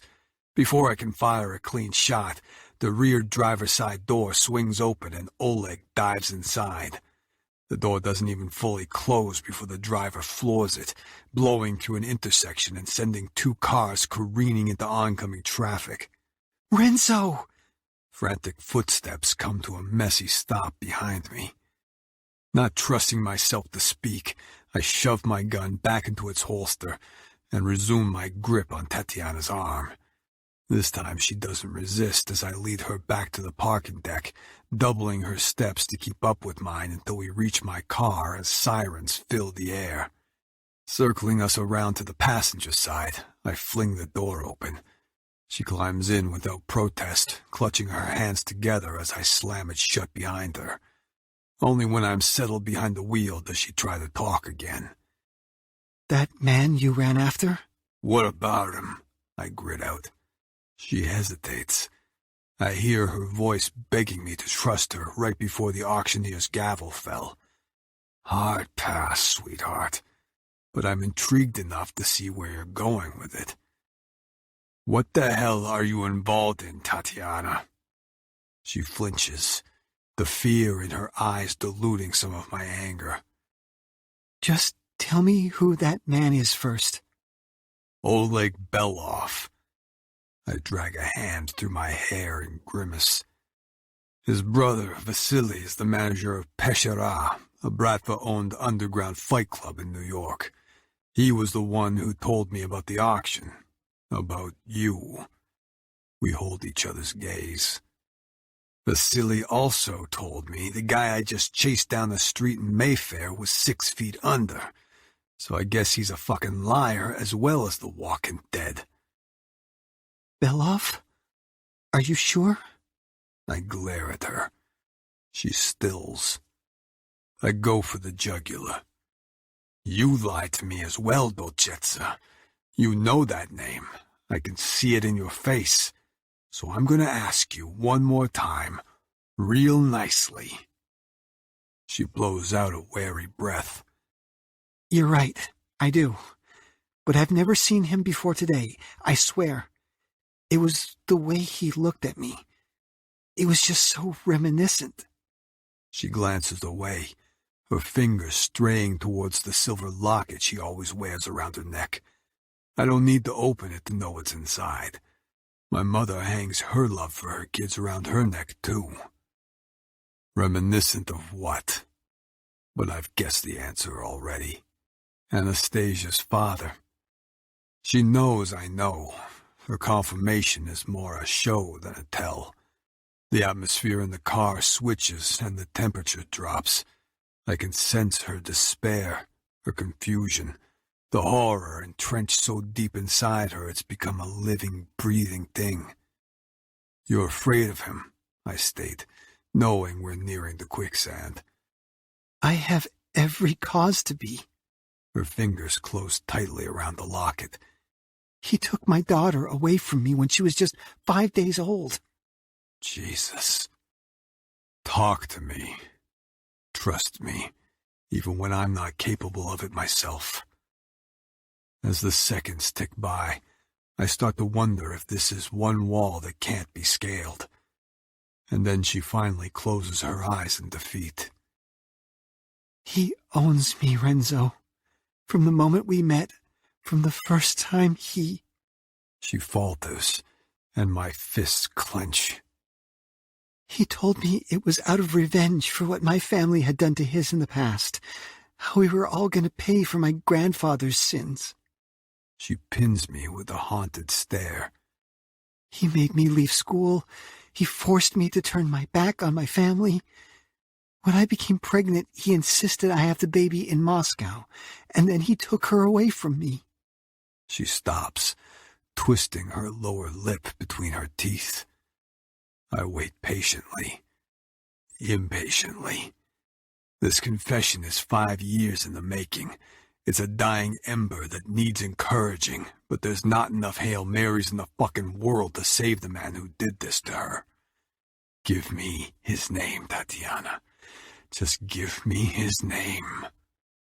He said he'd harm her if I didn't do what he said, and then he sent me back to New York without her. I needed to pay him $1 million a year, otherwise we'd both end up dead.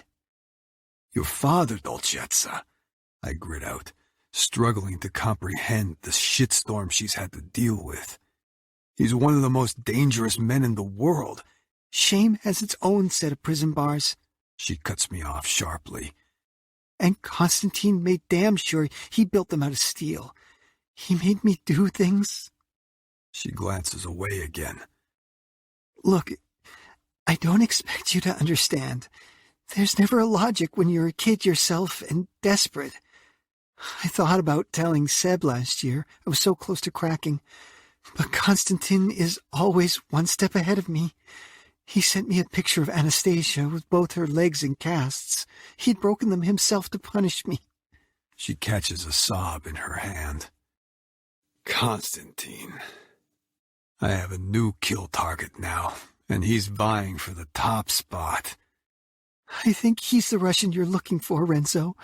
I think we're more connected than you think. The world stops spinning.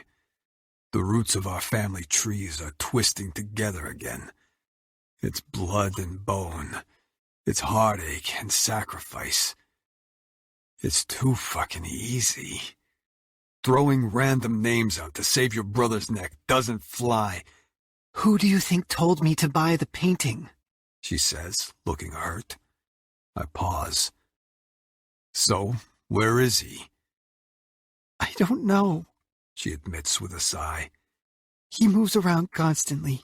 He keeps Anastasia trapped in Russia, but he has businesses and houses everywhere. Bratva? Another one of Vasilia's lies. Yes. What makes you so sure it's him?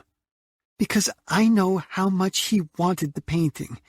He had another agent lined up to make the purchase, but he replaced him with me just to piss you off. He knows who you are, Renzo. And? I say, hearing the cliffhanger in her voice.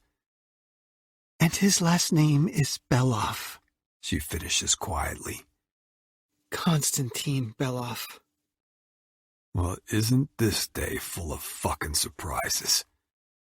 Before I know it, I'm climbing out of the car and driving my fist into the front hood, again and again, until my blood stains the paintwork. Fuck! I feel her pain like it's my own. Fuck! 3 brothers. There were 3 fucking brothers all along. Fuck! Reeling backwards, I flex my aching hand as I weigh that last revelation and find it measured in betrayal. They're not working as a family unit. They're all driving knives into each other's backs. The silly lie about Oleg's whereabouts in New York then led me right to him, because that's what black sheep of families do. He was the wind that set the sails of my brother's execution in motion. Oleg created the storm that raged across the Atlantic, bringing the painting to London. But there's no doubt in my mind that it was Constantine who orchestrated the entire voyage. But why?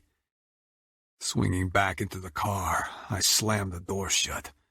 All the while I can sense her watching me like a rabbit would a hungry lion. "What else?" I demand harshly. Your hand. "Fuck my hand. Give me something more." "Anything." After a beat, she reaches into her purse for her phone. Constantine switches up his burners frequently. I can give you the last number he used, but I need you to promise me something first. She hesitates again. Listen, I know you don't owe me a thing, but you're the only person I can ask. The only person I trust to make it right. There's that fucking word again. Please, help me get Anastasia back, Renzo. I'll tell you everything I know. I'll hold nothing back. I'll do anything to hold my daughter again, to make her safe. Something about her impassioned plea seeps into my skin, filtering through to a part of me I thought was dead and buried a long time ago. "Tatiana." Leaning over, I palmed the back of her neck, bringing our heads together, my decision a foregone conclusion already. "When I get my hands on Konstantin Belov, you'll have your daughter back the next day.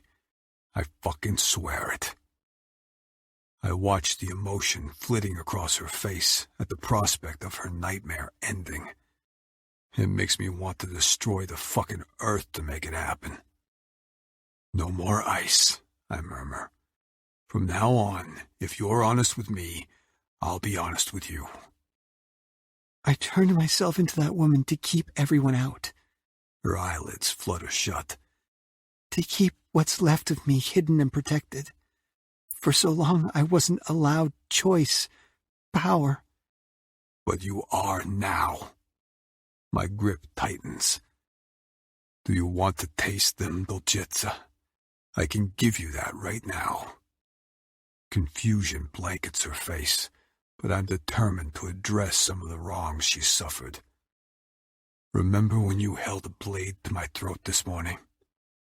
Renzo. My name catches in her throat as I move my hand to the slender curve of her neck, pausing to feel her pulse dance against my skin before sliding my thumb across the underside of her chin. Who held the power in that moment, Tatiana? You, for wielding the blade? Or me, for surrendering to it? I could have killed you. Not if I'd killed you first. There's a flash of caution in her eyes before it's swallowed up by intrigue. It's a rush to taunt death. The space between us disappears as I shift forward to press my palms against the window, caging her into the passenger seat and forcing her spine against the door. At any moment you could have slit my throat, but even in your hand, I controlled every stroke of that razor. I watch her gaze fall from my eyes to my mouth. So I'm asking, do you want that same power now? Do you want to touch it? To fuck it? Yes, comes an almost lyrical response. Without breaking eye contact, I reach one hand inside my jacket and pull my gun from its holster. Curling my finger around the trigger, I trace the cold steel of the muzzle around the contours of her mouth. Then wrap your lips around my gun and suck. She blinks, her sleepy gaze snapping back to mine in shock. "All I have is an offer," I murmur. "It rests in your hands to accept, reject, or counter. It's your choice. Control the fear, or let it control you. Renzo. Show me what's behind the ice, Empress. After a beat, she parts her lips and swirls her pink tongue tentatively around the muzzle. With that small concession, my dick swells, pulsing with need, as she grows bolder, wrapping her delicate mouth around my fucking gun and sliding it up and down the barrel, leaving the metal wet and glistening. The more I watch, the deeper she takes it. That's right, Dolcezza. Harder. I'm sucking in air through my teeth as her tortured moan hits me straight in the balls. Christ! Tearing at my belt and zipper, I take a vicious hold of my cock, pumping from root to tip as even more of my gun slides in. I imagine it sliding into her pussy, filling her up, stretching her in all the right places in preparation for her taking every inch of me. Soon I've choreographed a furious tempo, fucking my hand as my gun fucks her mouth. I can feel it building already. The pressure, the intensity, the power. I tip my head back and grit my teeth, feeling that familiar rush at the base of my spine. But right before the pleasure hits, she pushes the gun away and drops her head to my lap. My fist releases as she takes me into her mouth, my fingers twisting around her hair. Hot, wet, mine. The moment I hit the back of her throat, I explode, snarling out her name as my hot cum covers her tongue. Holy fuck.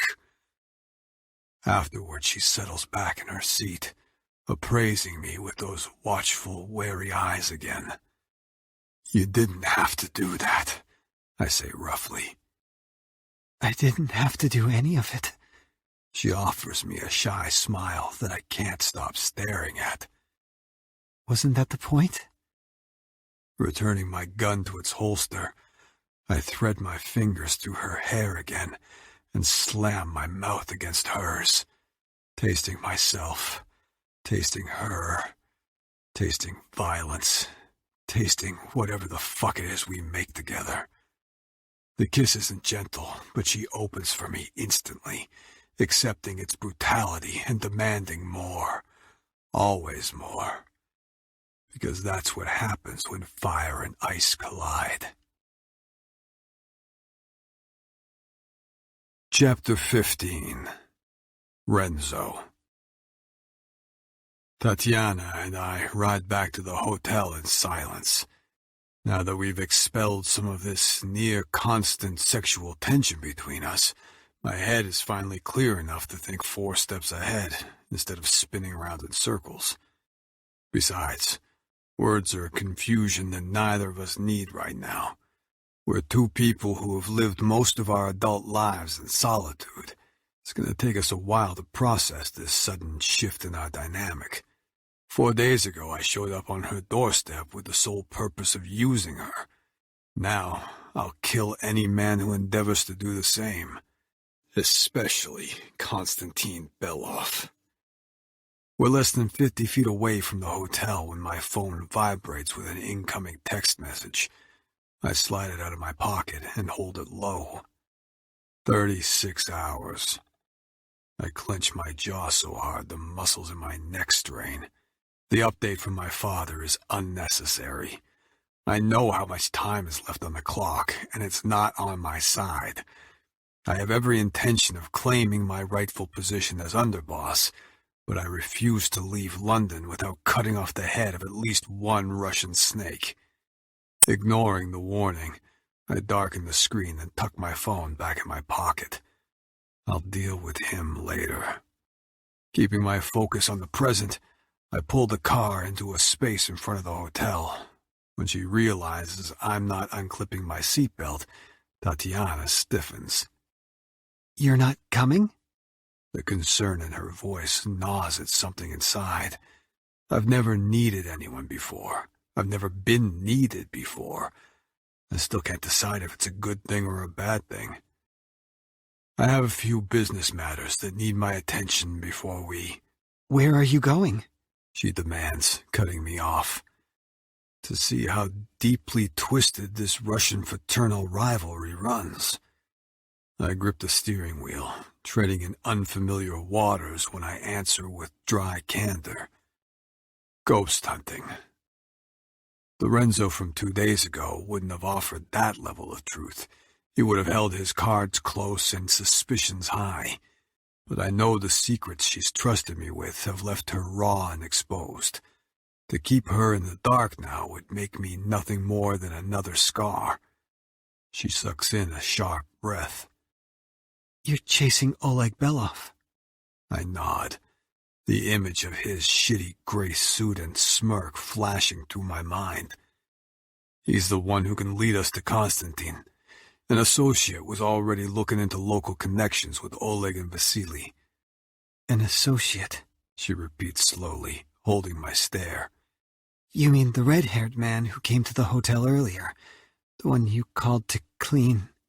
Her voice catches at the mention of last night's attack, a stark reminder of what's at stake. His name is Killian Davies. He works for Frankie Lastra, who owns this city. He's a longtime ally of the Marchesi family. Do you trust him? I don't trust anyone, Dolcezza. You know that. She smiles slightly. I'm starting to see there are levels within levels of that statement, Renzo. No one gets by in life without putting their faith in someone. You did. I changed. She holds my gaze again. I took a step into the unknown.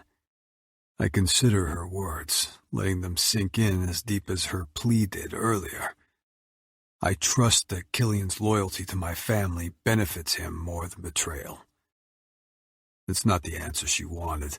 I could tell by the vertical line sinking between her eyes.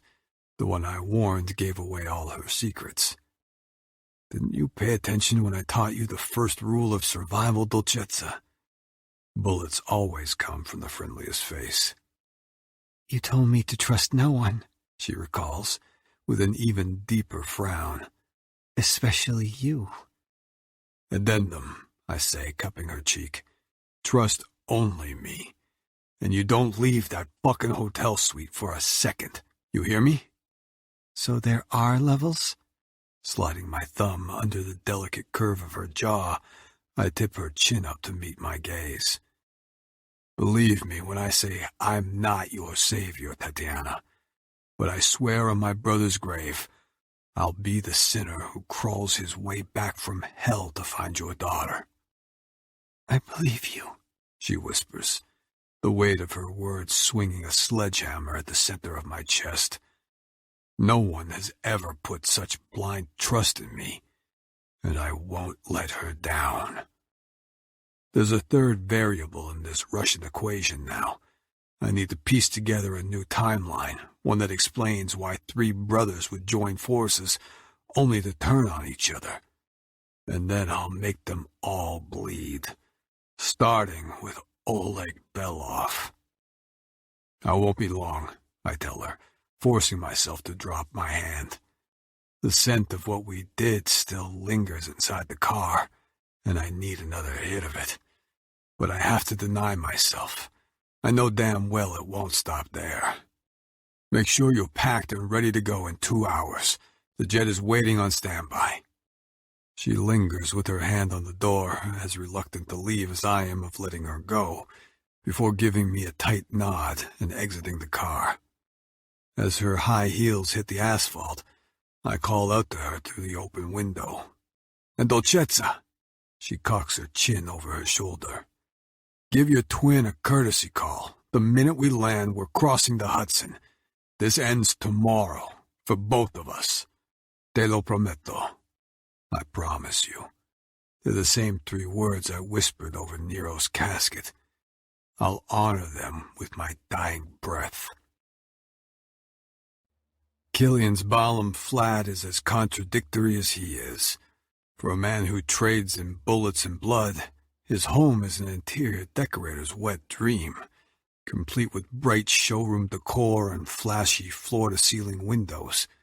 It's the complete antithesis of my style, but then again, I've always preferred my accommodations to match my mood. Dark, closed off, and unstable.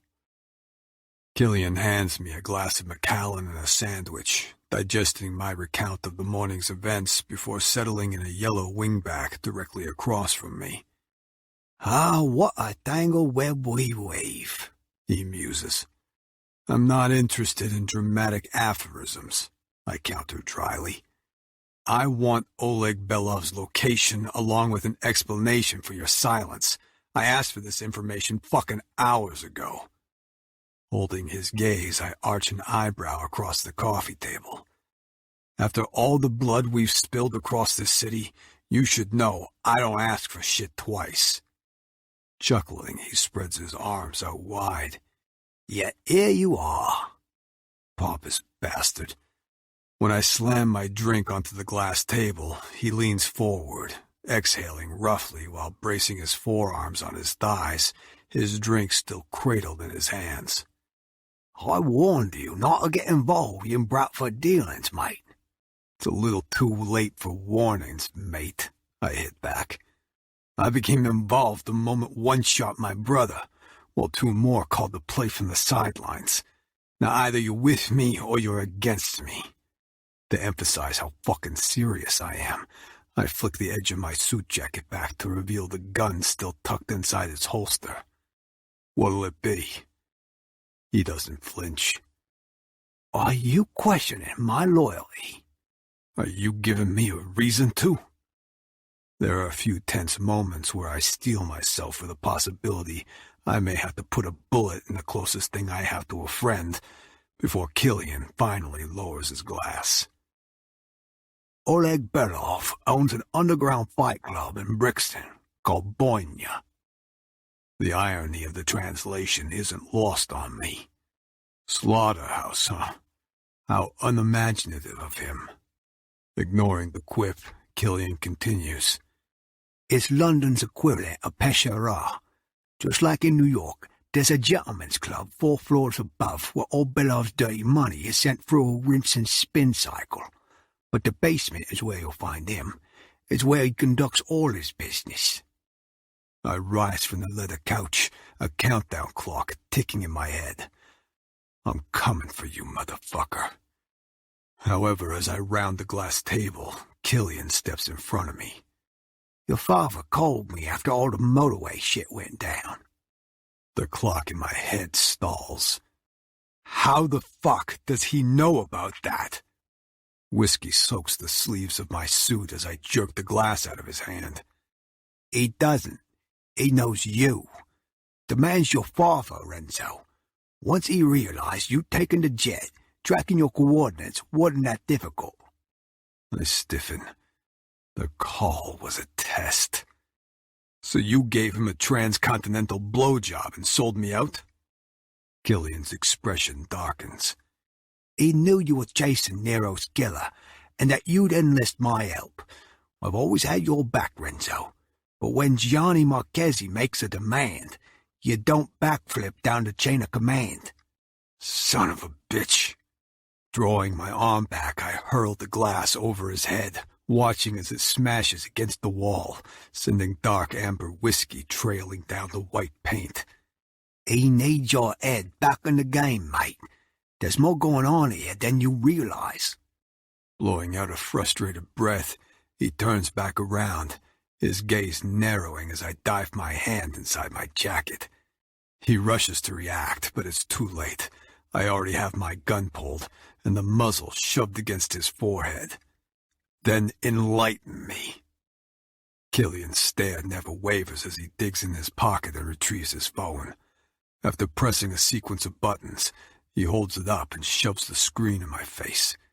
Keeping a watchful eye on him, I glance at the bulleted list with disinterest.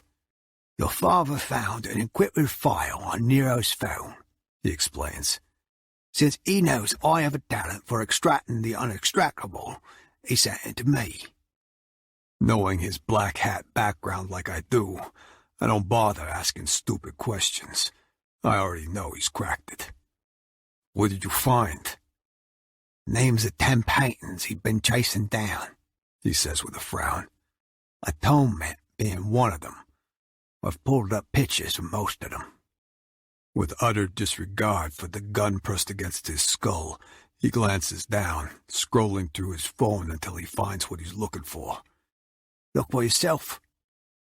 Keeping my finger on the trigger, I glance down, my heart jackhammering against my ribcage at the image filling the screen.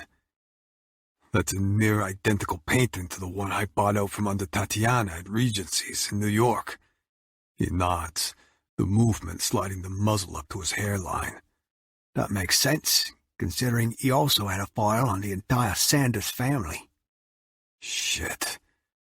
There's a bad feeling in my gut, a raw churning that warns me things are about to go really wrong, really fast. What the hell were you up to, Nero? I murmur, lowering the gun. It goes deeper. Killian pockets his phone. Who outside the family knew Nero had pulled you into his side venture? No one. People assumed we were still at odds, the prince and the fuck-up, sharing only a mutual name and loathing. Exactly, he affirms, swinging his index finger at my chest. You said Vasily came to you saying he'd heard Nero was looking to offload a painting, and that his brother, Oleg, had an interested buyer. It's common knowledge that Vasily and Nero had prior dealings, but did Nero ever mention he'd shared your involvement with him? No. And who are the only ones with both access to Peshawar and knowledge of that painting being in Nero's possession? My family, but that... I stop. The implication of what he's saying sinking in and taking hold. You have a traitor, Renzo, he says with blunt finality. Your father wants to find Nero's killer as much as you do, but he needs you in a seat of power to do it. Then why call you? There's a rising tide of resentment brewing inside my chest. Why not tell me this himself? Killian's cool expression lifts slightly. Would you have listened? Fuck. No, I wouldn't have. I would have dismissed and cut him off, my own selfish guilt riding shotgun above all else. As much as I want to fire a bullet into the mirror he shoved in front of my face, I can't ignore the reflection. As the countdown clock starts ticking again, the sound of my father's voice rings in my ear, a veiled warning that I ignored. Questions are being asked, and I can't keep making excuses for you. Then don't. I'm done waiting, Renzo. You're my son, but I'm the boss of this family, and I won't have it weakened by a hole in the infrastructure. A hole in the infrastructure. Betrayal. Nero was killed over more than just a painting, I say flatly. He stumbled onto something else. It's not a question. It's a revelation. But amidst all my iron rage and recriminations, I see Tatiana's face. I see her vulnerable and alone in our hotel suite. I hear my own voice offering a vow filled with its own holes. Te lo prometto. Turning toward the man I just pulled the gun on, I do something I've never done in my life. I fucking beg. I need you to get to the Annabelle Park Hotel and watch over Tatiana. Guard her with your life, Killian. I mean it. When he nods in acquiescence, some of the pressure in my chest eases, and I'm striding toward the hallway. Where the hell are you going? He calls out after me. I'm halfway out the door when I stop and speak words he won't understand. I'm going to make good on a couple of promises. Chapter 16. Tatiana. Seb, it's me, Tatiana. Look, call me. I'm in London, but just call me. Hanging up for the third time, I rest my forehead against the hotel suite door. This is the real-life definition of irony right here. It's not all the whimsical opposites and ifs. It's when you have a twin brother who's waited 5 years for you to make contact, and now he won't pick up the damn phone. I pace the room a couple more times before I'm tumbling backward onto the bed, my neat hairstyle turning into a messy, dark halo against the white sheets. My eyelids start to flutter as I count off the seconds until my phone rings. I'm not used to stillness. All this silence is making me think. Up until now, I've forced myself to live at 1,000,000 miles an hour because the faster I run, the more detached I feel from everything. But what if I don't have to do that anymore? What if this man, this terrifying, savage, killer of a man with magic in his hands, really does help me find my daughter? My breath catches at the thought. Hope can be a dangerous thing. There are so many hurdles to cross first, so many wrongs to right. But what if? What if? Drawing my knees up, I brush my fingers along my C-section scar, remembering the one time I wasn't frightened of pain, just exhausted and relieved, with 7 pounds of perfection lying in my arms. She'd looked so much like my father and Seb, with her strange gray eyes and quiet perceptiveness, as if she'd known the hell she was being born into but was going to make it okay for us anyway. My fingers trail upwards, brushing against another scar, this time on my upper arm. I hate thinking about the night I received it, but I can't seem to hold back the memory today. I was 18 years old and 3 months pregnant. Constantine had finally gotten what he wanted, another innocent pawn in a game of chess that started long before I was born. By then, I was a hollow shell of self-loathing, dizzy from the hormones, sick of the constant lies I told to justify my crazy behavior to my parents. Constantine was driving a wedge so great between us, none of us could see the other side anymore. And he had so much ammunition. He'd shown me pictures of my naked and exposed body, ones of Seb buying drugs. He was going to leak it all to the press and destroy my father's career. He was going to beat me until I miscarried. It was almost a relief when he told me he was taking me to Russia. Decision made. No more family to push away. But first I had to make them so disgusted with me they'd be relieved to let me go. What the fuck are you doing? My father grabs my wrist and squeezes hard until the knife slips from my fingers. Somehow the blade ricochets off his chest and drags against my arm before it hits the floor. The wound is deep, but nothing cuts deeper than the look on his face. I've witnessed it a handful of times before, but it's never been directed at me. Until now. He's always been a smooth operator with terminal charm. He hides his danger behind an easy smile, and his respect is hard-won. It's one of the reasons why Washington has fallen so easily into the palm of his hand, like a ripe fruit begging to be spoiled. He reserves his other side, the one with the murky past and a room full of sealed police records, for those who hurt his family, and I'm only just getting started. "Do you hate me for it?" I taunt, fighting back the tears. "Does she hate me?" I think you're fucking insane. Tonight his gray eyes are stony and sharp, ruinous and unforgiving. There was only one clean way to sever the ties between us, but it meant hurting the person he loves just as much as he does his children. "Let her go, Rick," comes her soft voice from the doorway. He curses under his breath and drops my wrist. There's nothing he wouldn't do for her. Can't we just ship her off to Santiago's private island and sink all the boats? He narrows his eyes at me. We'll only rescue her when she's outgrown the tantrums and overpriced tiaras. "You paid for them," I retort. "You and your dirty money." You weren't fucking complaining about it when I did, you ungrateful little... "Rick, please, don't." Mom's fingers tighten around the doorframe. If devastation is a mask, she wears it with so much dignity. Even so, her face has no color underneath her makeup, and the corners of her mouth are pinched tight. She's wearing a silver evening dress, but the sequins lost their sparkle the moment she saw what I'd done to her favorite painting tonight. She doesn't scream or judge as she walks toward us. She just kneels next to the jagged strips of canvas that used to be Inés and starts collecting them up. Dad and I stand like statues until she's done. "We need to take you to the hospital," she says. "Your arm is bleeding." "Fuck you!"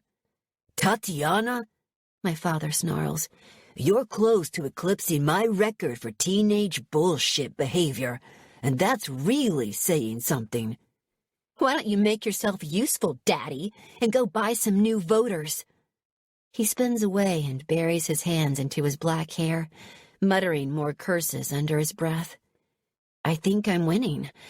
For the first time ever, he's perilously close to losing his shit with me. Good. But never has a word felt so contradictory and so wrong. "I hate you, and I hate her."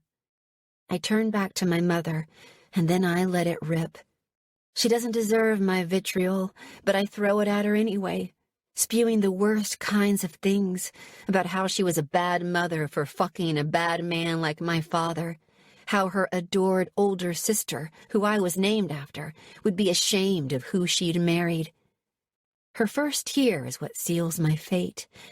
It catches in the light as it glides over her flawless cheek. I've never seen her cry before, but I know right then and there that I never will again.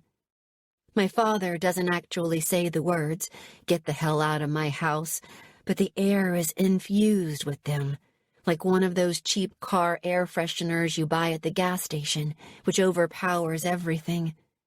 As I go to pass her on my way out, I slap my hand down onto hers, and the strips of canvas go flying. "You always loved that painting more than me. Now you've lost us both." She doesn't answer because she knows it's not true, but my words are my arsenal tonight and sharper than blades. It's only when I go to slam the front door that I realize Inés will never be sad again. I've stolen that emotion from her, the same way I've stolen all the happiness from my mother. The sharp ring of my phone jolts me back to Renzo's suite. When I reach for it, my cheeks are wet with tears. "Seb," I croak, "is that you?" My words are met with the telltale crackle of a long-distance line that has me scrambling up from the bed. "Constantine?" He doesn't reply at first. Instead, I hear soft, sweet laughter in the background, and it pierces my heart like an arrow. "Oh my God. Anastasia? Is that you? Come closer to the phone, baby. I can't hear you." Her laughter stops. There's a man speaking, but I can't make out what he's saying. The next thing I know, my daughter is wailing and crying and clearly terrified out of her mind. I never knew a sound could hurt so much. "Anastasia?" I scream, my own anguish echoing around the hotel suite. "Please, Constantine, don't hurt her." Eventually, I hear a door slam, and my daughter's sobs are replaced by heavy, satisfied breathing. "Kiska," he purrs eventually. "I think you'll have some explaining to do." "I was the winning bid, Constantine. I did exactly what you asked of me." "And Marchesi?" "I don't know where he is," I say truthfully. "I'm flying back to New York in the next 2 hours." "One of my best men is dead, Kiska."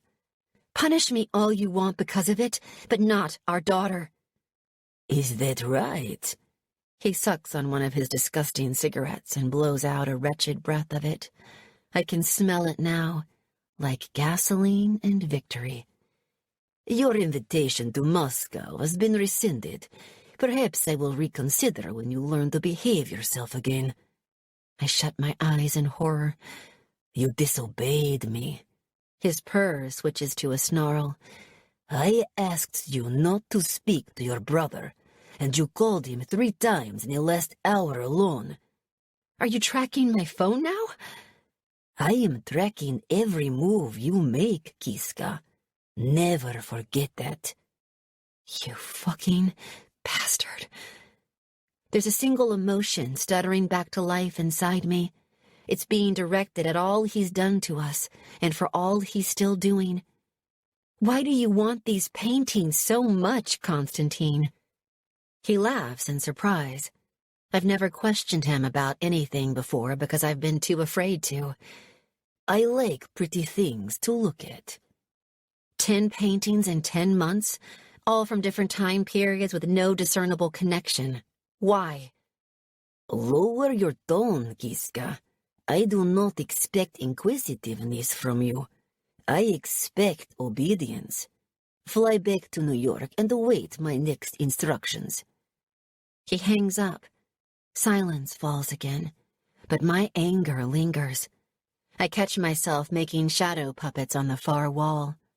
For too long, I've been that clenched fist, tucked up in a tight ball to protect myself. I want to embody 2 different shapes now, choice and power. Earlier, Renzo showed me that both are within my grasp, but only if I'm brave enough to embrace them. There's another shape I want too. It's called forgiveness. Are you sure I can call long distance with this? The shop assistant drags his gaze from the TV screen above me and fixes me with a bored expression. Yep, it's a pay-as-you-go, lady. Great, I'll take it. Can you add 100 pounds credit? Yup. His eyes start to stray again. Throwing my MasterCard down on the counter, I bite my nail impatiently as I wait for the card reader to connect and for him to add the credit, and then I'm practically snatching the bag out of his hand. Finding a booth and an empty Costa coffee across the street, I grab an espresso and unpack my new device with trembling fingers. Connecting the charger to the plug socket next to me, I wait for the phone to switch on. The moment the greeting flashes up, I'm tapping in a number I still remember off by heart. A woman answers, all snappy and officious. Senator Sanders' office, how may I direct your call? Is he, available? I stutter, caught off guard by her brisk efficiency. He's in a meeting with the Senate Majority Leader right now, ma'am. Can I take a message? My newfound courage starts flailing in the wind like a ripped flag.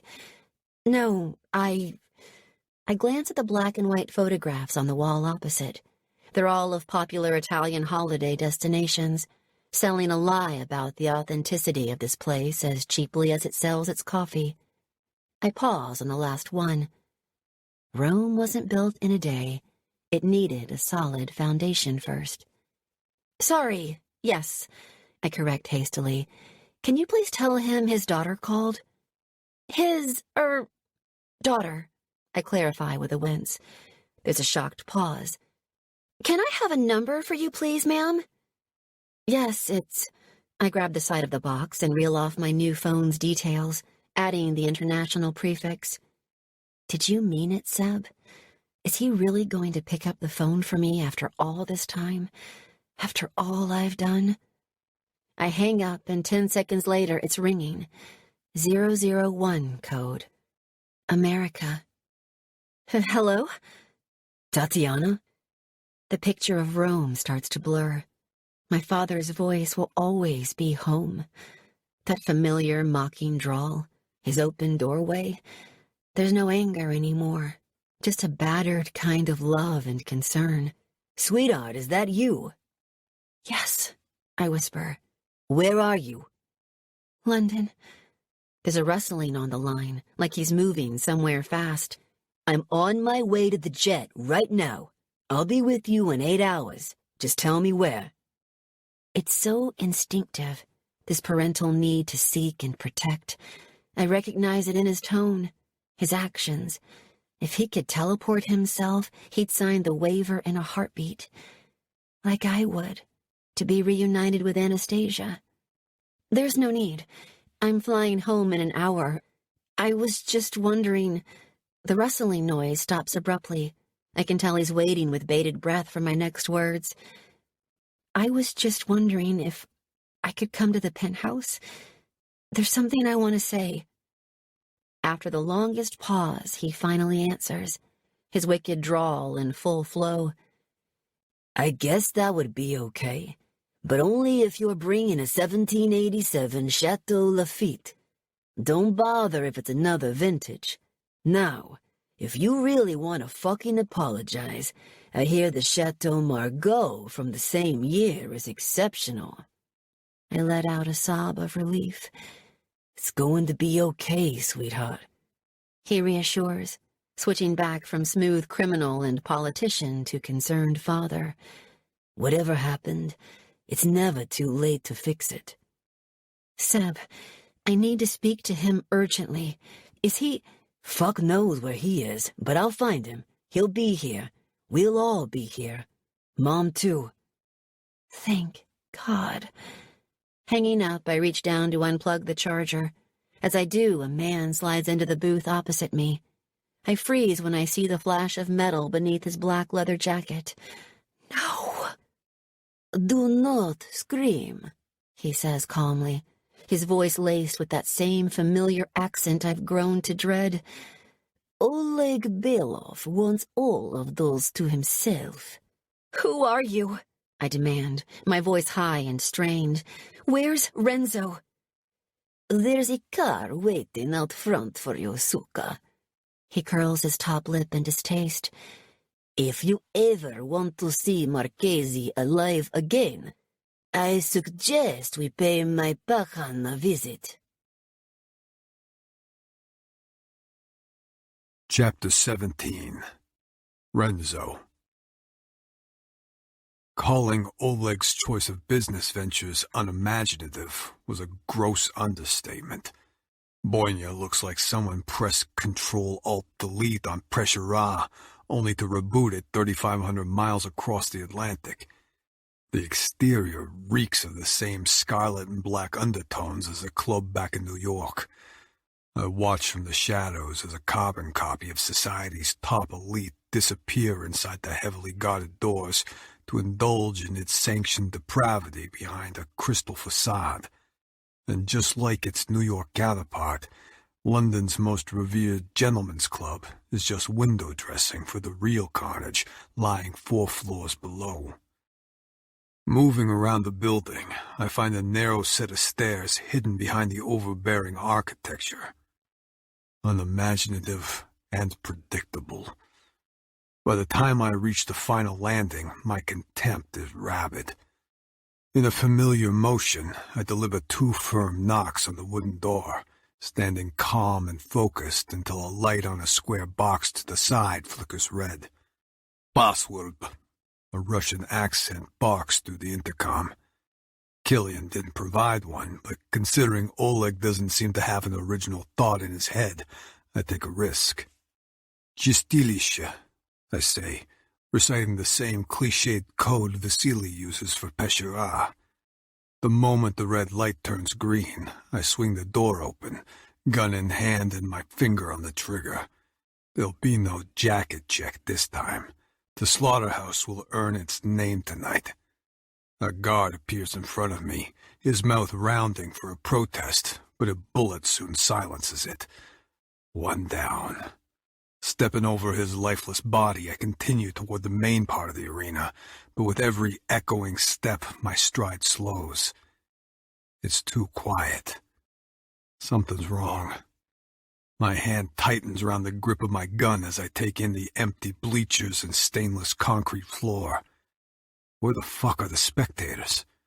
The underground fight club, an illegal ring that runs on bloodlust 7 days a week, is unnaturally empty. There's no overpowering stench of blood and sweat, no sounds of bone crashing against metal. This is no accident. It's a fucking mousetrap. Clap, clap, clap. A tall figure emerges from the shadows, his slow clapping reverberating off the concrete walls.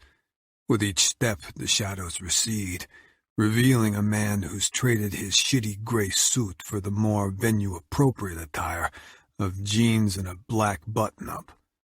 Oleg Belov. The nearer he gets, the harder he claps. Renzo Marchesi, he says, raking an appraising gaze over me.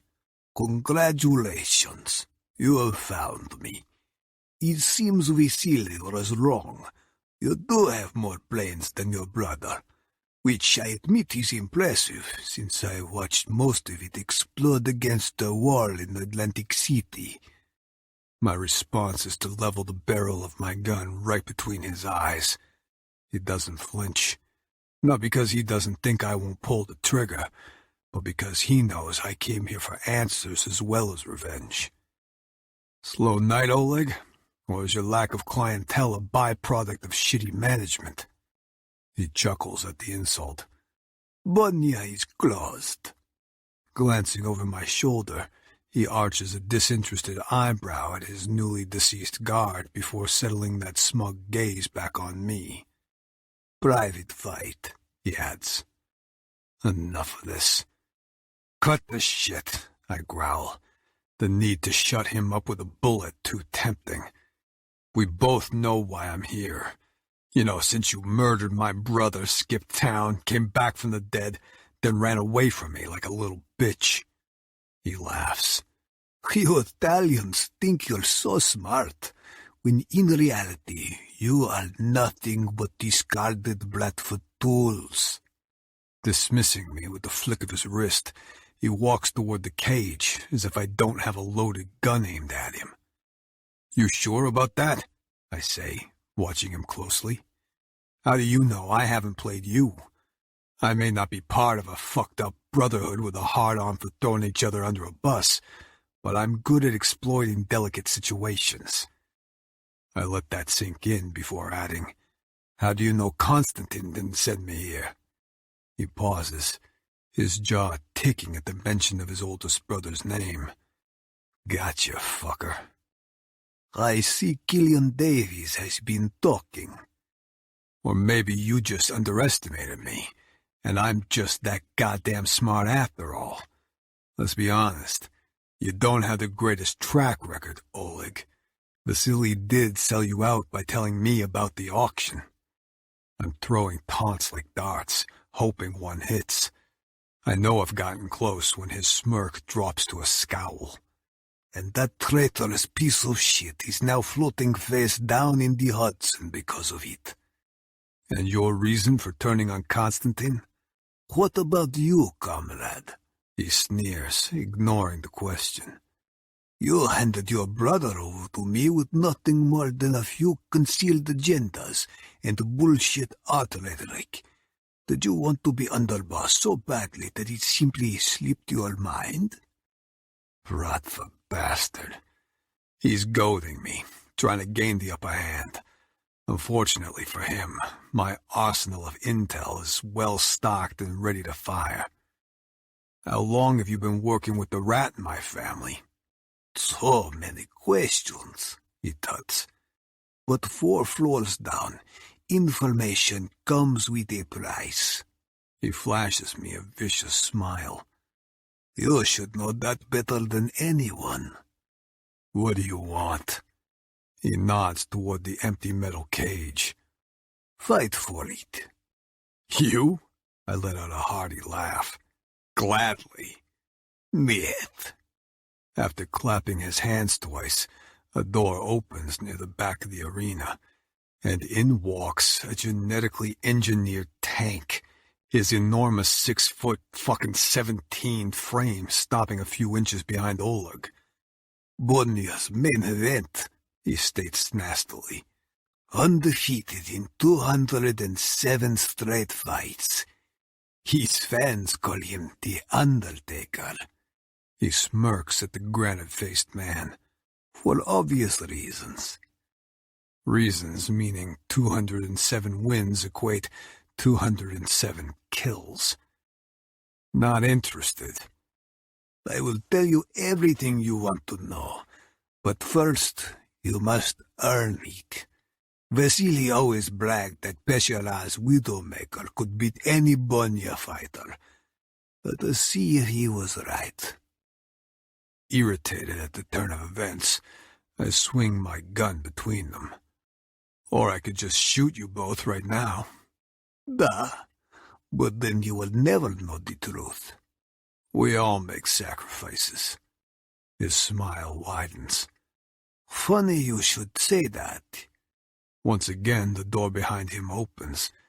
This time, my fucking heart flatlines as Tatiana stumbles out into the arena, her slender arm engulfed in the guard's tight grip as he shoves her forward. Killian didn't reach her in time. Acting on instinct, I start moving toward her when Oleg shouts something in Russian, and the muzzle of a gun is jabbed into her side.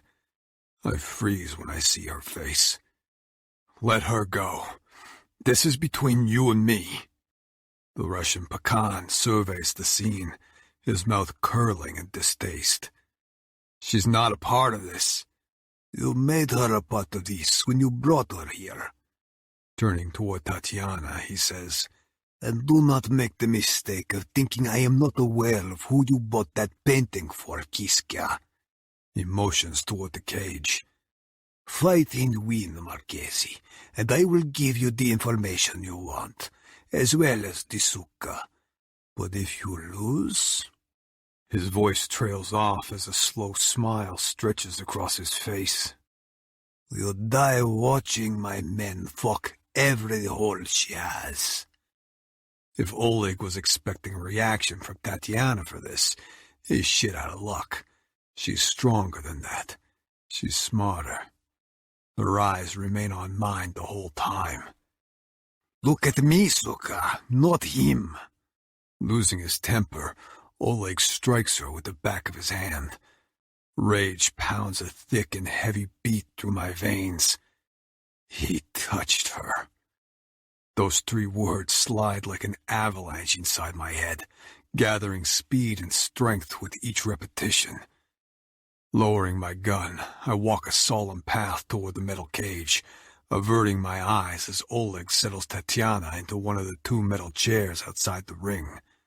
I toss my gun away to the raspy sound of sliding metal across concrete as I kick off my shoes and rip off my jacket and red tie.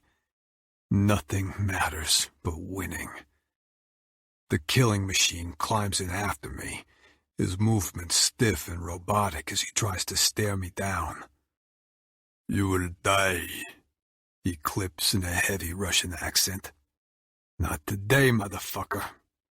It goes against everything I know to attack first, but I can't waste time on strategy when there's a loaded gun being pointed at Tatiana.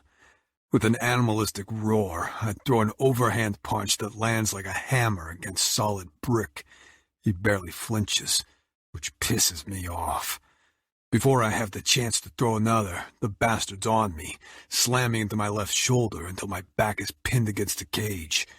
Just as his fist pulls back to shatter my nose, I find my opening and drive my knee hard into his gut, quickly followed by a hard kick to the ribcage. The back-and-forth brutality goes on for 10 more minutes, each punch growing bloodier and bloodier. We've taken each other to the mat more times than I can count. By the 20-minute mark, I'm fucking exhausted. Blood is streaming in my eyes, and I'm starting to sway. Then I hear Oleg's vicious words in my ear again. It's that image. The mere threat of any other man hurting her that sends the black walls shooting back up with renewed ferocity. After that, I feel nothing. I see nothing.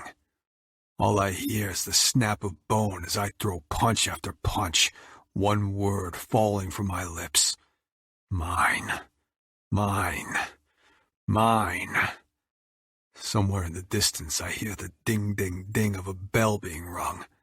I blink, my senses returning as my vision clears. I'm on the mat straddling my opponent's unmoving body. The Russian is nothing more than destroyed flesh and broken bones. Climbing to my feet, I stumble out of the metal cage, blood dripping from my clenched fists as I search for the woman I'd fight 100 more to protect. Our gazes collide, her chest rising and falling in time with my own. She knew my savage heart existed before, but I just laid it all out for her, and she's not flinching. It makes me want to kill 1,000 more for her. Oleg slowly rises to his feet, dragging Tatiana with him, his gun still surgically attached to her side. He looks disgusted as he glares through the open doors of the cage at his dead fighter. "Guards!" he yells, and 2 more men emerge from the shadows. "Remove this bloodok from my sight." "I want my fucking information, Oleg," I snarl, jabbing a crimson finger in his direction. He smiles. "I told you, Marchesi, information comes with a price." I'm calculating my next move when Tatiana's eyes widen and fix on something over my shoulder. Renzo! A beat later, hard steel comes crashing down against the back of my skull. The impact knocks me forward and onto my knees. Before I can retaliate, my arms are bound behind my back, and my own damn gun is being rammed against my temple. "Take them to my office." The Russian shoves Tatiana into his guard's chest. "And this time, ensure I do not encounter any further disappointments." Chapter 18. Renzo. Love breeds sacrifice, which in turn breeds hatred. I don't recall where I first heard this, but it's running on repeat in my head as 4 men drag Tatiana and me through the rear arena door. Love for my family brought me to London, but it's hatred that has me heading down a long, dark hallway in a rush of kicks and curses. So where does Tatiana fit in? Before I have a chance to consider it, we're being shoved into a sparse gray office with spidery cracks across the ceiling that look like bullet hole fragments. I land a couple of well-aimed jabs, but I'm running on fumes. Taking full advantage, Belov's men return a few gut punches that have me spitting curses and blood before they're duct-taping our hands behind our backs, shoving us into 2 chairs and leaving us alone. Once the door slams behind them, I'm twisting violently against the restraints, ignoring the pain and weariness in my arms as I fight to free us from this next layer of hell. Did they hurt you? My mind is spinning out a million scenarios I don't even want to think about. Did they fucking touch you? She shakes her head. Her beautiful dark hair, so smooth and refined when I first met her, now framing her face in messy strands. She's in my world now, and I taint everything that's good. I'm okay, but you... Her eyes widen as she takes in the state of me. In that cage, I thought... You'd be missing out on the money and the painting I owe you? I chuckled darkly. I'm not dead yet, Dolcezza. I don't give a damn about the money. I give a damn about you. Maybe I'm delusional after too many blows to the head, but I hear that sentiment in her voice as clear as day. What happened to Killian? That British fuck had better be dead after this. I sent him back to the hotel to keep you safe. I must have left before he arrived. I know you told me to stay there, but Constantine called. I stopped fighting against my restraints for a moment. How much does he know? Nothing, but time's running out. Her voice catches, her fear palpable. Hey, I say sharply, cutting through her rising panic. We're getting the fuck out of this. Don't go sliding off the incline now. You're right. She gathers herself and blows out a shaky breath. He admitted to tracking my phone, so I left the hotel to buy a new one. I know you told me not to, but I couldn't get a hold of Seb, and I panicked. I wanted to call my father next, but I couldn't do it without Constantine knowing. He'd be too suspicious. He knows we haven't spoken in 5 years. Her confession knocks me out of my haze and into the mindset I need to be in right now. Full underboss mode. Did the man who took you say anything? No, but I heard him talking in Russian to another man. She winces. He said his pecan was looking forward to seeing your face when you discovered who your whore's master really was. Her words sink in hard and deep, churning up a glimmer of a possibility. Tatiana, he hasn't figured it out yet. When Belov comes back in here, act like you've told me nothing. I don't understand. He still thinks Constantine has hold over you, that you wouldn't dare risk Anastasia's life by telling me about her, or him. I hold her gaze, 4 words resting on my tongue. Do you trust me? After a beat, she nods. With our lives. Our lives. Those 2 words mean more than she'll ever know. I failed Nero, but I won't fail her. We're getting the fuck out of here, and then we're getting Anastasia the fuck out of Moscow. Our heads turn in sync toward the door. Heavy footsteps are approaching. Once my hands are free, be ready for anything. And Tatiana, catching hold of her gaze again, I bleed as much truth into her as I can before all hell breaks loose. Just know from this moment on, all the bullshit I say isn't to you, it's for you. The door swings open, and Oleg Belov stands on the threshold, smoking a cigarette like he's just had the best fuck of his life. I owe you information, Renzo. Saying nothing, I twist at my restraints again, as he walks at a leisurely pace toward his desk. Leaning against the front of it, he considers us coolly as he takes another couple of tokes. Let's start with the part where Constantine and I cut Vasily out of the Sale of Atonement due to his repetitive threats. Flicking the cigarette away, trailing smoke over his left shoulder, he picks up a knife from the desk and starts twisting it around his fingers. Is this strictly a fill-in-the-blank story, or are there multiple choices? I drawl. Threats about what? To expose Miss Sanders and her daughter for a bigger share of the cut. He flicks his gaze between us as he drops his bomb. Too bad for him, we pulled the pin ourselves. I saw her scar. I already know her secrets. I had his throat slit for that, and for being such a useless swollich. As much as I enjoyed killing your brother, I did do all the work. What daughter? I demand, playing along. In response, Tatiana stiffens beside me, her sharp inhale right on cue. Oleg laughs. I guess she did not tell you that part. Pushing away from the desk, he stops in front of me, still twisting his fucking knife between his fingers. I have a niece, Renzo. Your Suka opened her legs for my brother first. I force a glare at Tatiana and keep my voice as cold as ice. What else have you lied to me about? She stares at me, projecting wide-eyed terror, and I want to fucking worship her for it.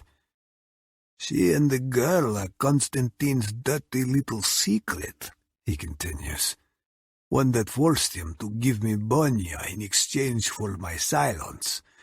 But Vasily could not be trusted with this information. Pausing, he turns to Tatiana. He had, how do you say, loose lips. He still found a way to blackmail you both, I taunt, maneuvering this self-congratulatory speech back on track. He's so consumed by his own narcissism he doesn't see my hands working behind my back. Almost there. Not him, Modak, Oleg smiles, pointing his knife in my face. I believe you know his accomplice well. Very well, in fact. I know where this is going. The betraying bastard's name is on the tip of my tongue, but I need the confirmation to spill from his first. A machine has many moving parts, Lorenzo. He leans back on his desk again, his black gaze lingering over Tatiana. Just as every story has a beginning, a middle, and an end. Yours and mine started with an alliance between our late grandfathers, until your father allied with the Mexicans. At the mention of the Carrera cartel, he spits on the ground. 30 years of business down the drain. That is, until your Uncle Salvatore was persuaded to cross the battle lines. And there's the confirmation. The fucking traitor himself. He took our family's sacred Omerta code of silence and shit all over it. While you and Nero ran your art business, Salvatore and Vasily founded their own partnership. Your uncle tipped off my brother about the atonement, and in return, Vasily promised both Johnny's sons would meet an untimely end. There never was a buyer, was there, you piece of shit? You set up the meeting yourself. My brother died because of your goddamn family free-for-all. Oleg's mood takes a sharp nosedive. Your brother died for money. My wrist finally breaks free. He died for a group of 10 paintings belonging to one family, Petrov. As the name slithers from his lips, he turns toward Tatiana. A name that should sound familiar to you, Kiska. Your mother's side, I believe. Now that story is a lot more interesting. What the fuck is that supposed to mean? Did you set me up? I roar at Tatiana. No, I swear. Oleg starts laughing again as he slots another cigarette between his lips, tilting his head to light it. Well, this has been entertaining. I have a plane to catch. He straightens up with a smirk. There is still a painting in America that belongs to me. I believe you outbid her for it last week. This time, Tatiana's shock isn't fabricated. 1. Reaching behind him, he pulls a gun from his waistband, a fucking familiar one, and swings the barrel between us, settling it first on Tatiana. 2. I think I will start with you, Suka. My own private fuck you to Konstantin's little toy. 3. Lunging out of my chair, I charge at him like a raging bull. Amidst the chaos, he fires off a single shot, the bullet skimming off the tip of my shoulder before I'm slamming him into the wall. A shoulder, a lung, a heart. I don't give a fuck, so long as it's my blood, not hers. As long as I give Nero his justice. I hear Tatiana scream as we fight for the weapon. One moment I have his wrist pinned in the air, the next I'm taking an elbow to the chin, and he's twisted the muzzle between us, his finger curling around the trigger. Hell no, it doesn't end like this. With my last burst of strength, I grab the barrel away from my chest and shove it upward, half a second before he pulls the trigger. A violent spray of blood hits my face, and there's a beat of suspended silence. When I step back, I watch in satisfaction as what's left of the Russian drops to the floor. The bullet entered somewhere under his chin and exited... Well, I'm not sure where the hell it exited. Most of his skull is splattered across the wall. Retrieving my gun, I tuck it back in its holster as a commotion from the main arena announces the impending arrival of the Russian cavalry. Quickly locking the door, I buy us a few extra seconds as I cross back to a shell-shocked Tatiana and slice the tape from her wrists with Oleg's knife. We need to get the hell out of here, and we need to do it now. Grabbing her hand, I drag her out of a side door through a labyrinth of hallways and stairwells until we're spilling out onto Boyna's scarlet, black, and crystal-encrusted main floor, where some blonde teenager is gyrating for survival in front of a group of middle-aged men. She stops dead when she sees us, her tits somewhere near her knees. All heads turn to us, but the patrons don't move. Any security guard stupid enough to block our path is rewarded with a bullet to their chest. Renzo, I can't run anymore. I hear her gasping for breath as we explode onto the street. Nearly there, Dolcezza. 2 blocks later, we reach my car. My keys are long gone, but years of Grand Theft Auto as a kid taught me how to hotwire like a pro. In less than 2 minutes, we're on the M1 headed toward the airport, and I'm barking out instructions to my pilot over the speakerphone. There's no time to go back to the hotel, I tell her, hanging up. Just get me on that plane, Renzo, She says warily. I think I'm done with London. Finally, something we can agree on. I increased the speed to 90. You did well back there. I didn't have a choice. Glancing across, I see her finger sliding along the silver chain of her locket again as she stares out of the window. Where did you learn to fight like that? School of Hard Knocks. I catch her glancing at me now. Your shoulder, Renzo. Hesitant fingers touch my skin a couple of inches above my bicep, where Bullock's lucky shot ripped a hole in my shirt. Needs a few stitches, nothing more. Silence blankets us as I coax the car up to 100. Thank you. She says quietly. For what? For keeping your promise. Not yet, I murmur, but I'm working on it. I know you came here for your brother. I hated him. My stark words carved their dirty truth into my soul. It's not the time for a confessional, but I'm going there anyway. Something about her always seems to force my truth to the surface. I resented him for being my father's favorite, for having the fucking nerve to be born first, for pinning me as the eternal runner-up. I shake my head at how ridiculous it all sounds now. I spent 33 years blaming him for my own failures. Eventually, he gave up on the notion of a ceasefire, and the hate became mutual. Who started the art venture? He did. I ease off the pedal when I see a white cop car in the distance. We hadn't spoken in 2 years. Then a few months before his death, he showed up on my doorstep with an offer, a chance to bury the hatchet and join forces. I never wanted it, though.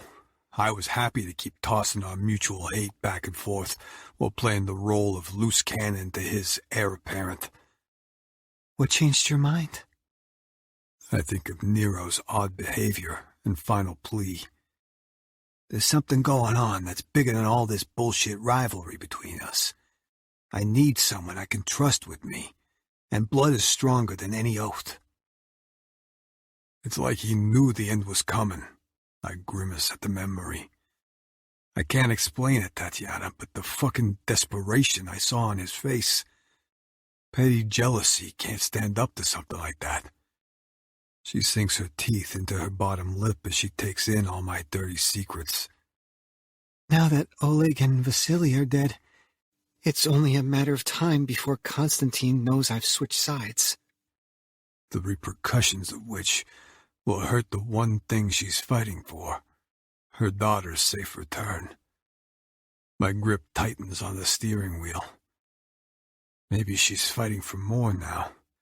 Maybe we're both done fighting on our own.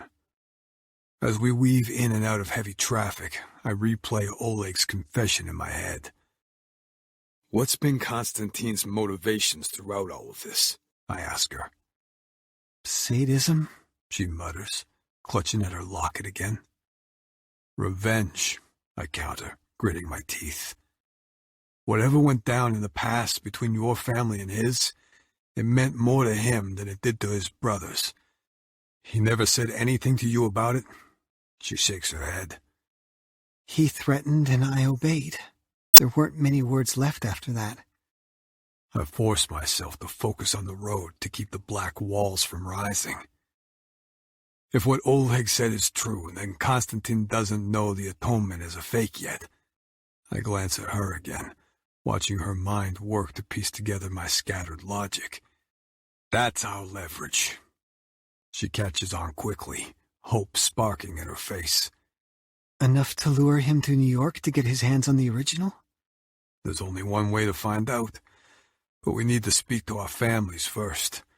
We need to find out if your brother still has the original, or if not, where it is. It's also a time to trap a Marchesi traitor in his own fucking web. I'm finally ready to fight for what's mine. What's always been mine. Chapter 19. Tatiana. I read a line on a locker room wall once, scrawled in black Sharpie. What's more hazardous for your health, sex and love or sex and danger?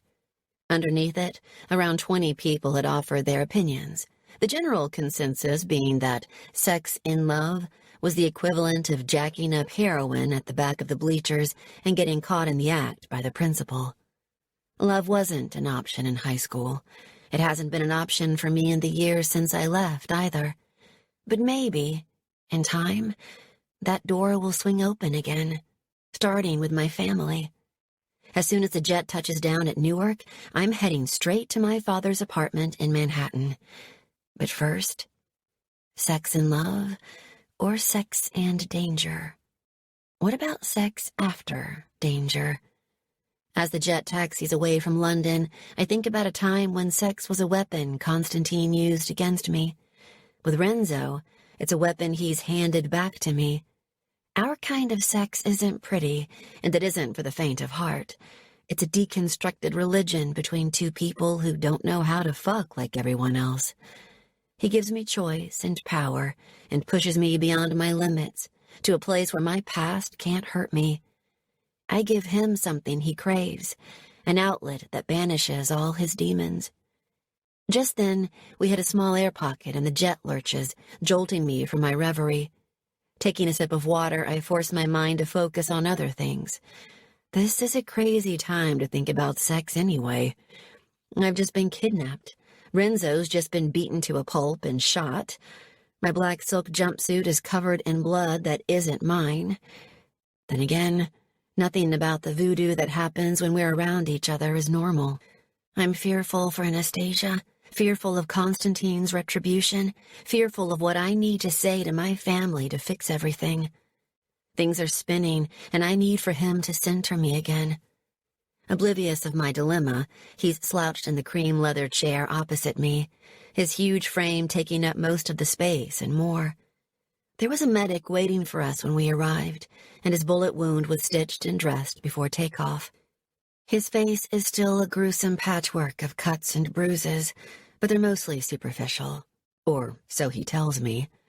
The fact that he's been in those kinds of cages before makes me feel sick to my stomach. While I was filling my emptiness with abstract art, he was filling his with senseless violence.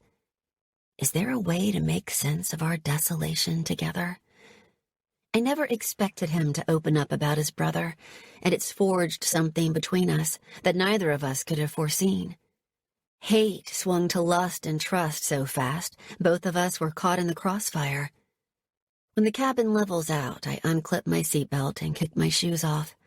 As gingerly as I can, I climb astride him, taking care not to knock his wounds. His eyelids flicker open, fixing me with that dark, unrelenting gaze. Is this the in-flight entertainment? Sex and danger, or sex after danger? I ask him, adapting the locker room scrawl for my own situation as I plant soft kisses to the corners of his mouth. Congratulations. You won me, Mr. Marchesi. How would you like to claim your prize? His eyes narrow. Is that a trick question? Which one? I believe I just asked you, too. You were never mine to win. His eyelids flutter shut again. You have the power to choose. Sex and danger, or sex after danger? I repeat softly. This entire trip has been dangerous, Tatiana, which, by your logic, basically means I've had an erection the whole time we've been in London. Want me to do something about it? I circle my hips slowly, feeling him growing rock hard beneath me. I need to hear you say it first. I choose you, I whisper. Louder, he orders. I choose you, I repeat. One more time for the assholes in the cheap seats. His eyes spring open again, and my next words are lost to the warm, unpredictable wilderness of his mouth. I won't go easy on you, he warns, threading his hands through my hair. I don't do gentle fucks. I don't want gentle. I gasp as his hand drops to my nipple, pinching it viciously. I just want to be with a man who doesn't break me. Oh, I'll break you. He rises to his feet with me, still wrapped in his arms. I'll fucking shatter you. His mouth seeks out mine again, and a frisson of need zips through me. But I'll make you whole again by the time we land. Carrying me through to the small bedroom at the back of the plane, he places me in the middle of the white sheets and follows me down. When I spoke to my father, Are you trying to make me lose my erection, Dolcezza? He shifts his hips to press against my clit in punishment. Wait. I trail off with a moan as he does it again, even more sadistically this time. No more talking. Rearing back, he flips me onto my front and starts to unzip my jumpsuit. No more showers, no more alleyways, no more sucking off guns. Just you and me, naked. With you so full of my cum, you're dripping white all over your body and these sheets. Moaning with lust again, I arch my back as he drags the zipper tantalizingly slowly down my spine, before ripping the rest of it away, along with my black bra. When I turn over, he cages me in with his arms and gazes down at me. He's shirtless now, and beneath his scars and bruises, he's a perfect golden canvas, with a dusting of dark hair on his chest, leading down to a hard bulge in the front of his jeans that makes me swallow with difficulty. No more ice, Tatiana, he murmurs. You're too beautiful to have a frozen heart. Now, take your panties off. I do as he says, holding his gaze as the corners of his mouth start to curve. The first time is going to be hard and fast. The first time? I splutter, and his smirk widens as he pulls my legs apart and dips his head. A beat later, I'm arching my back in ecstasy as he wraps his lips around my clit and slides one finger inside me. You're so wet. His voice is ragged, his self-control slipping as he removes his digit to brush my lips with it. I lick his finger clean, tasting exactly how much I want him. Did watching me fight and kill turn you on? Flinging my arms back, I grip the edges of the pillowcase as one finger becomes two. All the while he's sucking and teasing me, telling me all the debased things he's going to do to me, which only makes me want him more. Wait until you watch me fuck your pussy. Now, I rasp, digging my heels into the mattress and rocking my hips into his mouth. With a growl, he climbs back up my body, ripping his jeans down to his thighs. Tossing me further up the bed, he tilts my pelvis to line up with his swollen cock. Oh my God, he's huge. Eyes on me until I say, he snaps. But I'm going to fuck you now, Dolcezza, he says roughly. I'm going to drive every bad thing that has ever happened to you away, because you're mine now. I feel him pushing against me, slipping easily through my slick folds. This is us, Tatiana. You and me. His eyes gleam with need as he slides in even further. Us against the fucking world. With a savage jerk of his hips, he unleashes his base nature, driving in deep and robbing my lungs of air. There's an aching pain, but there's so much pleasure, too. And for the first time in my life, it isn't being stolen from me. Shit.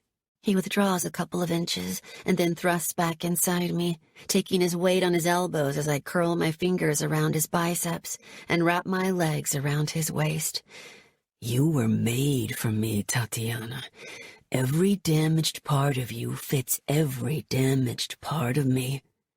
Rising up on his arms until his palms are flush with the mattress, he adds, Watch this. Watch us. Intrigued, I tilt my head, catching a glimpse of him pistoning in and out of my pussy, seeing the moment he makes me full of him, and then feeling it in every nerve. Oh my God, I groan. Perfect, he says, catching my mouth in a rough kiss as he lowers himself back to his elbows again. Fucking perfect. That's when he starts to move, taking me apart piece by piece with his vicious, unrelenting strokes, hitting me so deep I don't know whether to scream or moan. He's right. He doesn't do gentle. He does hard, filthy, and fast, and as the sound of flesh on flesh fills the air, the smell of sex permeates the walls. I can feel my own walls quivering when he pulls out of me with a low hiss. Rolling me over, he drives back inside me again, pinning my body to the mattress, sliding a huge forearm under my neck and locking my head against his shoulder, while his other hand fists my hair, pulling it so tight that it stings at the roots. Panic courses through me when I realize I can't move. I'm totally at his mercy. "Trust me," he murmurs, "and I'll trust you." Holding me taut like this, he slams in and out of me so violently I'm gasping for breath. He's making me surrender everything to him. My pain, my loss, my loneliness.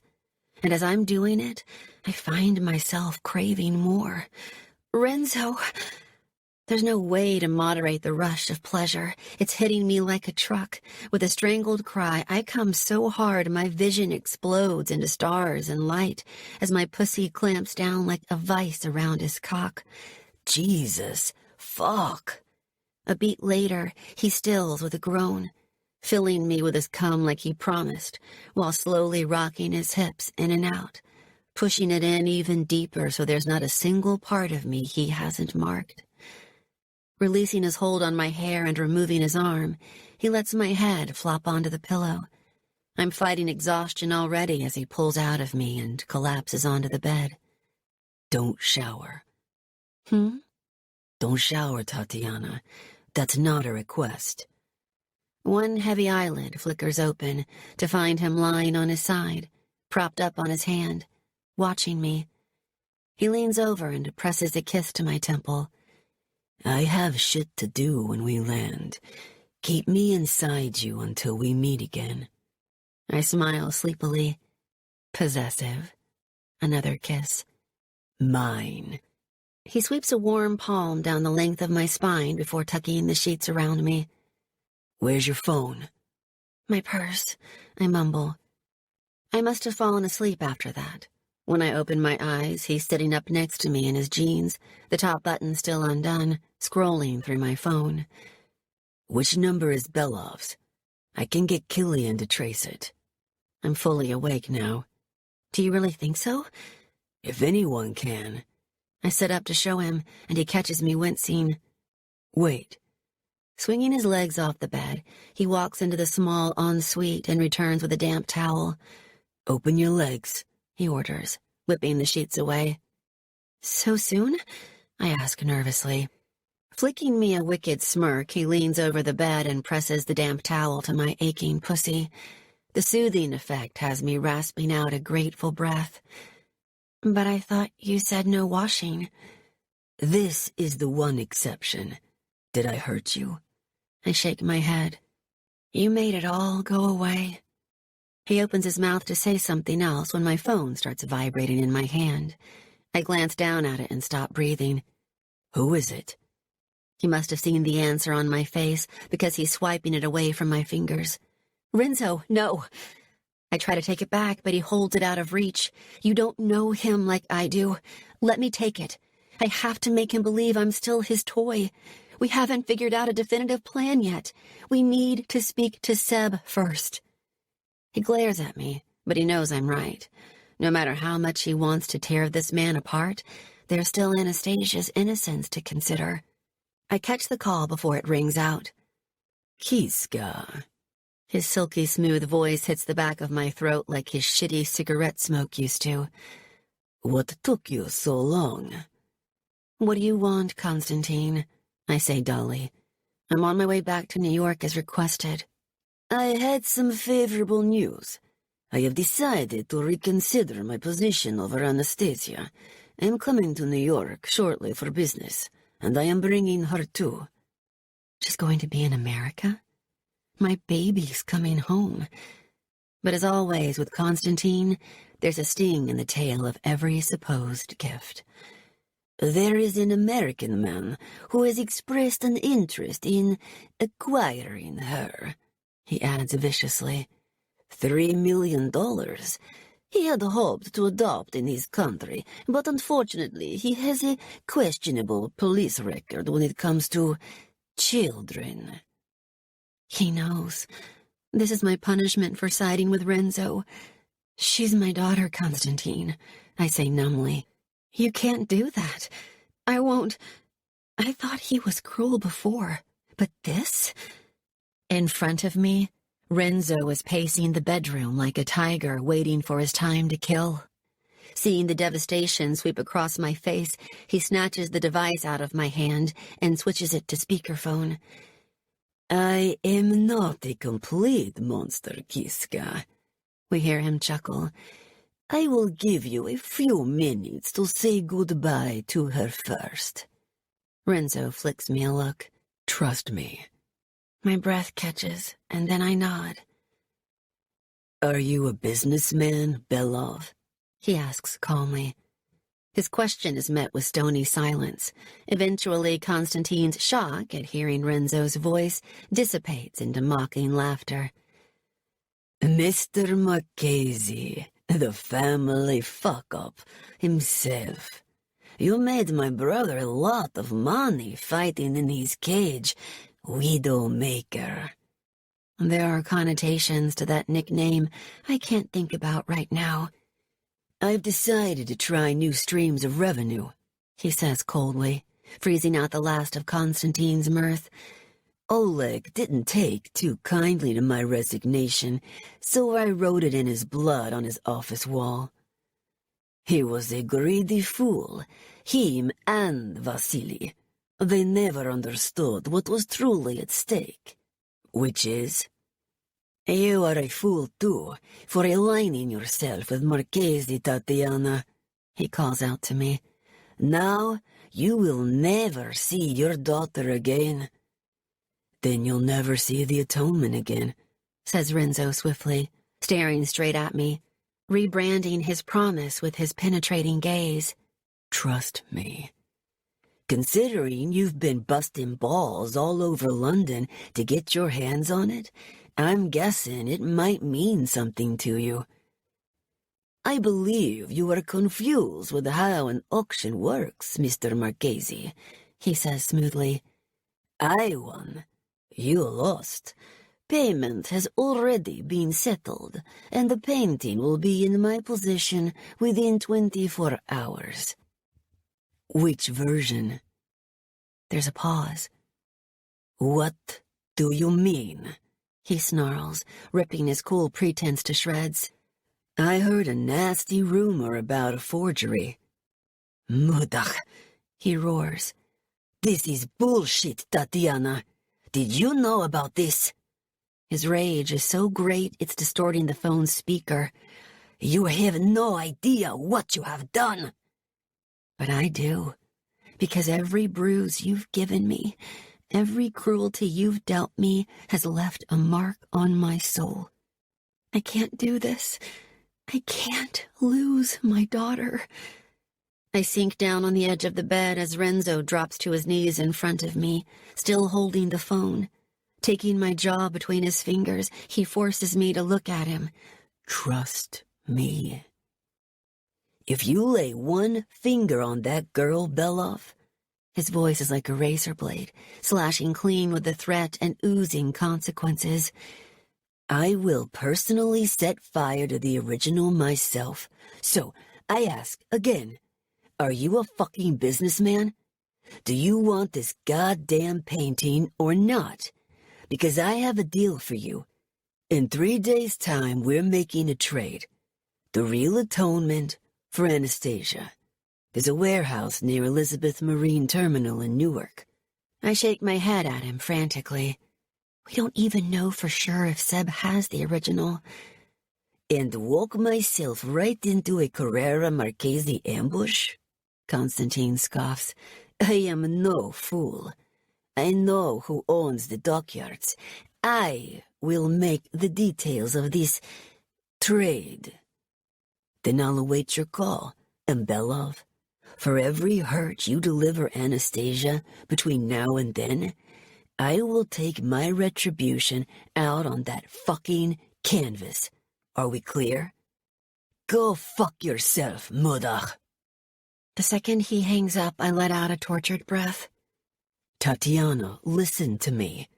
Chucking my phone across the bed, he takes my face between my hands again. Belov has no idea of the war that's coming to him. We've been fighting our battles on our own for so long, Dolcezza, but this time, we're fighting together. We're stronger together. He smears my tears across my cheeks with his thumbs, and I find myself daring to believe him. When he crashes his mouth down onto mine, I find myself daring to believe in a future. Chapter 20. Tatiana. They say time can be measured in steps as well as passages. For me, it's the 3 polished granite ones leading up to my family's apartment block on 57th Street. I take the first step, and I'm 18 again, wearing too much makeup and drunk on the promise of fun, eager to Instagram my memories, just so I can boast about how perfect my so-called life is. The next step sees the lie come crashing down. It's the night I ruined the painting Ines and turned my self-loathing into parental relationship ruin. I missed this one in my haste to escape and went tumbling to my knees on the sidewalk. The third step is my favorite. It's the here and now. It's the one that finally brings me back. From outward appearances, it's like I never went away. I find myself smiling up at the same doorman as he opens the door for me. The gold sentry mat still rucks in one corner, no matter how many times it's been trodden on in the last 5 years. But I'm different. A little battered, a lot bruised. Wearing a ruined designer silk jumpsuit with messy dark hair and smeared makeup, holding a square package in my hand that I collected from the gallery on the way here. Good afternoon, Miss Sanders. How lovely to see you again. As I step into the lobby, I catch the doorman glancing at my disheveled appearance before hastily averting his eyes. I've already called ahead. The senator is expecting you. He gestures at the waiting elevator carriage. May I take your parcel? No need. I hug it a little tighter, finding comfort in the way the sharp corners keep digging into my skin. Would you like me to accompany you up to... I think I remember the way. Giving him another tight smile, I press the button for the penthouse, and the doors close shut on his polite curiosity. The carriage rises, and with it, my apprehension. Renzo told me something before we parted at Teterboro Airport an hour ago, and I can't stop thinking about it. Everyone has a past, Dolcezza. Just don't let it fuck up your future. I get the feeling he was saying it to himself as well as me, because we're both heading toward family ground zeros. My father is waiting for me when the doors open, with a triple shot of Macallan in one hand and those familiar dark shadows at the corners of his mouth. Is not quite a smirk when he's not sure what's coming for him. He hasn't aged much in 5 years. His hair is still the same degenerate shade of black. His gray eyes are just as flinty and wicked. Mom used to joke that he aged like the fictitious Dorian Gray, and somewhere in the attic there was a painting collecting his age and his sins. We stare at each other until the doors start to close again, jolting me out of my trance. Diving forward, I slap my hand across them, and when I do, I nearly drop the package. Shit! Language! He glances down at it and frowns. Funny-looking bottle, he adds, finishing up his drink. Or is it the framed deeds to a French vineyard? His eyebrows shoot up as I take a hesitant step into his Calicut marble-lined lobby, and we're caught somewhere between a greeting and regret. Hello, Dad. Hello back. He tilts his head to the side and frowns again. Am I allowed to say you look like shit, or is it against the rules? For a political trailblazer, I'm constantly told I'm not very politically correct. I smile weakly. Since when have you ever followed the rules? Fair point. He goes to take another drink from his glass and then curses when he realizes it's empty. Beneath his easy swagger, I can tell he's just as edgy as I am. I glance towards the living room. Is Mom here? Yes, she's waiting and anticipating, but I wanted to intercept you first. Placing his glass down on a vintage French Empire gueridon, he flicks me the glimmer of a smile. No coaster. No telling. She'll have my balls in a vice for it. Truth is, I wanted to apologize. Dad, he holds up his hand. Hear me out. This is my keynote speech to you, complete with liberal cursing and self-flagellation. Pay attention. You'll enjoy it. He closes the distance between us and gently takes the package from my trembling hands, his face turning serious for once. I thought I was good at reading people's pain, Tatiana. God knows I've had enough practice of it. Turns out, it's different when it's your own kid falling apart in front of you. You're blinded by hope. You put faith in the law of averages. You tell yourself that all the crap you dealt with over the years automatically gives your offspring a free pass. He stops and grimaces. Spoiler alert, it doesn't. You don't need to say this. No, I do. His easy drawl takes on a harder note, and it's sounding a lot like regret again. I fucked up. The changes were there, but they were too subtle. And then one day, my only daughter left home at 18 without an explanation, except for a bleeding heart trailing her out of the door. He pauses. I set you free, Tatiana. I loved you, and I set you free like all those stupid fucking memes told me to do. I didn't listen to my instincts. He takes a step closer, his tone easing up again. I should have kept you close, not let you go. I pushed you away, I say, my voice cracking. I should have pushed back. The things I said. He scoffs and tucks the package under one arm. Did you know your mother pointed a gun at me before we were married? Words are just posers after that. I'm so sorry, I whisper. There were reasons. There are always reasons. Tricky little bastards. I like to wave my middle finger at them as they fuck off into the night. I have a daughter, I blurt out, my admission sounding so much louder than I intended. She's beautiful, and I can't hold her anymore. I can't hold her. The rest of my words end up muffled into a shirt as he closes the distance between us with a lightning-quick step and pulls me into a fierce embrace. Shit, I hear him say, managing to sound lost and angry and soothing all at the same time. Oh, fucking shit. Now it all makes sense. It's not. It doesn't. Tatiana? A softer voice joins us, dancing on the edge of our periphery. After that, my father's strong arms are replaced with another's, ones that soothe the part of me that needs her forgiveness the most. She's whispering things I've waited 5 years to hear. Whatever you need from us, it's yours. We love you. That never stopped. I read somewhere that the best kinds of embraces have to last at least 10 seconds to matter. I don't know how long my mother and I stand here in the lobby like this, clinging to each other like floating driftwood, but it's enough to make those portraits of hurt in my head finally start to fade. We're in the living room. I'm watching her rip open the packaging to the square parcel I brought with me. My father is sitting on the edge of the coffee table opposite us, 3 whiskeys down and counting. There's a lot of pain to dismantle, but there's something else that needs to be unpacked first. It's worth it. So worth it. Mom's breathless cries as the last of the foam strips fall away seem to be healing another part of me. But how? She gasps, flipping the painting around to show my father. I never even knew it existed. She's called Mary. I say, soaking in her happiness. I hope she goes part of the way in making up for what I did to her sister.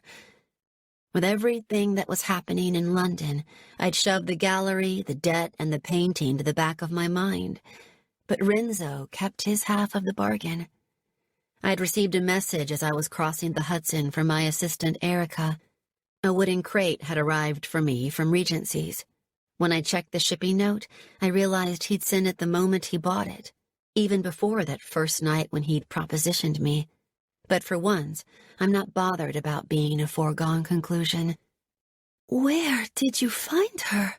she asks in wonder, her beautiful face flushed with excitement. "Auction house last week." I trail off when I notice her staring intently at something on the back of the canvas. "Oh my God, Rick," she exclaims. "It's an original. It has the letter." "What letter?" I watch them exchange a look before she's slipping a hand into mine and tugging me to my feet. "Come with me. This won't take long." Intrigued, I follow her into her study. There's an empty space on the dove-gray wall where Inés used to hang. I don't want to think about the last words that we exchanged in this room, but they're still haunting it. They're displayed on every surface, suspended in every painting. Wordlessly, Mom hangs the portrait in Inés's place, the size of the frame matching up perfectly with the faded square. Returning to my side, we gaze at it together for a moment. "What's her name?" "Mary." "I meant your daughter's," she clarifies softly. "I overheard what you said to your father in the lobby." "Anastasia." I flinch as I feel her hand slipping into mine again, smashing the locks to my final box of secrets. "Talk to me." I shake my head violently. I can't. I don't know where to start. "Then start at the beginning, and I'll still be holding you at the end." Suddenly, I can't see Mary anymore. My eyes are too full of tears. "The first time was in Dad's office." I falter before pushing myself to continue. "He had a sick sense of enjoyment over that. From then on, it was always in seedy motel rooms, chosen to make me feel as dirty as possible." She squeezes my hands tighter but doesn't interrupt. "He'd pick me up on my way home from friends' houses or school and hold his threats to my head like a loaded gun. I told so many lies to you, to Dad's security team. Oh, God, Tatiana. I can't do this. I've already hurt her enough."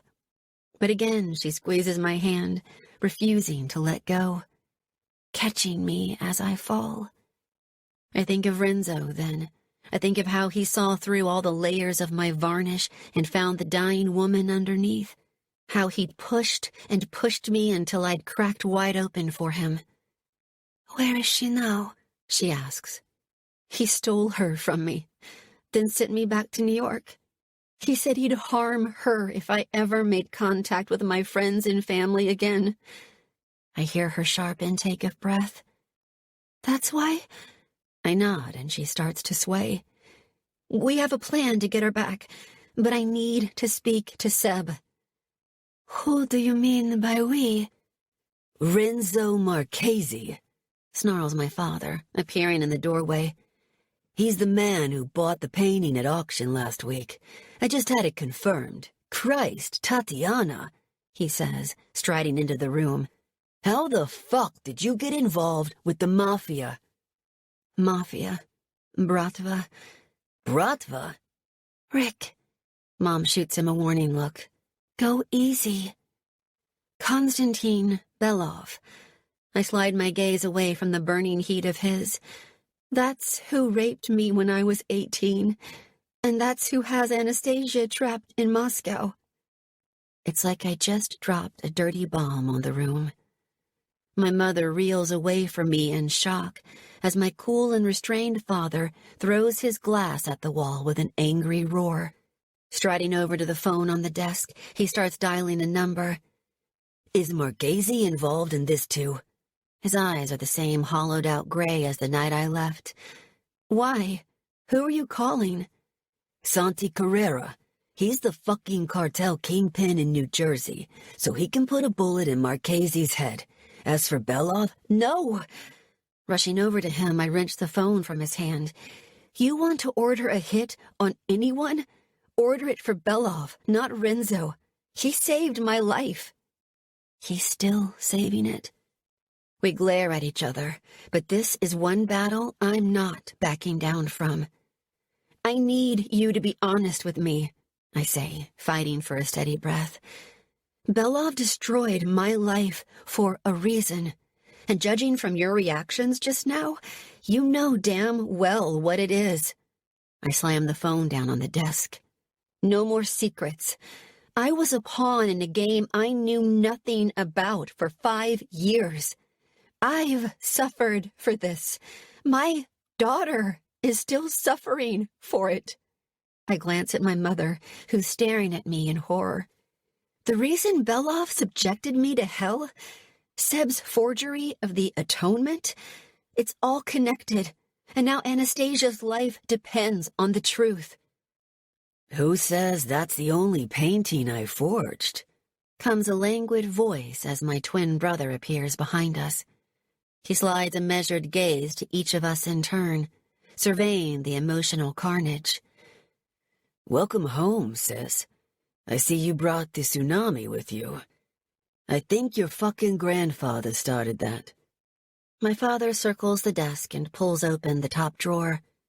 Taking out a small square envelope stained with age, he places it in front of me. Trust the older generations to screw it up for everyone else. What's this? I say, feeling like another bomb is about to drop. Reasons, he answers grimly, looping us back to our earlier conversation. The rare ones that don't get my one-finger salute.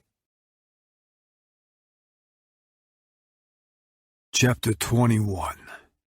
Renzo. I'm navigating the I-80 west like I'm racing the Indy 500, switching lanes at breakneck speed while wading through a river of contradiction in my mind. For the first time in my life, loyalty and revenge are running in two different but equally urgent paths. Tatiana, Nero. It's already 8:45 p.m., and time is ticking faster than I can outrun it. The underboss ceremony is set to start at 9:30 in North Caldwell, and I'm at least 22 minutes away. Still, a part of me wants to turn the car around. I want to drink in her surprise when she sees the bargaining chip I offered her that first night was never truly in play. I bought the painting to catch her attention. I never had any intention of keeping it. Somehow I always knew they belonged with each other. Who the fuck am I? That's a $2 million kiss. How did a week and 2 transatlantic flights flip every black and gray code I adhered to on its ass? I trust you. I believe you. My foot hits the gas as her voice echoes in my head. 6 words spoken with enough fierce conviction to persuade a man living for hate to live for something else. Even though I warned her I wasn't her savior, only a sinner who'd crawl back from hell for her, and then crawl straight back. I check my watch. 8:57 p.m. We're about to put that theory to the test, Dolcezza. I take the exit for Little Falls, racing the devil himself down Union Boulevard, when a switch trips inside my head. I need to push all thoughts of Tatiana to the back of my mind. Her daughter's life depends on my control and focus. It depends on me staying one step ahead. A predator doesn't charge at his prey with his teeth bared. He stalks the perimeter, trapping it in with no escape before going in for the kill. My gaze darts from the road to the speedometer, watching it tick higher and higher. 70, 80, 90. I glance down at my watch again. 9:02 p.m. But when I look up, all I see is the bright red glare of taillights stretching far into the distance. Fucking traffic. The tires screech in protest as I slam my foot on the brake, coming within inches of rear-ending the stationary SUV in front of me. The time I'd gained by doubling the speed limit is useless. I'm stuck in two-lane gridlock. Leaning back against the headrest, I grind my teeth together. The ritual house is only a 10-minute drive from my parents' estate. My father will be leaving any minute. I'm not gonna make it. In a moment of recklessness, I scroll through my phone, my finger hovering over my father's contact number. Telling him everything would solve my problem, but it's a dangerous play. My father entrusted Killian with the files he'd found on Nero's phone because he knew something wasn't right. Outing Sal over the phone would make him volatile. My father is a calculating man. When he learns whose hands are stained with his son's blood, there's gonna be harsh recriminations. A father's vengeance isn't methodical. It's chaotic and violent. And I'm done losing family to that shit. Plus, I need Sal alive. For now. Konstantin Belov didn't outlive his brothers by being reckless. My uncle is the only ally he has left in America. As such, I can't risk taking him out too early. He'll be involved with this trade-off with Tatiana's daughter somehow. I can fucking feel it. Cursing under my breath, I slide my finger to the name beneath my father's. Another risk, but one who's proven herself to have an iron will. It takes 2 rings for my sister to answer. Where the hell have you been? She cries in lieu of a greeting. London, but that's not... London? Renzo, we'd barely left the cemetery, and you just... Rosalia! It comes out a little harsher than I intended, but I don't have the time to play 20 questions. I need you to listen to me. It's about Nero. She quiets immediately. What's happened? What hasn't happened? A year's worth of drama has unfolded in the last week, most of which I'm still processing. I'm close to revenge for him, Ro. Before she demands answers I won't put her at risk to give, I add, but I need your help. Renzo, please, don't... There's a high note of panic in her voice. I can't lose you too. It's not worth... Piccolina, I love you, but if you don't shut up and work with me here, the bastard's gonna get away with it. There's an important meeting starting in about 28 minutes. I need to have a seat at that fucking table, but I'm stuck in traffic with no sign of movement. Tell me what to do. Is Dad still there? There's a weighted pause, and then the sound of light footsteps. Yes, his car's still outside. I let out a breath. I think I can hear him downstairs. Shit, he's leaving. Stall him. Do not let him leave that house for at least 30 minutes, Rosalia. I don't care how you do it, just make it happen. How am I supposed to do that? Get creative. She mumbles out a curse. The next sound I hear is that of a door opening. I'm about to ask her what the hell she's doing when the line is filled with a loud clacking noise. It takes me back to the first night in Tatiana's gallery and when I watched her walk away from me, knowing deep down we were a done deal already. What's that? I demand. Manolo Blahnik's hardwood and creativity, She says with a sigh. You owe me for this. For Nero, I mutter. For Nero, She returns softly. The taillights in front of me start to dim, igniting a slow wave of movement. I've barely eased my foot off the brake when she lets out a blood-curdling scream, causing me to slam on the gas, nearly rear-ending the SUV in front of me for a second time. What the fuck? I choke the steering wheel and listen to thud after thud until a final sickening crash elicits a piercing cry. My jaw drops when I realize what she has done. My beautiful, fearless, crazy sister has just thrown herself down a flight of stairs for me. Wincing at her curses, I make a mental note to buy her half a Tiffany's when this is over. Rosalia! My father's panicked baritone voice thunders in the background, the tension in my shoulders easing the louder it gets. "Becca!" I hear him shout to my mother. "Call an ambulance!" I revise my earlier thought. For this, I'm buying her every diamond Tiffany's has. It starts raining 2 miles before I cross into North Caldwell.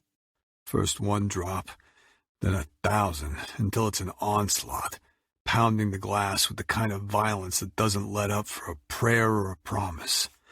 At the same time, the dark clouds and thunder come rolling in from the south, blanketing the stars and warning. By the time I pull up to the curb outside the simple ranch-style brick house, the needles hidden the windshield have turned into a solid sheet of water. Through the downpour, I see my father's Benz sitting in the driveway.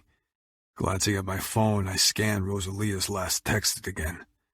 Couldn't stall him any longer. He just left. Sent at 9:27 p.m. I check my watch. 9:38 p.m. Late, but only by a few minutes. I send a message back to my sister as I slide the car into park. "Just tell me you didn't break anything." She answers immediately. "Nothing that a year's worth of spa days can't fix. Be careful. I love you." Killing the engine, I exit the car and follow a broken sidewalk toward the house, letting the freezing rain numb the small sliver of conscience Tatiana has resurrected in me. Nothing about the place screams sin. It's a red brick, unassuming, single-family residence owned by our consigliere's sister-in-law. Blank facade, empty and untraceable. By the time I reach the door, the black shirt and jeans I changed into 41,000 feet above the Atlantic are drenched. My hair is plastered to my head, and my razor-thin layer of restraint is close to breaking point. I don't knock because it's my goddamn ceremony. Instead, I turn the handle and walk right in. 4 heads snap toward me, followed by the barrels of 4 loaded guns. "Nice to see you, too," I say, pausing at the threshold. The inside of the house isn't much different than the outside. The furniture is sparse. There's a wooden table in the middle of the room, with an uncorked bottle of Chianti, 6 crystal glasses, a 5th gun, and a switchblade resting in the center. There are 6 chairs, and 4 are already occupied by the major players of the Marchesi family. My father is sitting at the head, with Uncle Sal to his left, in Nero's seat. Next to Sal is Paulie, with Anton Altieri, my father's confidant and consigliere, situated on his opposite side of him, like a fucking bookend. It's the 2 empty seats on his right that catch my attention. Mine and the one next to that, where Sal is supposed to be sitting. My father lowers his gun, then raises his hand in a silent command. I hold each of their gazes in turn as they holstered their weapons, pausing on Sal for the longest. "Lorenzo," my father gives me a curt nod. "You're late." Closing the door behind me, I offer my one-word explanation. "Traffic."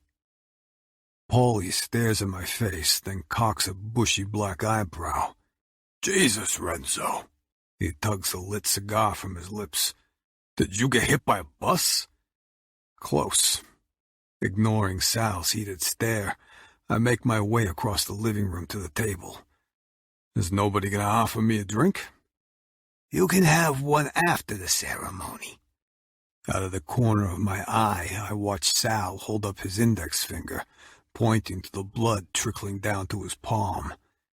In my honor. Over my dead body. Resting one palm over the white prayer card in front of him, my father stares at me with an unreadable expression. Although there's not a wrinkle on his designer black suit, his tanned face is creased with lines that weren't there a few days ago. "What do you have to say for yourself?" "I'm here to take what's mine, and then I'll atone for past sins." Holding his gaze, I drag the word out, urging him to catch its silent meaning. "I know everything." You can wipe your ass with that apology, Lorenzo. Sal says, drumming his fingers against the table. You had 3 months to step up, and you failed. Now it's my turn. This is my fucking ceremony. My father's head snaps to his left. Check yourself, amico, he says sharply. I'm the boss of this family, so it's mine. I called the shots, not you. Sal bares his teeth, his feet hitting the floor as he shoves his bloody finger at the prayer card underneath my father's hands. It's too late, Gianni. My blood is already staining the card. In response to his outburst, my father opens his clenched fist, revealing a silver lighter in the center of his palm. He casually flicks the lid, igniting a bright yellow flame. Until the card is lit and passed, nothing is official. Renzo is next in line for underboss, and as you can see... Pausing, he motions the flame toward me. He arrived before anything burned. This is bullshit. Turning his ire further down the table, Sal glares at Anton. Do something. Gianni's right, Anton notes. A sliced finger doesn't give you the right to anything but a Band-Aid. Sal curses his mother in Italian as Paulie bites back a laugh. Underboss is still open. My uncle's fury carves a promise of retaliation into his face. Sal may be a traitorous bastard, but he's not stupid. He knows I was in London. He knows I'm close to figuring shit out. With Vasily's decapitated body pulled out of the Hudson early this morning, he's grasping at straws. Renzo, my father commands my attention while tucking the lighter back in his fist. Are you here to officially claim the position of underboss of this family? Yes. He nods. Then let's begin. Salvatore, move. Rage simmers in my uncle's eyes as he rises to his feet, kicking the chair away from the table as Paulie and Anton silently shift down one seat. As I take my brother's seat, something inside me shifts. There's a reverence in the room as Anton hands my father the knife from the center of the table. In response, the rain falls harder, beating its vindication on the roof, as my father slices a vertical line down the pad of my finger. Te le prometto, Nero. As 3 drops of blood trickle onto the St. Michael's prayer card, my father flicks the lighter and burns the corner. English fades into the sacred Cosa Nostra oath as it's quickly passed around the table. You live by the gun and knife. You die by the gun and knife. Every spoken repetition reveals more of their truth. For 3 months I've avoided this moment, not because I didn't want the position, but because accepting it made admitting Nero was really gone, that I was powerless to stop his murder. But I'm not. I'm the fucking underboss of the Marchesi crime family, and I'm about to turn the streets of New Jersey red. Congratulazione.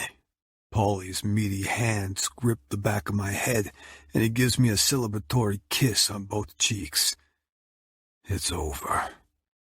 My father extinguishes the flame and places the knife on top of what's left of the charred card, a symbolic gesture that seals the ritual. As Anton fills 6 glasses of Chianti to the top, my gaze strays to one in front of my old captain's seat.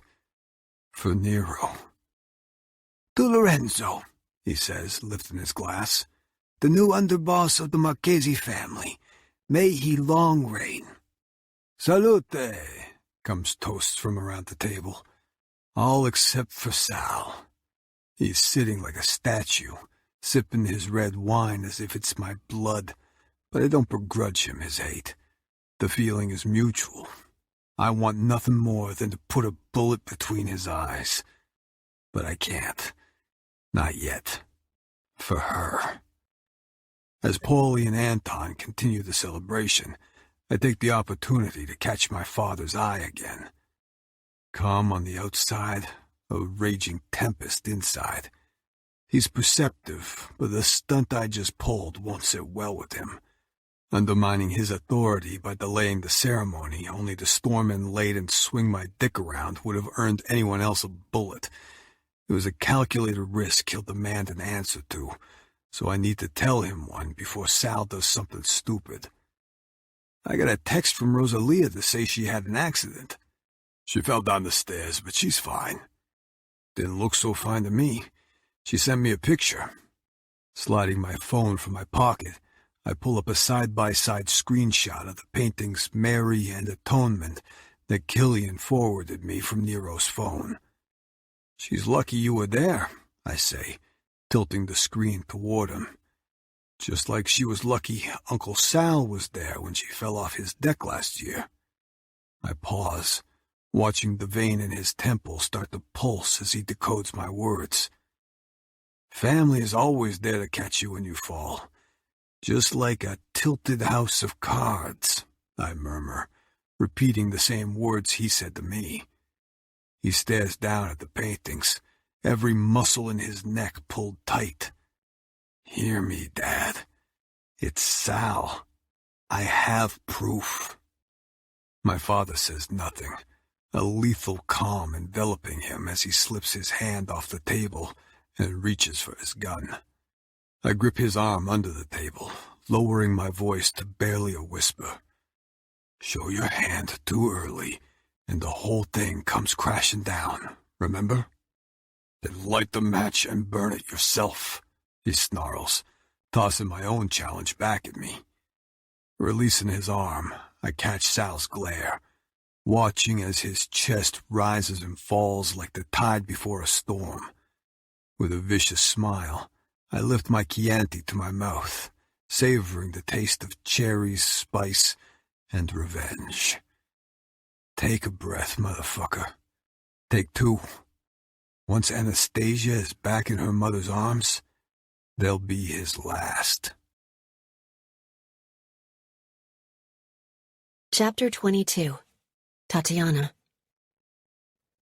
The rain started falling the moment my father handed me the letter, lashing out at the penthouse's windows like angry fists while streaking the glass and obscuring the horizon. It didn't let up as we sat and talked and cried and mourned until well after 2 a.m.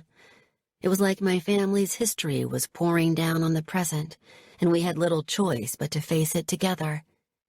It's 3 a.m. by the time my driver, Andrew, pulls up outside my apartment block in the East Village. Surface water has turned roads and sidewalks into sheets of reflected light and neon. There are major storm warnings out for the whole East Coast, but mine already hit around 3 hours ago. I know why Constantine targeted me. I know how deep the Russians' hate goes. Would you like an umbrella, Miss Sanders? Andrew asks, frowning at his windshield. No, thanks. I'll make a run for it. Checking my phone, I try Renzo one more time, but it goes straight to voicemail. As you wish, ma'am. Climbing out of the car, I sprint the 20 feet to the front door, clutching the letter and my phone to my chest as the rest of me gets soaked through. I collect the spare key from the doorman and let myself into my apartment, leaving a trail of water droplets behind me. Closing the door, I toss my phone and the envelope on the table in the hallway, keeping the rest of my place in darkness as I pad through to the master bedroom. I'm stripping off my wet jumpsuit and lingerie as I go. I'm thinking about Anastasia and how her hair changes color when it catches the light.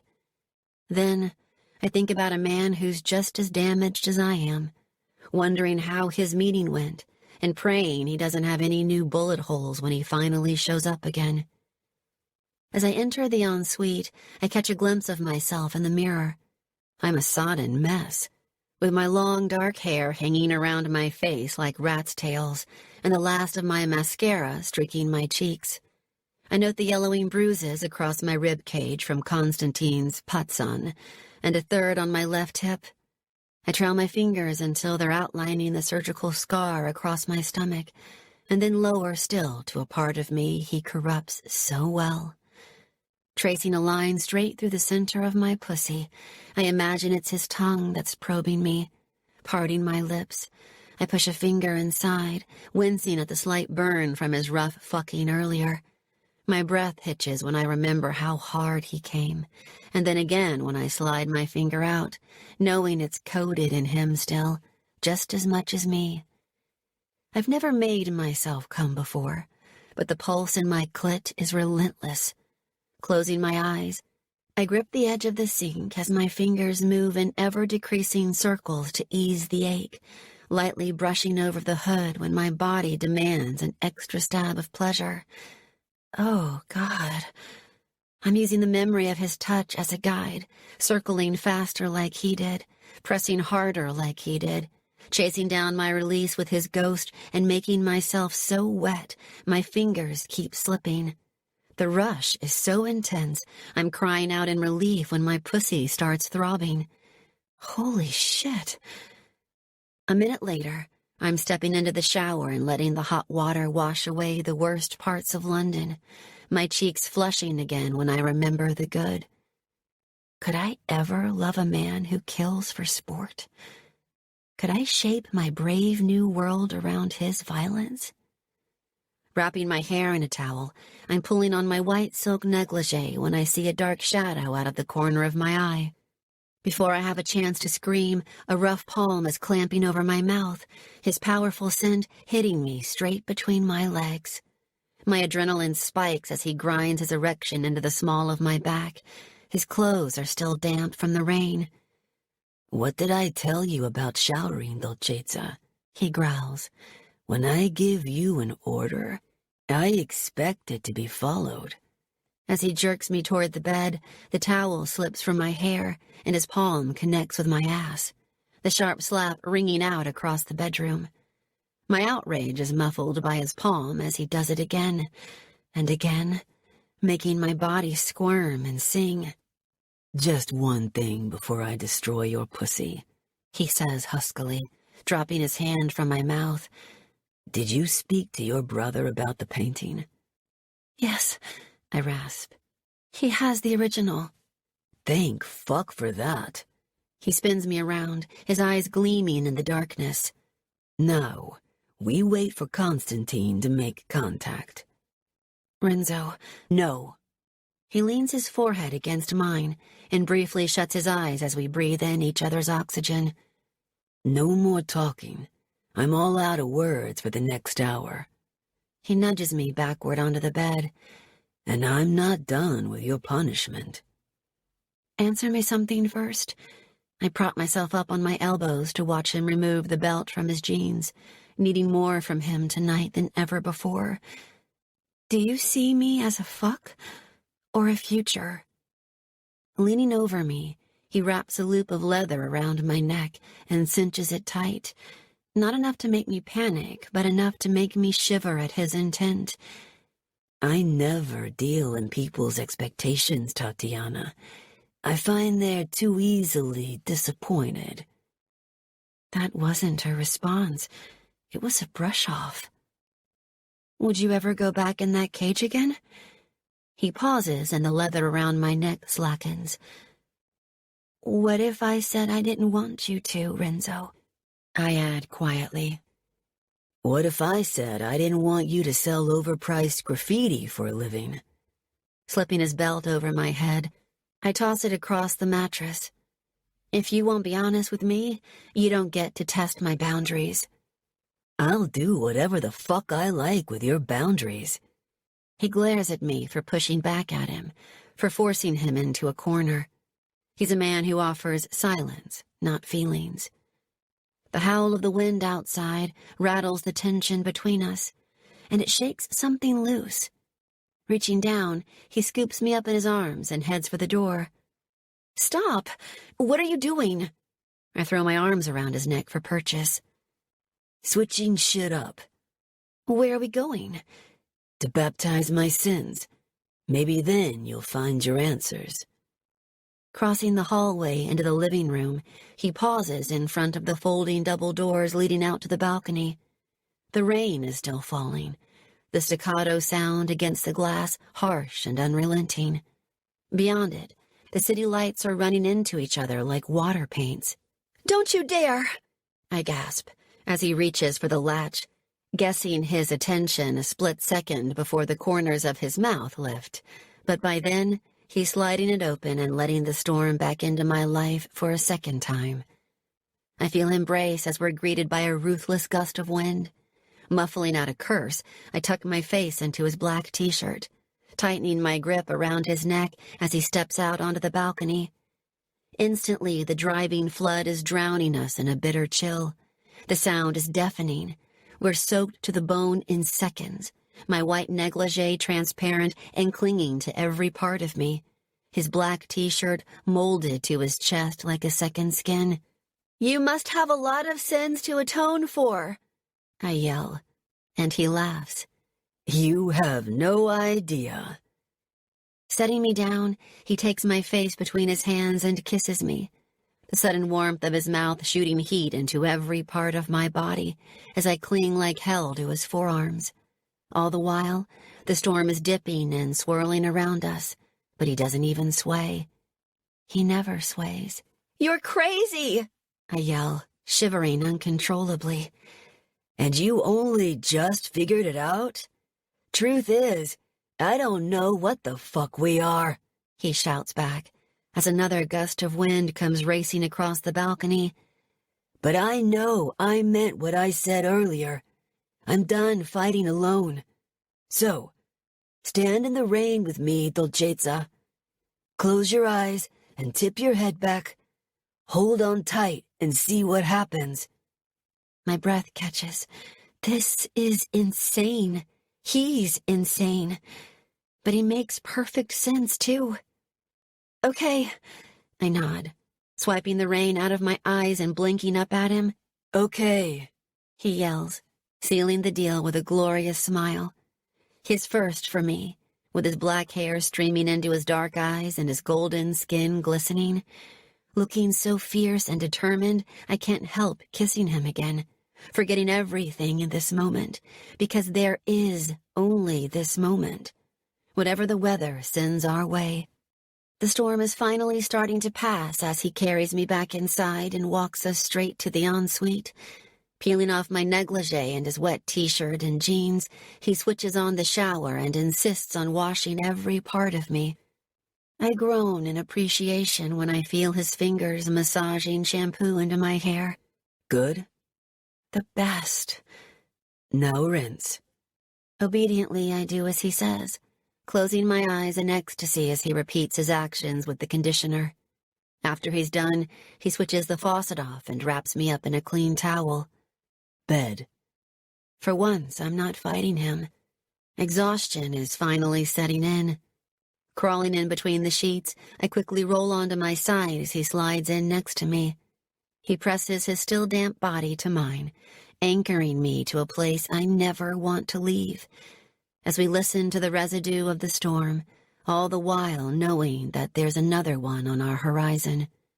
It's a waiting game now, waiting for Constantine's message, waiting to wrap my arms around the missing piece of me, waiting for his vengeance. "Now we talk," I hear him murmur, but by then I'm already drifting off to sleep. I wake before dawn, right before the big color explosion, when the reds and golds are still muted tones. Lifting my head from the pillow, I find him sitting in the chair next to my bed, wearing his black jeans, with his feet up on the edge of the mattress, and a bottle of my whiskey resting on the floor next to him. He's reading the letter my mother gave to me last night, the one that solves all the riddles. I lie there, watching him dissect my grandfather's words, absorbing his half-frown as he flicks through the 3 pages detailing the black truth about Constantine's hatred for my family. Once finished, he returns to the first page for a repeat, picking up the whiskey bottle as he does and taking a swig. Who knew the price of my misery was a $? He looks up at the sound of my voice, our eyes meeting over the top of the crumpled paper, and he slowly returns the bottle to the floor. "The price of your misery is a bullet to the head of the man who caused it," he says, his deep voice rough from lack of sleep. A $sign and 10 paintings, I clarify, tucking my knees up to my chest. Turns out, the one thing I clung to for comfort for 5 years was the root cause of everything. Here's where we differ, Dolcezza. He rises to his feet and stares down at me for a moment. To an outsider like me, art isn't something to fucking lose yourself in. It's where you go to find what you're looking for. When did you get so philosophical? Only happens when I'm 4 whiskeys down. He holds up the letter. And your mother never told you about any of this? I shake my head. Not until yesterday. Who else knows? My dad. Seb. I sit up slowly. She only discovered she was Andrei Petrov's daughter after she met my dad, but she renounced her ties to Russia immediately. So, this is all just a fucking treasure hunt for Belov? He sits down on the bed next to me and rakes a hand through his black hair. Put it to me straight, sweetheart, because my history is all shades of screwed up, along with my appreciation of paintings. Do you remember what Ivan said to us in London when I was appraising the atonement before the auction? Not particularly. I was too busy deciding whether to have your ass or your pussy for lunch. Giving him a small smile, I lean forward and wrap my arms around my knees. He was talking about how the Nazis stole loads of art during the Second World War. I prompt gently. Well, they stole from my family too. They stole from Petrov's ancestors and gifted them to another Russian family for being betraying, murderous, Nazi-sympathizing fucks, he finishes, taking an extra long swig of whiskey. Yeah, I read that part.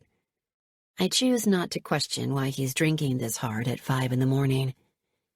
40 years later, my grandfather, Petrov, tracked the family down, killed a lot of people, and took the whole collection back from them.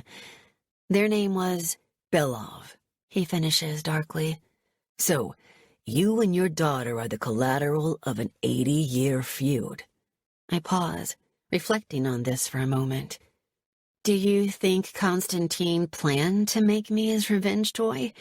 Or do you think it was a chance meeting and a shitty fate? Doesn't matter. The fucker will be dead soon anyway. Placing the bottle and the letter on the nightstand, he pulls me into his arms. Petrov made the whole collection disappear before he died. He told everyone it was destroyed in a house fire. He knew the Belov family was obsessed with it and that they'd never stop hunting it. In today's market, it's priceless. He left that note to my mother with instructions on how to find the collection. He'd written a letter on the back of 10 different paintings which, together, spelled out a location in Russia. After that, he had them sold at auction and scattered them to the wind for her to find. But Constantine found out about the note. He guides me back down to the bed and gives me a lingering kiss. Seb's been flooding the market with fakes, while my mother and Ivan have been quietly acquiring the originals. Does your mother have all 10? She does now. I frame his face in my hands as I bathe in his whiskey breath and strength again. Thanks to you, I was able to give her the final one last night. Chapter 23. Renzo. Sex and intimacy don't belong in the same sentence. At least they never used to for me. Then a raven-haired empress took a paintbrush and splattered color all over my perfectly fucked-up gray world. Sex, intimacy. Since meeting Tatiana, those 2 words have become so entwined, I know I'll never be able to separate them again. Because I don't want to. She fell back asleep after we talked.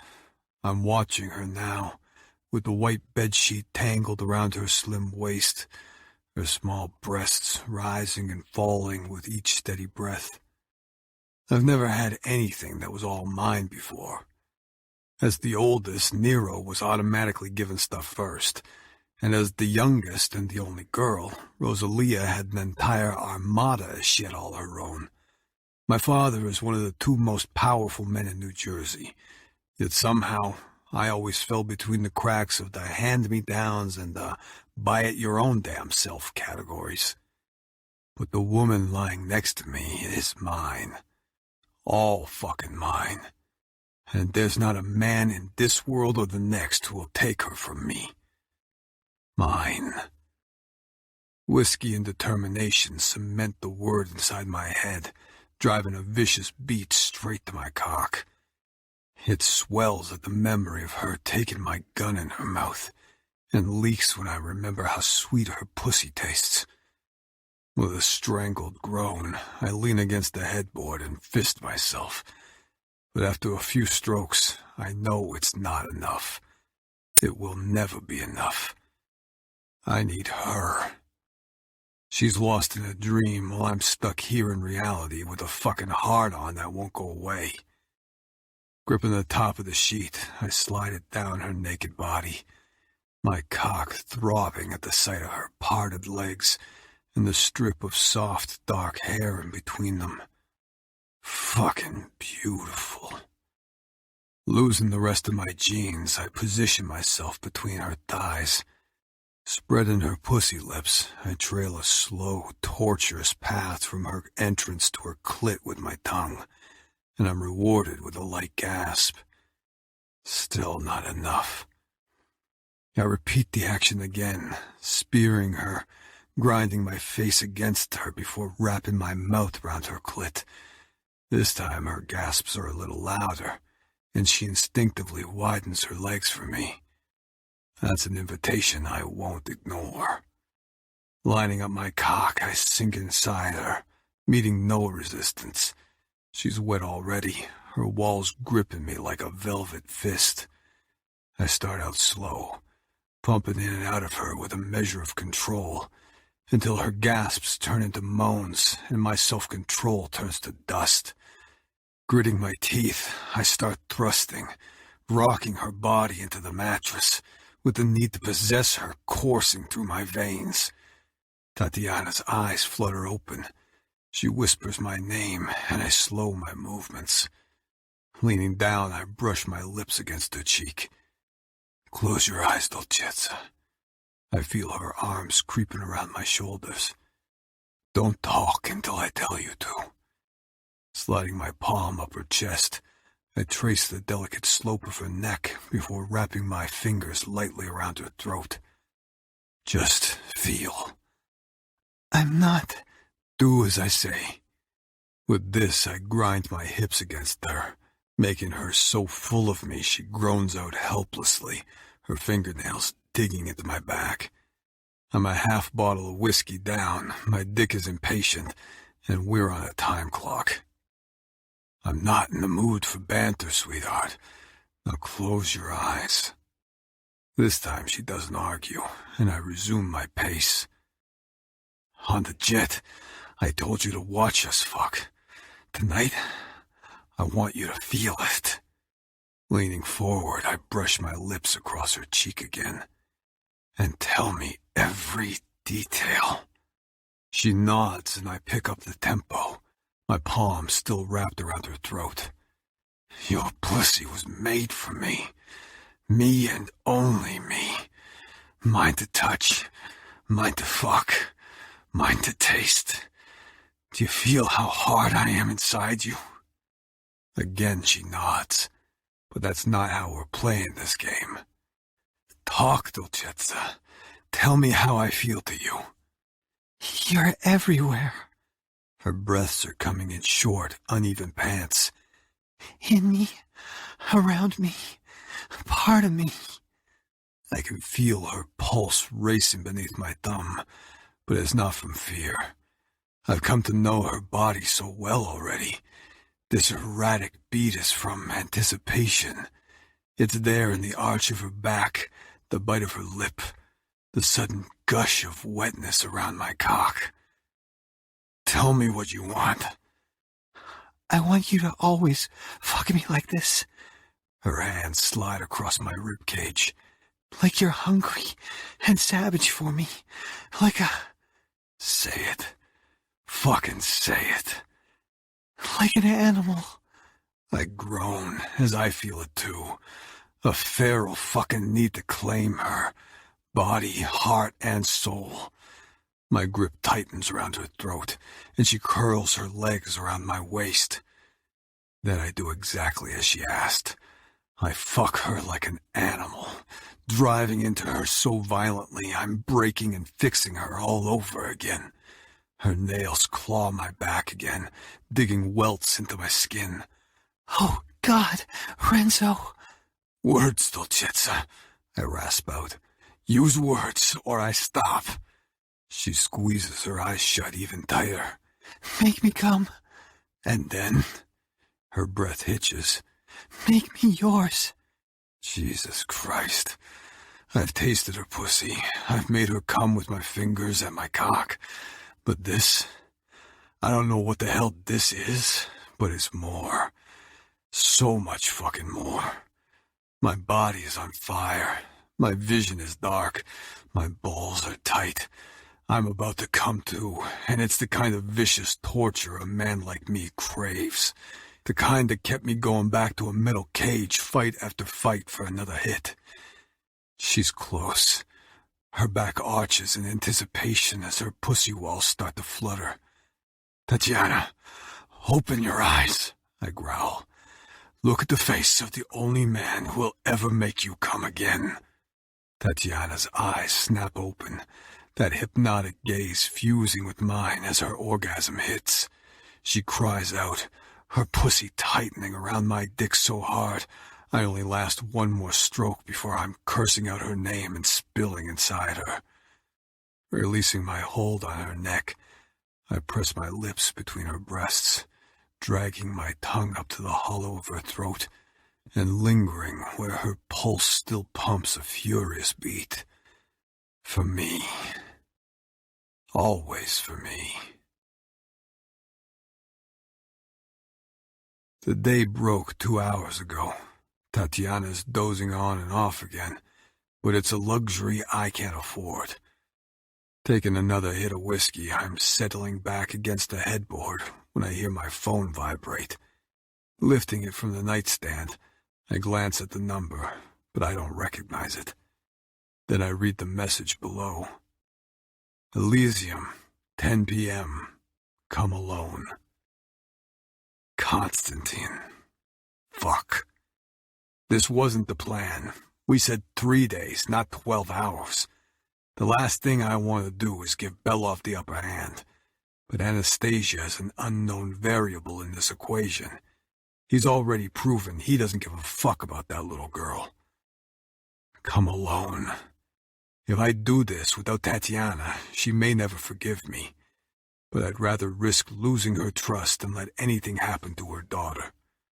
With my mind made up, I grabbed my jeans and t-shirt from the floor and dressed quickly. Finding a notepad and a pen in the living room, I leave her a message telling her I'll call her later. Then I lock the door behind me as I leave. When I reach my car, the same switch flips in my head. It's business now, pure and simple. Sliding my phone from my jeans pocket, I type out a message to a more familiar number. Meet me at the Obsidian Casino in Atlantic City at 11 o'clock a.m. Tossing the phone onto the passenger seat, I start the ignition. Someone once said that in order to kill a demon, you need to confront your own first. And that's exactly what I intend to do.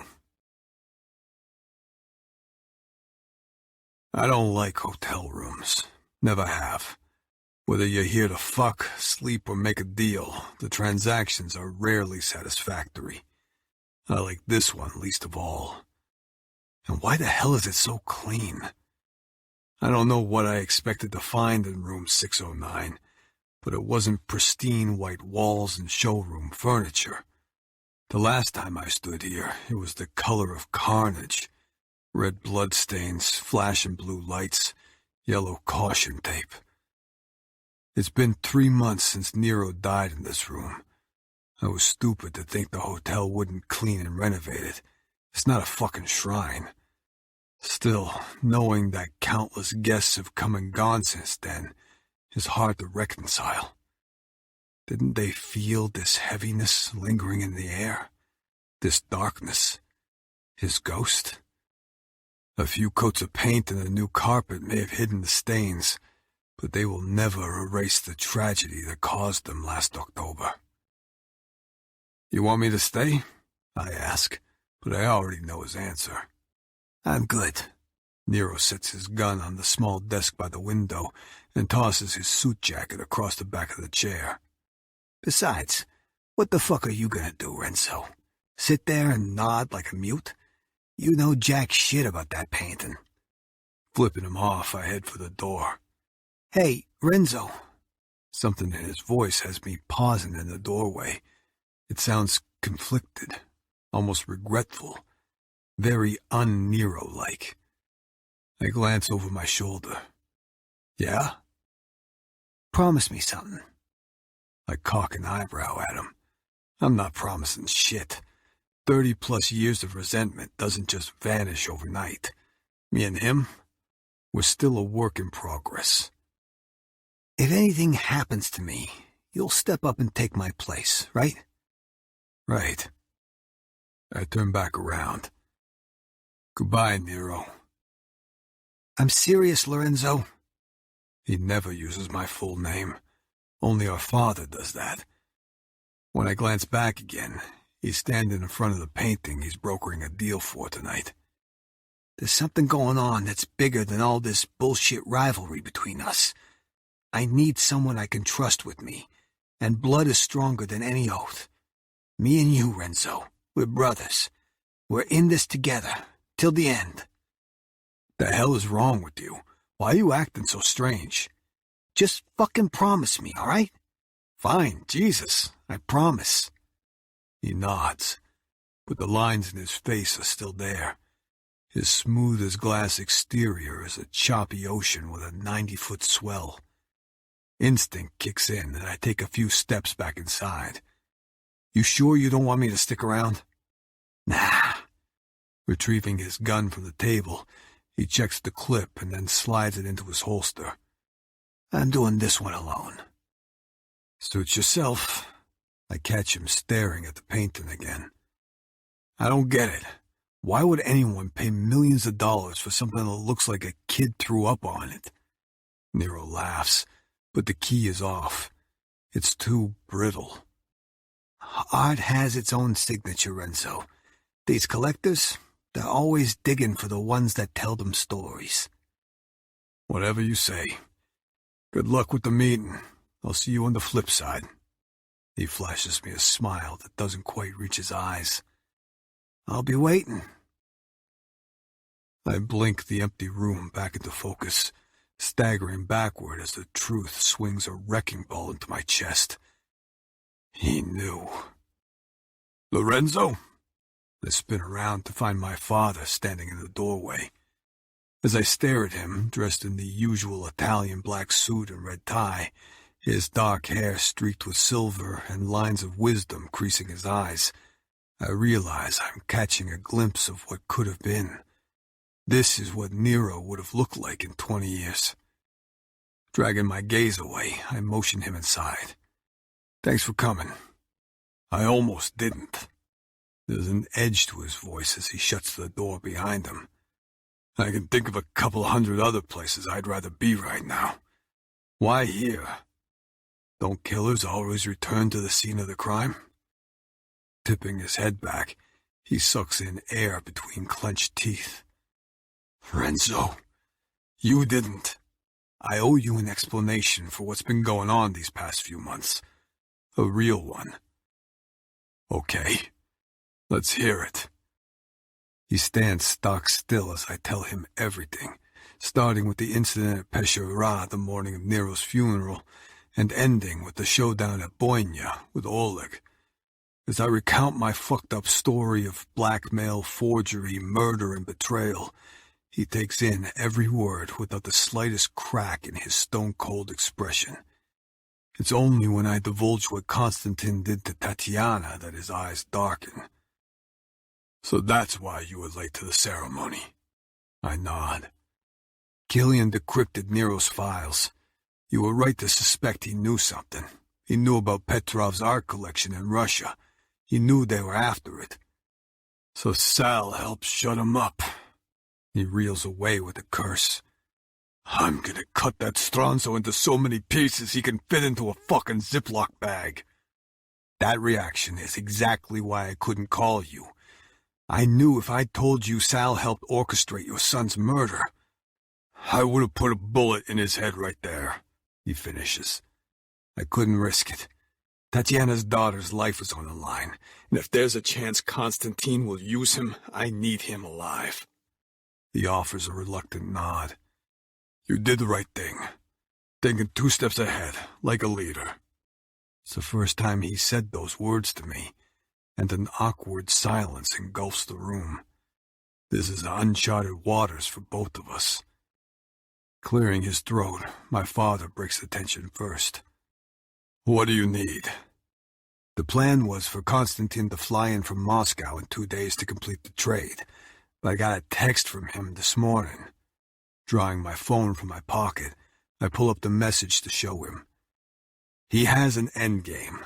I don't know what it is, but I want to be ready for it. You need backup at the gallery. I'll send Paulie's men. I'll take all the reinforcements I can get. And Sal? My father wants blood, but I can't give him his retribution yet. Call a meeting with Paulie and Anton. Fill them in, then put them on discreet surveillance. Constantine won't bring the girl to Elysium. He'll hide her somewhere else. And my money is on that somewhere being with Sal. My father dips his chin in agreement. I start toward the door when he steps in front of me. There's something else you're not telling me. Blowing out a harsh breath, I gesture around the room. Being here reminded me of the last conversation Nero and I had. I glance up, anger replacing regret. He knew. He fucking knew there was a chance he wasn't walking out of this room alive. If I'd listened, maybe I could have... Renzo, stop. He places a hand on my shoulder, his stony expression softening. Guilt is a useless emotion, says the man who's never felt it. He lets out a wistful laugh. I lived a very different life before you were born, Renzo. Your mother may be my greatest love, but she wasn't my first. He drops his hand and sweeps it across his jaw in a gesture that mirrors my own. Your grandfather demanded every captain bring an individual skill to the organization. Mine happened to be arson. If someone neglected to play by his rules, they met an unfortunate and unidentifiable end. The confession lands on me like a lead weight. You burned them alive? Sometimes. Other times it was just a statement. Jesus Christ. One restaurant owner refused to pay, so I torched the place. I didn't know she was inside. His jaw is working hard to contain his pain. I carried that guilt for a long time, until I met your mother. She helped me see that I can't change the past, Renzo. The best anyone can hope for is to take control of the present and make it right. I hold his stare. And the future? I guess that's up to you. Chapter 24. Renzo. I leave Atlantic City and head northeast, approaching the Hudson around 4 p.m. and reaching Manhattan by 5. I park a couple of blocks from 57th Street and check my weapon before exiting the vehicle. I'm leaving nothing to chance, not with whom I'm about to meet. Men who sell respectability with a pledge and a pin are just underground kings with less interesting social lives and sharper suits. I don't buy his illusion for a second. He smiles pretty for the camera, and he says all the right things, but it's only to divert attention away from his Colombian cartel kingpin buddy, who's busy importing $500 million worth of coke into the country each month. Senator Rick Sanders has made himself an empire out of smoke and mirrors, but everything shatters if you aim a bullet at it. The doorman eyes me warily as I approach the building. I'm not wearing a $10,000 suit today, and therefore I don't belong. I'm here to see Senator Sanders. Is he expecting you, sir? No, but I'm betting in about 60 seconds you'll be calling an elevator down for me. Tell him it's Renzo Marchesi. If you don't mind waiting here, Mr. Marchesi, he says frostily. I watch him pick up the phone and call through to the penthouse. The conversation is predictably brief before he's replacing the receiver and ushering me toward the elevators. I make a point of checking my watch as he presses the call button. I stand corrected. That only took 10. I travel up to the penthouse alone, bracing myself for violence as the doors slide open. What I get is an empty lobby with more marble than a Greek temple, and the painting I've spent the last week chasing halfway across the world resting innocently against the wall in front of me. I step out of the carriage to take a closer look, and the shadow catches in my peripheral vision. Fuck. A beat later, there's a quick draw, and I find myself crossing guns with the very man I came to see. "You're a long way from New Jersey, Mr. Marchesi," Sanders says, flexing his hand around the grip of his Colt 1911, looking more like a black-haired devil than the average bloated politician. Clearly, sin is the new Botox for the ages. "And you're a long way from morality, Mr. Washington, D.C., I counter, my Glock 17 sitting pretty in my hand as I stared down the barrel of his gun. But who gives a fuck about the distance when there's this much fun? Do you kiss my daughter with that mouth? I'd tell you a lot more about her and my mouth if you weren't pointing a goddamn gun at my head." That slams the brakes on his humor. "You know, she begged me not to kill you last night." I laugh. "You couldn't shoot a moving target without glasses these days, old man. I'm not so easy to put down." He smirks at the balls on me, but his gun doesn't lower an inch. "She said you saved her life in London, so I'm giving you a 3-second head start for that. No harm is going to come to her when I'm around." Bold words from a man who walks in the shadow of death.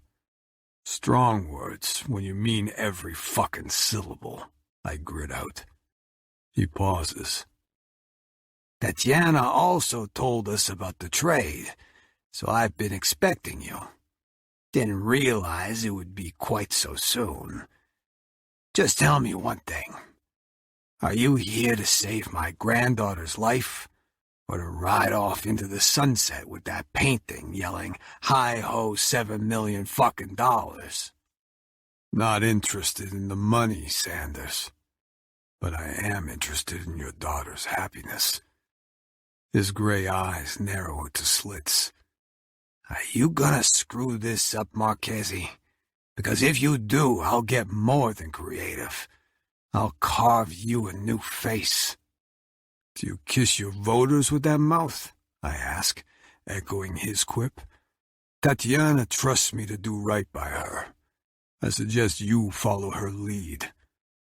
There's a pause. "I want him to suffer for what he did to her."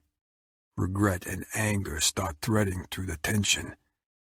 "I know all about your reputation, Jersey boy, but I need you to turn the heat up a couple of 1,000 degrees and get savage. You hear me? Make him sweat. He needs to leave this earth on his knees, begging for her forgiveness." I nod. "He will. I can promise you that." We stare at each other for a moment. "He's a twisted fuck, Sanders. He dug his claws in deep. There's nothing you could have done. She would have left at 18 anyway, even if you'd had 100 bodyguards watching her. His expression hardens. When I want your absolution, Marchesi, I'll never ask for it. Take a look in the mirror next time you want to give an opinion. He glances at his watch. My wife's due back, so it's time for you to leave. I'll have someone package up the painting and deliver it to your car within 30 minutes. How do you know where I parked? Black Ferrari, Roma. License plate number. You really were expecting me, I say, grudgingly impressed. I have eyes on you constantly.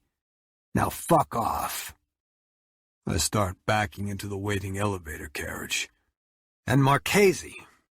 He appears in front of me, his face working with an unreadable emotion. Good luck. It's only when the elevator doors close again that I realize neither of us lowered our guns for the entire conversation. Chapter 25. Renzo. Some say déjà vu is a glitch in time, a fleeting moment where the past and present collide. Others claim it's a neurological response to trauma and stress. As I tread a familiar route down 9th Street and 5th Avenue towards Elysium, I decide it's neither. It's closure. Ashes to ashes, dust to dust. This is where it all started. This is where it's going to end. My journey for Nero originated in a hotel room in Atlantic City, and my bullet will be the conclusion when it exits Sal's skull later. Right now, I'm returning to the place where I first saw the cracks in Tatiana's icy demeanor, where I felt that first undeniable heat between us. But ours will have a very different type of closure, one that opens me up to the possibility of a life I never thought possible. Kids were in Nero's future, not mine. My late nights would be courtesy of fucking and fighting, not 3 a.m. wake-up cries and bottle feeds. But I see the peace in having roots now. There's an amity to standing still. By accident or design, everything comes back to family. It's at the heart of all the shit that matters. And tonight, I'm determined to make it the heart of me. I can see Tatiana's art gallery up ahead. There are no bright lights spilling out onto the street this time around, and no moving shadows from a disengaged night guard. In front of the building, parked cars are splintered in every direction, reminding me of the limousines lined up outside Nero's funeral. But unlike that day, the sidewalks are dark and empty. I'm only 30 feet out when my phone vibrates again. Don't look. They're futile words. I'm already shifting the painting I'm carrying to my left arm and reaching for my phone. As expected, there are 3 consecutive texts from Tatiana. Where are you? I know something's wrong. I can feel it. Please, Renzo, just call me. I can sense her panic in each message. It's darkening the letters and dimming the backlight, but the only response I can give her is silence. Muting text alert, I shove my phone back in my pocket as I reach for the front door. You wanted me, you Bradford bastard. Be careful what you wish for. I don't bother with the intercom. The night guard is dead, and the security is disabled. That would have been my first move, too. My suspicions are confirmed when I find a man in uniform lying just behind his station with 2 bloody holes in his chest. I check his pulse, but it's game over. As I rise to my feet, a car crawls past the gallery outside, its headlights slithering across the far wall. 10 seconds later, there's another, and I know there'll be a car positioned near the rear axis, too. Paulie's men, just like we planned. The lights are out, but there's a soft orange glow coming from the far end of the gallery. Pulling out my gun, I make my way toward it, fighting to keep my anger in check as I pass row after row of destruction. Everything Tatiana loves, everything she proudly called her own, is ruined. All the paintings have been slashed with knives. The rest are lying like color-stained carcasses on the floor, their canvases spoiled and worthless. I sense the shadows moving in my peripheral vision again. I'm being tracked, monitored, studied. There are at least 6 of them hiding in dark corners, and there are explosive charges running along the lower parts of the wall. Konstantin Belov has this whole place rigged to blow. As I approach the entrance to the atrium, my shadows grow bolder to form a semicircle of Bratva soldiers around me. I ignore them, but I don't ignore their significance. It means I'm close to their pecan. I find him standing where Tatiana stood that first night, observing the same painting, the only one in the gallery he hasn't destroyed. His hands are held loose in his pants pockets, and his head is tilted to the side. He's taller than his brothers, more polished. His gray suit isn't a careless addition, it's the main event. His dark hair has been brushed back off his face, and his profile is sharp and straight, like the blade I'm planning to slit his throat with later. "Put your gun away, Marchesi," he calls out to me, still staring at the painting, his accent so heavy it's dragging his voice down to a deeper octave. "We are all gentlemen here, are we not?" I disagree, but I holster my weapon anyway. I'm packing 3 knives plus my fists, and they're the deadliest weapons I own. Gentle isn't a word I'd use to describe myself. He gestures to the gray painting on the wall. "Did you know I bought this for her 3 years ago?" He turns to face me as I walk toward him, giving me the benefit of his vulturine features. "It is worth nothing, but it is interesting that it holds such a valued place in our gallery." I wouldn't read too much into that, I say, grinding to a halt 10 feet away. It's so fucking ugly it adds 50 grand of value to everything else around it. Or it did. I toss the package I'm carrying onto the floor and kick it toward him. It skims across the white tiles with force, only stopping when Konstantin crashes his foot down on it. "Oops," I drawl. "I guess that's a $7 million skid mark right there." His expression tightens, but he makes no move to pick it up. "Did you know the first time I saw her was only 3 blocks from here?" The corners of his mouth twist when he notes my reaction. "She is beautiful now, but back then she was a soft peach waiting to be devoured, and I was the first man to sink my teeth into her." He sighs with satisfaction. "Her 18th birthday. Oh, what a gift I gave to her." My black walls start closing in on me. 1 week ago I would have surrendered to them already, but that's exactly what he wants. Everything is a mind game to Konstantin, with made-up rules that only he can follow. Breaking and entering, first-degree murder, destruction of personal property. I click my tongue as I glance around the darkened atrium, where the moon is the only spotlight as it streams in through the glass-domed roof. Are you going for a personal record? "Who says I have finished?" His smile is as sharp as his profile. "Where's Anastasia?" "Safe." "Then we have a problem. No daughter, no deal." "There is no problem, Marchesi," he says, holding his arms out expansively. "She will be brought here on my command when I am satisfied the terms of our agreement have been met." Liar. I watch him glance over my shoulder to the men standing behind me. Moments later, a small wooden table is positioned between us, and 2 chairs placed either side. I hold his gaze as the atonement is lifted onto the table. Using a pocket knife, he starts to slice the packaging open. Once the painting is exposed, he clicks his fingers impatiently, and a bottle of Stolichnia vodka is banged down on the table, along with 2 glasses. "And this is the original this time." "Let's find out, shall we?" Picking up the vodka and unscrewing the cap, I hold it over the painting, with every intention of making the blue and red waves swim. "Aye, aye, aye!" he shouts, his composure splitting like a fucking atom, revealing the avaricious monster underneath.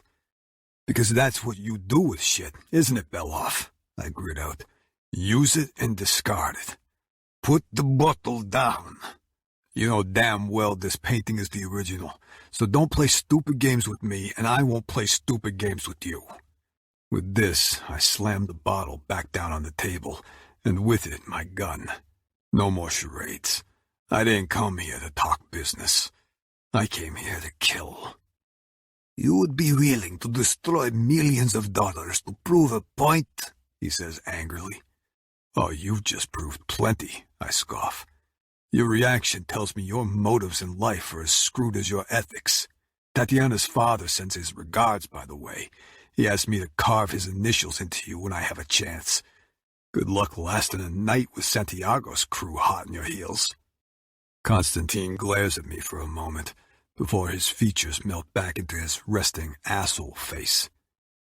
All men have their weaknesses, Marchesi, their pressure points. Crush them hard enough, and they will dance to any tune you want them to. I do not fear anybody. I've had enough of this shit. Go on, then. Check it. His eyes narrow. Flip the fucking painting over and check it. That's the reason you wanted it, right? For the letter? How do you know about the letter? He demands. I tut at him in fake annoyance. Here I was thinking you were the smart brother. He pauses. It seems I may have underestimated you, Marchesi. I see now why your father chose to make you underboss. Pozdravляю. Congratulations. How the hell does he know about the ceremony? Fucking Saul. Your brother was a smart man too, he continues with a vicious smirk. He learned about Andrei Petrov's missing art collection long before you, but your difficulties prevented him from sharing his knowledge with you. Maybe if you had bothered to listen, he would not be a rotting corpse now. My jaw clenches as he finally takes a seat, lifting the painting out of the last of its packaging and holding it up for inspection. Those black walls are closing in on me again. That's until Tatiana's face cuts through the chaos. Fucking breathe, Renzo. Don't let him get inside your head. Come, sit. Constantine gestures to the spare seat. I take it reluctantly as he puts the painting to one side. Let us have a drink. He tips the bottle, filling both glasses to the rim. No thanks. I have a strict rule about passing on Russian poison. Lifting his glass with one hand, he gestures to the destruction all around us with the other. Come now, Marchesi. If I wanted you dead already, I would have just shot you. There is enough blood in my Kiska's beautiful gallery as it is. I assume he's referring to the night guard, but then I catch him staring at my hands. Look, he says, pointing at them. See how it drips all over my table and onto the floor. The blood is on you, he clarifies, leaning forward, the shadows falling away from his face. Can't you see it? Your brother died because you led Oleg to him. Vasily died because you forced Oleg's location out of him. And Oleg, well... He shrugs, lifting the vodka back to his mouth. I believe you were instrumental in that one. It's not working, Constantine, I say, clenching my fist tightly, keeping Tatiana's face in the forefront of my mind. I keep the face of a little girl there, too, one I haven't met yet, but who's going to help her mother dismantle my black walls brick by brick. What is not working? He asks, projecting a snake's charm of innocence. Tell me something, I say, changing the subject. Was she a revenge target, or was it all about money? She was an opportunity, he admits, and she made it worth my while, over and over and over again. I'm slipping. The walls are rising. It's taken everything I have not to pick my gun off the table and aim it at his head. All this for a few finger paintings? I mutter in disgust. $2 billion worth, he corrects, his eyes gleaming. Think how many fingers you can buy for that. Let her go, Beloff. Let them both go, and you walk out of here alive instead of in a wooden box. I wanted to meet you, he says, ignoring my request. I wanted to see the man who made my Kiska defy me after 5 years. Or maybe you wanted to stare down death one last time. Back to the wooden box so soon. He laughs and drains his glass again. Am I sliding under your skin like a splinter yet, Marchesi? I know the darkness that lurks inside you. Do you really think a happy ending will make it all go away? You and me, we are not so different. We both take and take from the good in our lives, and we use it for our own selfish reasons.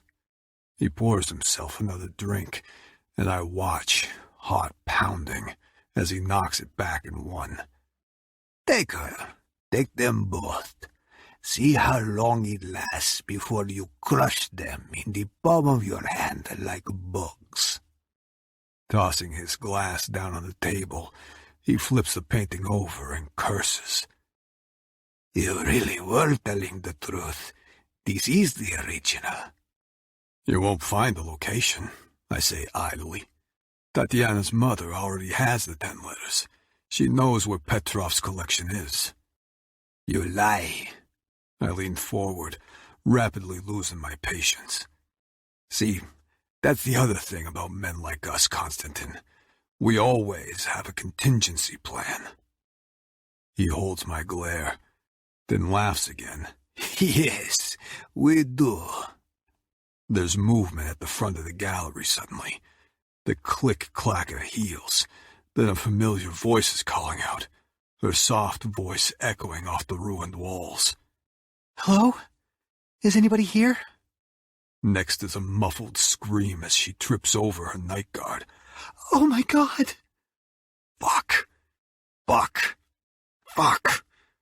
Konstantin reels off instructions in Russian, and 2 of his men head for the door. A beat later, I hear her crying out again in surprise and fear. Leave her out of this, Beloff!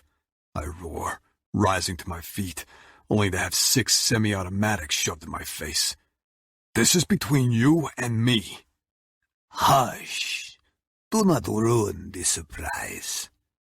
Konstantin crosses his legs as we wait for her to be brought to the atrium.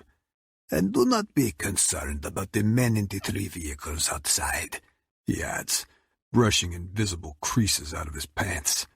The New York police will have a busy morning tomorrow, identifying all the bodies. Jesus Christ. That's the one area my brothers did excel at, Modoc, he adds silkily. They always had a plan B as well. Why have 1 underground cage-fighting club when you can have 2? Why have 1 toy to manipulate when you can have... As if on cue, Tatiana appears in the doorway, her slender silhouette shaking when she sees me encased in a steel circle of Russian weaponry, as I'm forced back down to my seat. Renzo? What's going on? Where's Anastasia? I see the hurt in her eyes, and it cuts me to the bone. Right on time, Kiska. Konstantin greets her warmly. You received your assistant's message, I see. Such an efficient girl. Such vicious lies. I am afraid there is no break-in. Not in the traditional sense, anyway.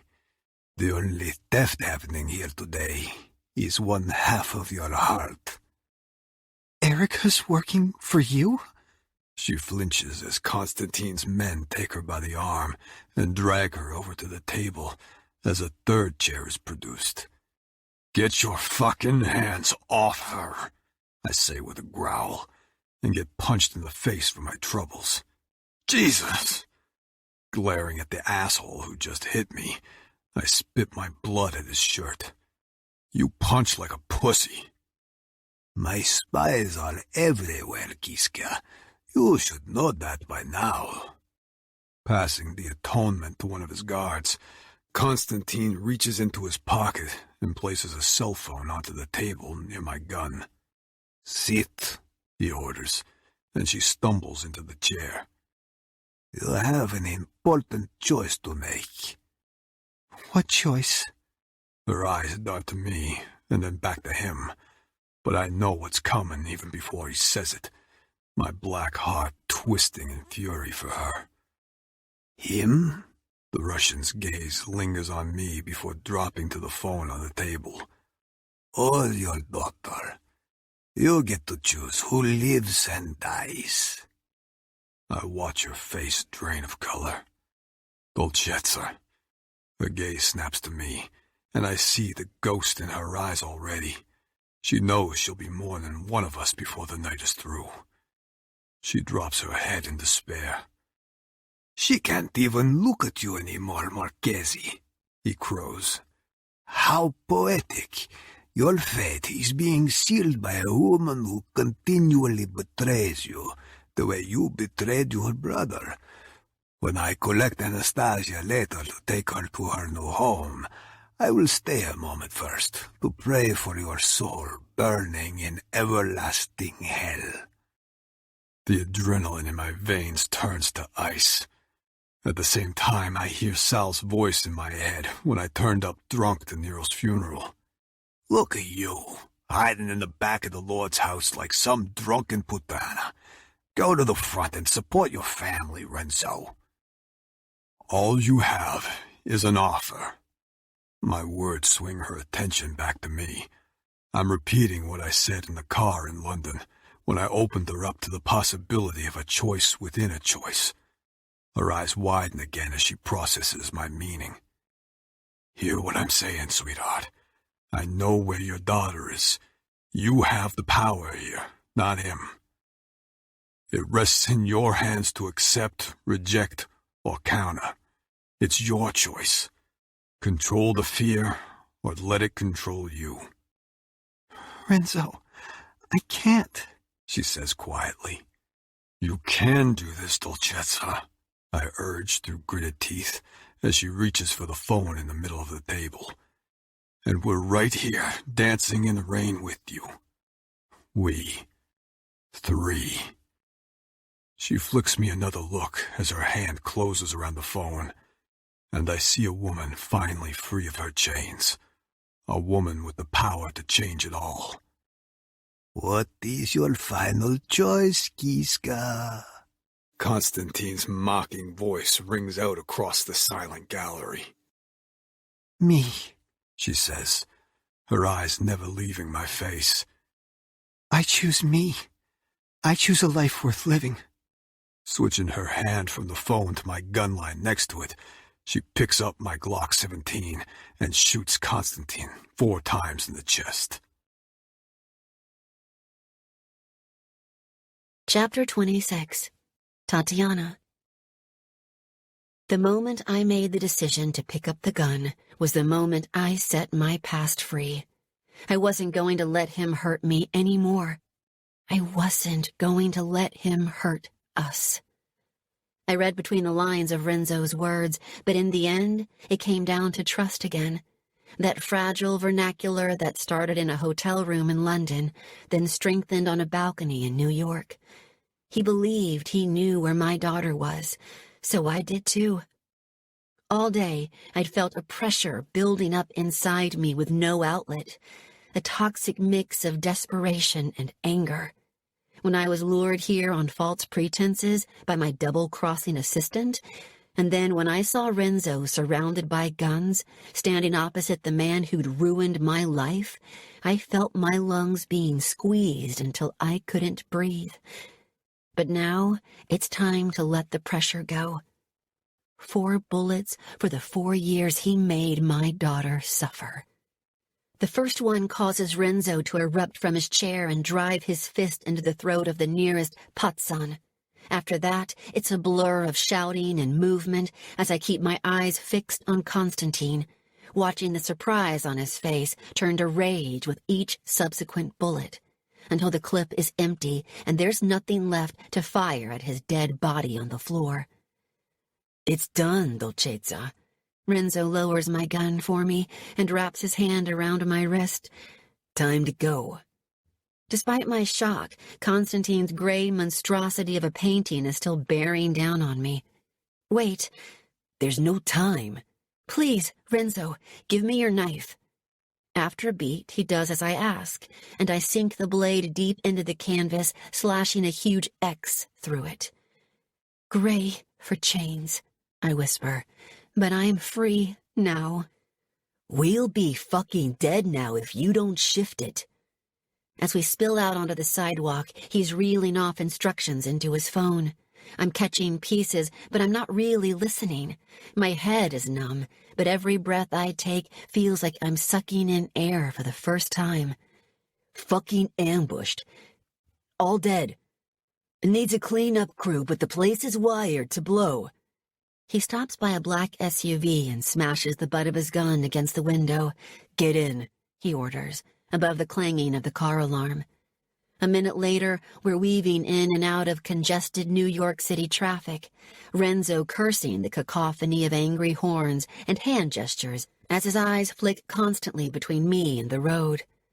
I'm okay, Renzo, I say wearily. For my one and only murder, I made it count. I don't feel guilty, only relief. I glance out of the window at the approaching bridge. Are we close? Will she be okay? You still haven't said where we're going. New Jersey. He slams on the gas so suddenly, and I have to brace my hand against the dashboard. North Caldwell, he adds, a bitter edge to his tone. Where I grew up. How do you know she'll be there? Constantine told me. Those 3 words feel as unnatural as they sound. He wouldn't do that. He lies to hurt me. To hurt her. Lied. I stare at his profile, the night sky shrouding everything but the determined set of his jaw. He didn't give it away intentionally, he says, taking a hard left. He let his ego overtake his instinct by saying sarcastic shit like he was going to pray for my soul. At first, I thought it was another mind game, but then it triggered a memory. Something my uncle said the morning I showed up drunk at Nero's funeral. What's that? Look at you, hiding in the back of the Lord's house like some drunken putana. He takes his eyes off the road again to catch my widening stare. If I'm right, and Constantine fed my uncle's addiction to power with false promises in return for his help, then there's only one place Sal would hide Anastasia. I lean across the console as Renzo turns down a darkened side street, then pulls up next to the curb. All Saints Catholic Church. The church is beautiful in its quiet reverence. It's so typical of Constantine's sadism to desecrate something like this for his own selfish greed. She's in there. I can feel it. Renzo's staring out his window at the church too, but there's a different look on his face. It's like he's come full circle and he's still deciding if it's a good thing or a bad thing. The last time I was here, I was a different man, he muses. I was hell-bent on revenge. And now? A hint of a smirk tugs at his mouth. Same, but this time, I'm here for what's waiting on the other side of it. I hesitate as I go to open the door, a new fear overwhelming me. What if she doesn't recognize me, Renzo? What if she doesn't want me? Then we can all be strangers learning to love each other at the same time. Once again, his words knock me off balance in the most unsuspecting way. Leaning closer, I press my lips against his. Maybe one of us has already figured it out, I say, feeling his hand tighten around my hair as he forces our heads together. Give me time. I'm learning. I'll be waiting. You ready? I give a nod. Ready. I'm reaching for the door handle when he snags my wrist and hands me a gun. Just in case. I shake my head and try to give it back to him. I don't want to frighten her, Renzo. I don't want violence to be her first new memory of me. I don't want her to be afraid either, but I also want you to stick around to help raise her. If Sal sees us coming, he'll know Constantine's dead. His hand wraps around mine, centering me once more. He isn't some petty criminal off the street, Dolcezza. He's a made man who knows he's been exposed as a traitor. He has nothing to lose. He'll come out shooting, and it won't just be my head he's aiming for. Climbing out of the car, I watch as he checks the magazine of his own gun, then slams it inside the grip and releases the slide. Stay behind me, he orders as we cross the street. And when the bullets start flying, keep your head down. We stick to the perimeter, keeping close to the old stone walls of the church until we find a side vestibule. Reaching into his pocket for his knife, Renzo jams it into the lock, and the door swings inwards with a groan. All churches smell of hard sacrifice and history, that musty, dank odor that wraps around your conscience and purges your soul, and this one is no different. Keep low, he says as we step out into the nave, with its rows and rows of pews stretching out into the shadows. It could be just him, or it could be an army. My heart sinks when I look around. The place is empty. The lights are low. Fake eternal candles are flickering on the altar. Then I hear it, a quiet sob, coming from the other side of the church. Renzo hears it too, because he freezes, and then he's grabbing my arm and shouting at me to get down. The bullets ricochet off the stone wall above my head, the sound vibrating in my mind as he fires 5 shots back in return. There's a flutter of movement, and he shoots twice more. I hear a loud thump as a body goes down. Game's up, Sal, he shouts. Fuck you, Lorenzo, snarls a reply, but his voice is wet and wounded. I need you to stay here. He may still have a weapon. Wait! But he's already approaching the edge of the darkness. Crawling back to the wall, my head jerks sharply to the left when I hear another sob. Anastasia. Rising to my feet, I feel a rough hand clamping over my mouth. It's okay, Tatiana, a deep voice soothes. I'm not here to hurt you. Where's Renzo? Spinning around, I find myself gazing up at the stoical, granite-like features of Gianni Marchesi. He lets go of my mouth to allow me to speak when there's a loud crash up ahead and more bullets are fired. He curses as a tall figure limps into view. Drawing his gun, he shields me with his body. Stay where you are, Sal. This could have all been avoided, Gianni. As Sal steps closer, I can see he's clutching his side and pointing a gun in our direction. You allowed your useless son to drag his feet for 3 months.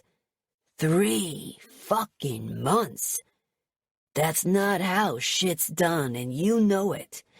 All you had to do was make me underboss, and then Becca wouldn't have had to lose both her sons and her husband. Don't you dare bring my wife's name into this, you piece of shit. Don't worry, I'll make sure she and Rosalia are taken care of when I'm boss. It'll never happen. Paulie and Anton know all about your Russian backdoor deal. Sal laughs, but it lacks Gianni's dark confidence. Constantine knew you were coming. He planned on it. You, Renzo, and that Sanders bitch may have gotten lucky, but extermination starts from the outside. Belov's men fired bullets at your reinforcements while he was inside, manipulating everyone's strings. Are you sure about that?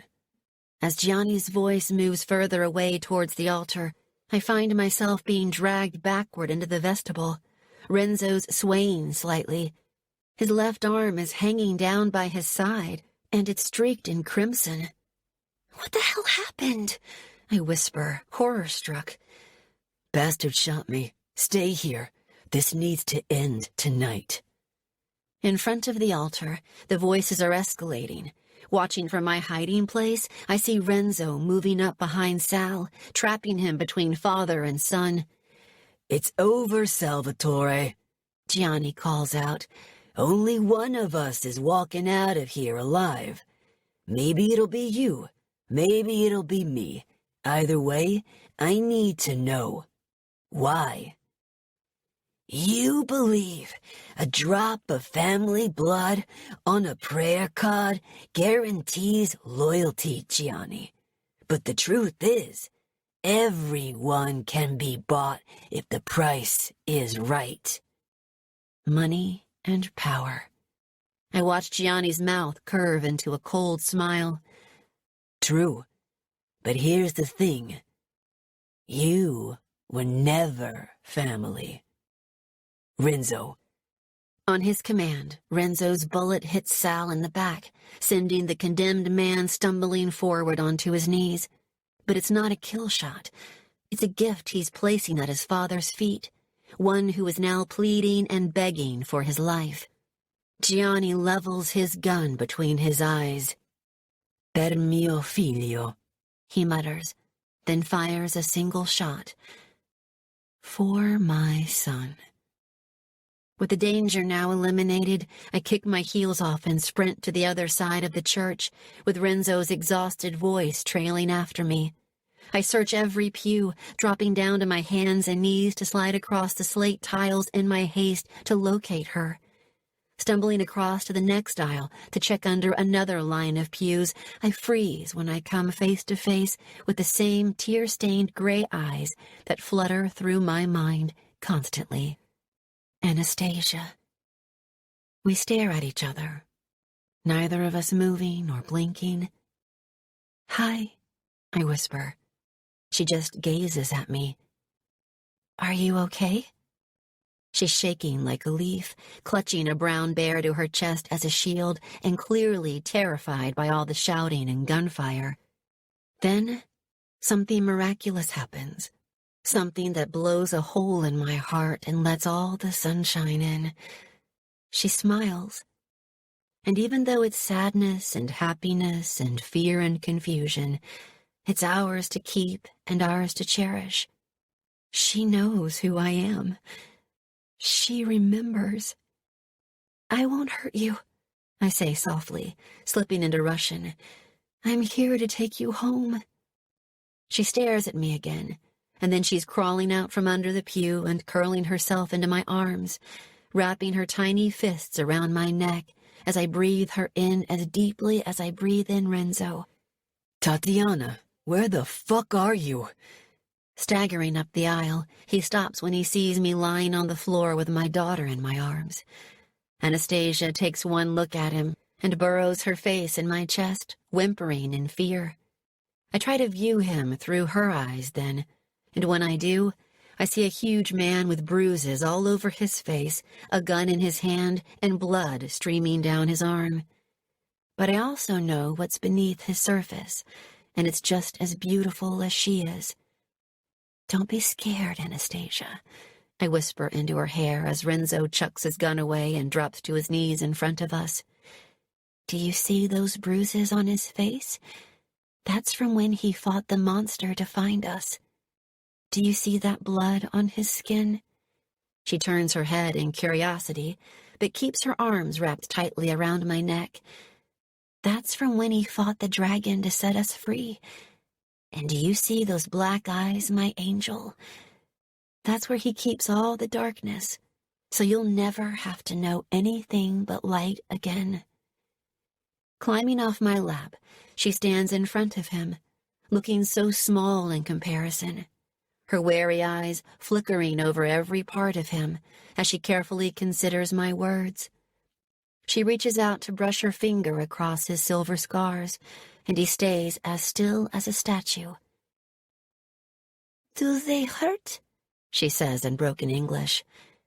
"They did," he says, his eyes drifting across to me. "but not anymore." She nods like she understands, and I want to hug her a little tighter for it. We leave the church together, with Anastasia wrapped up in Renzo's arms. They're walking a couple of feet in front of me, and I keep hearing snatches of Russian and English. They might not understand one another yet, but it's like they're falling into step already. Pausing on the sidewalk to watch them cross the road, it strikes me how every life is like a painting. We all have imperfect layers and chipped frames. Some of us are discarded, and so many of us are damaged. But in the end, it's our scars and flaws that make us the real masterpieces. Epilogue. Tatiana. 1 year later. Apple, spinach, sea kale. Sea kale? Anastasia starts giggling, her delight so infectious that even Renzo's lips are twitching. What's that? She scrunches up her eyes at him. You made it up. I did not, he says, sounding affronted. It's a green vegetable. Ask your mom. He swings his gaze across the terrace to me for backup. I shrug, refusing to confirm or deny, as I make my way over to the table beneath the old wooden pergola that's drenched in vines. When your heart is divided and overflowing on both sides, I've learned it's best to stay neutral for these kinds of discussions. There are 2 photos in my locket now, and I love both equally. His eyes narrow for a fraction of a second, and I know exactly what my punishment will be later. Bring it on. Power and choice are so intertwined with our fucking, it's hard to imagine anything else. We push each other to the limit, filling our spaces with crossed lines and smashed boundaries, and he always comes as hard as I do. You lost, Vita mia, he says, bringing his palm down on the table to confirm his victory. You know the penalty for that. I'm not sure she understands the rudiments of drinking games yet, I whisper, stopping behind his chair to wrap my arms around his shoulders as Anastasia pouts into the fruit smoothie in front of her, prodding at it like it's a dead snake. I hide my smile in my husband's shoulder as she drops her head, letting her dark hair flop over her eyes on purpose to hide the glass from view. Slipping away from Renzo, I feel his fingers trail across my ass as I navigate the table to reach our daughter. Come on, you. I crouch down next to her and stick my tongue out to make her laugh. We made a deal, remember? But she gives me the sad face back, the one that makes me want to squeeze it all away. She's made amazing progress after switching her first language from Russian to English. She's practically fluent already. To keep her confidence up, we've been playing these kinds of word games the whole time on vacation in Italy. If she doesn't think of an answer quick enough, she loses a round and has to drink her smoothie. If Renzo loses, he drinks from a bottle of whiskey. Up until now, I swear he's been losing on purpose. With a huff, she finally relents, taking the smallest of sips that leaves a faint rim of pink on her upper lip. Good girl, I say, swiping it away. Maybe we can have some gelato later. The grin she gives me makes me want to do very bad, very grateful things to the man sitting opposite us for risking everything to keep a promise. Next round, Renzo says, glancing at his phone as it lights up with a message. Pick another color, Vita mia. Orange, she says. Easy. He slides the device to him and glances down at it before deadpanning. Blackberries. Blackberries? She gasps in disbelief. Silly, Daddy. He winks at her as he rises from his seat to attend to New Jersey business. I watch him walk to the edge of the terrace to make a call, his black t-shirt stretched taut across his thick web of shoulder muscles. Even at 9 p.m., it's baking here. The night air is heavy and swollen after 10 days of burning sunshine, and across the Tuscan Valley, there's a gathering storm on the horizon. When I glance back at my daughter, she's watching him too. She and Renzo are inseparable. It's like she knows, deep down, in that big heart of hers, that he was the one who saved her. It turns out he had a missing piece as well. She dances like a firefly around his darkness, making everything brighter. He'd take a bullet for her as fast as he'd take one for me. I have no idea how something so wonderful came from something so ugly, but it did, and I thank the universe for that every single day. What does Daddy do?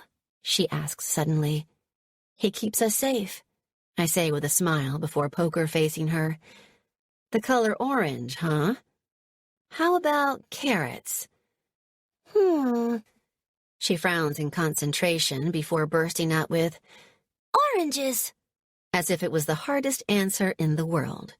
She's still giggling when Renzo rejoins us. Everything okay? It's perfect. He drops a kiss on the top of my head as he tosses his phone back onto the table. Where are we at? At that moment, the sky splits in half, and a sheet of white lightning races across the sky. Anastasia whips around in excitement as all the local farm dogs start yapping.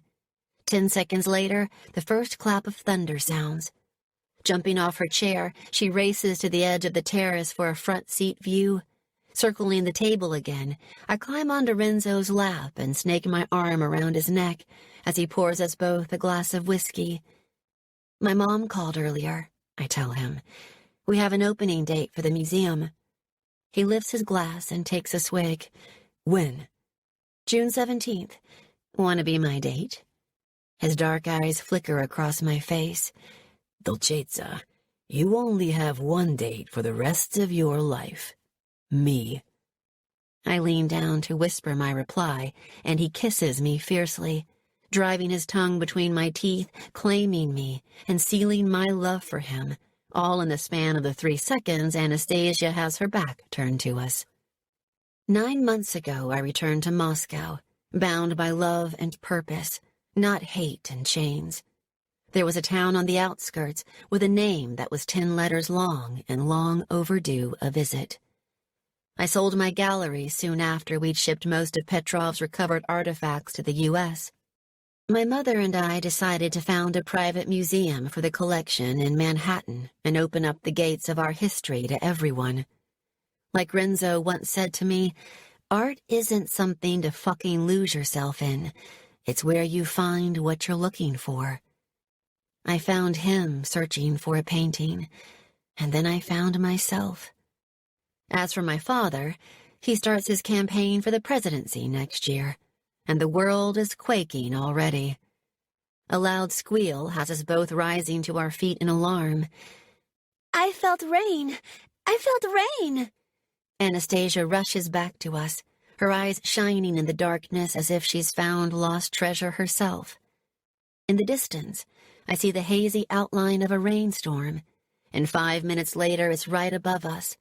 It's not as violent as the storm a year ago, but it's enough to soak us to the bone. Instead of running inside, Renzo pitches our daughter onto his shoulders. Close your eyes and tip your head back, he tells her, just as he once told me. You too, Dolcezza, he adds, catching my eye, that familiar jolt of electricity passing between us again. Because we stand in the rain together now, all 3 of us, whatever the weather. The end. This has been Pink Flamingo Productions presents City of Thieves, a Corrupt God's World standalone. Written by Cora Kenborn and Catherine Wiltcher. Performed by Vivian LaRue and Alan Carlson. Music by Sam Redfern. This audiobook has been produced and published by Pink Flamingo Productions in 2022. No part of this audiobook can be copied or played for an audience. To find out more about Pink Flamingo Productions and our collection of work, please visit www.pinkflamingoproductions.com. All rights reserved.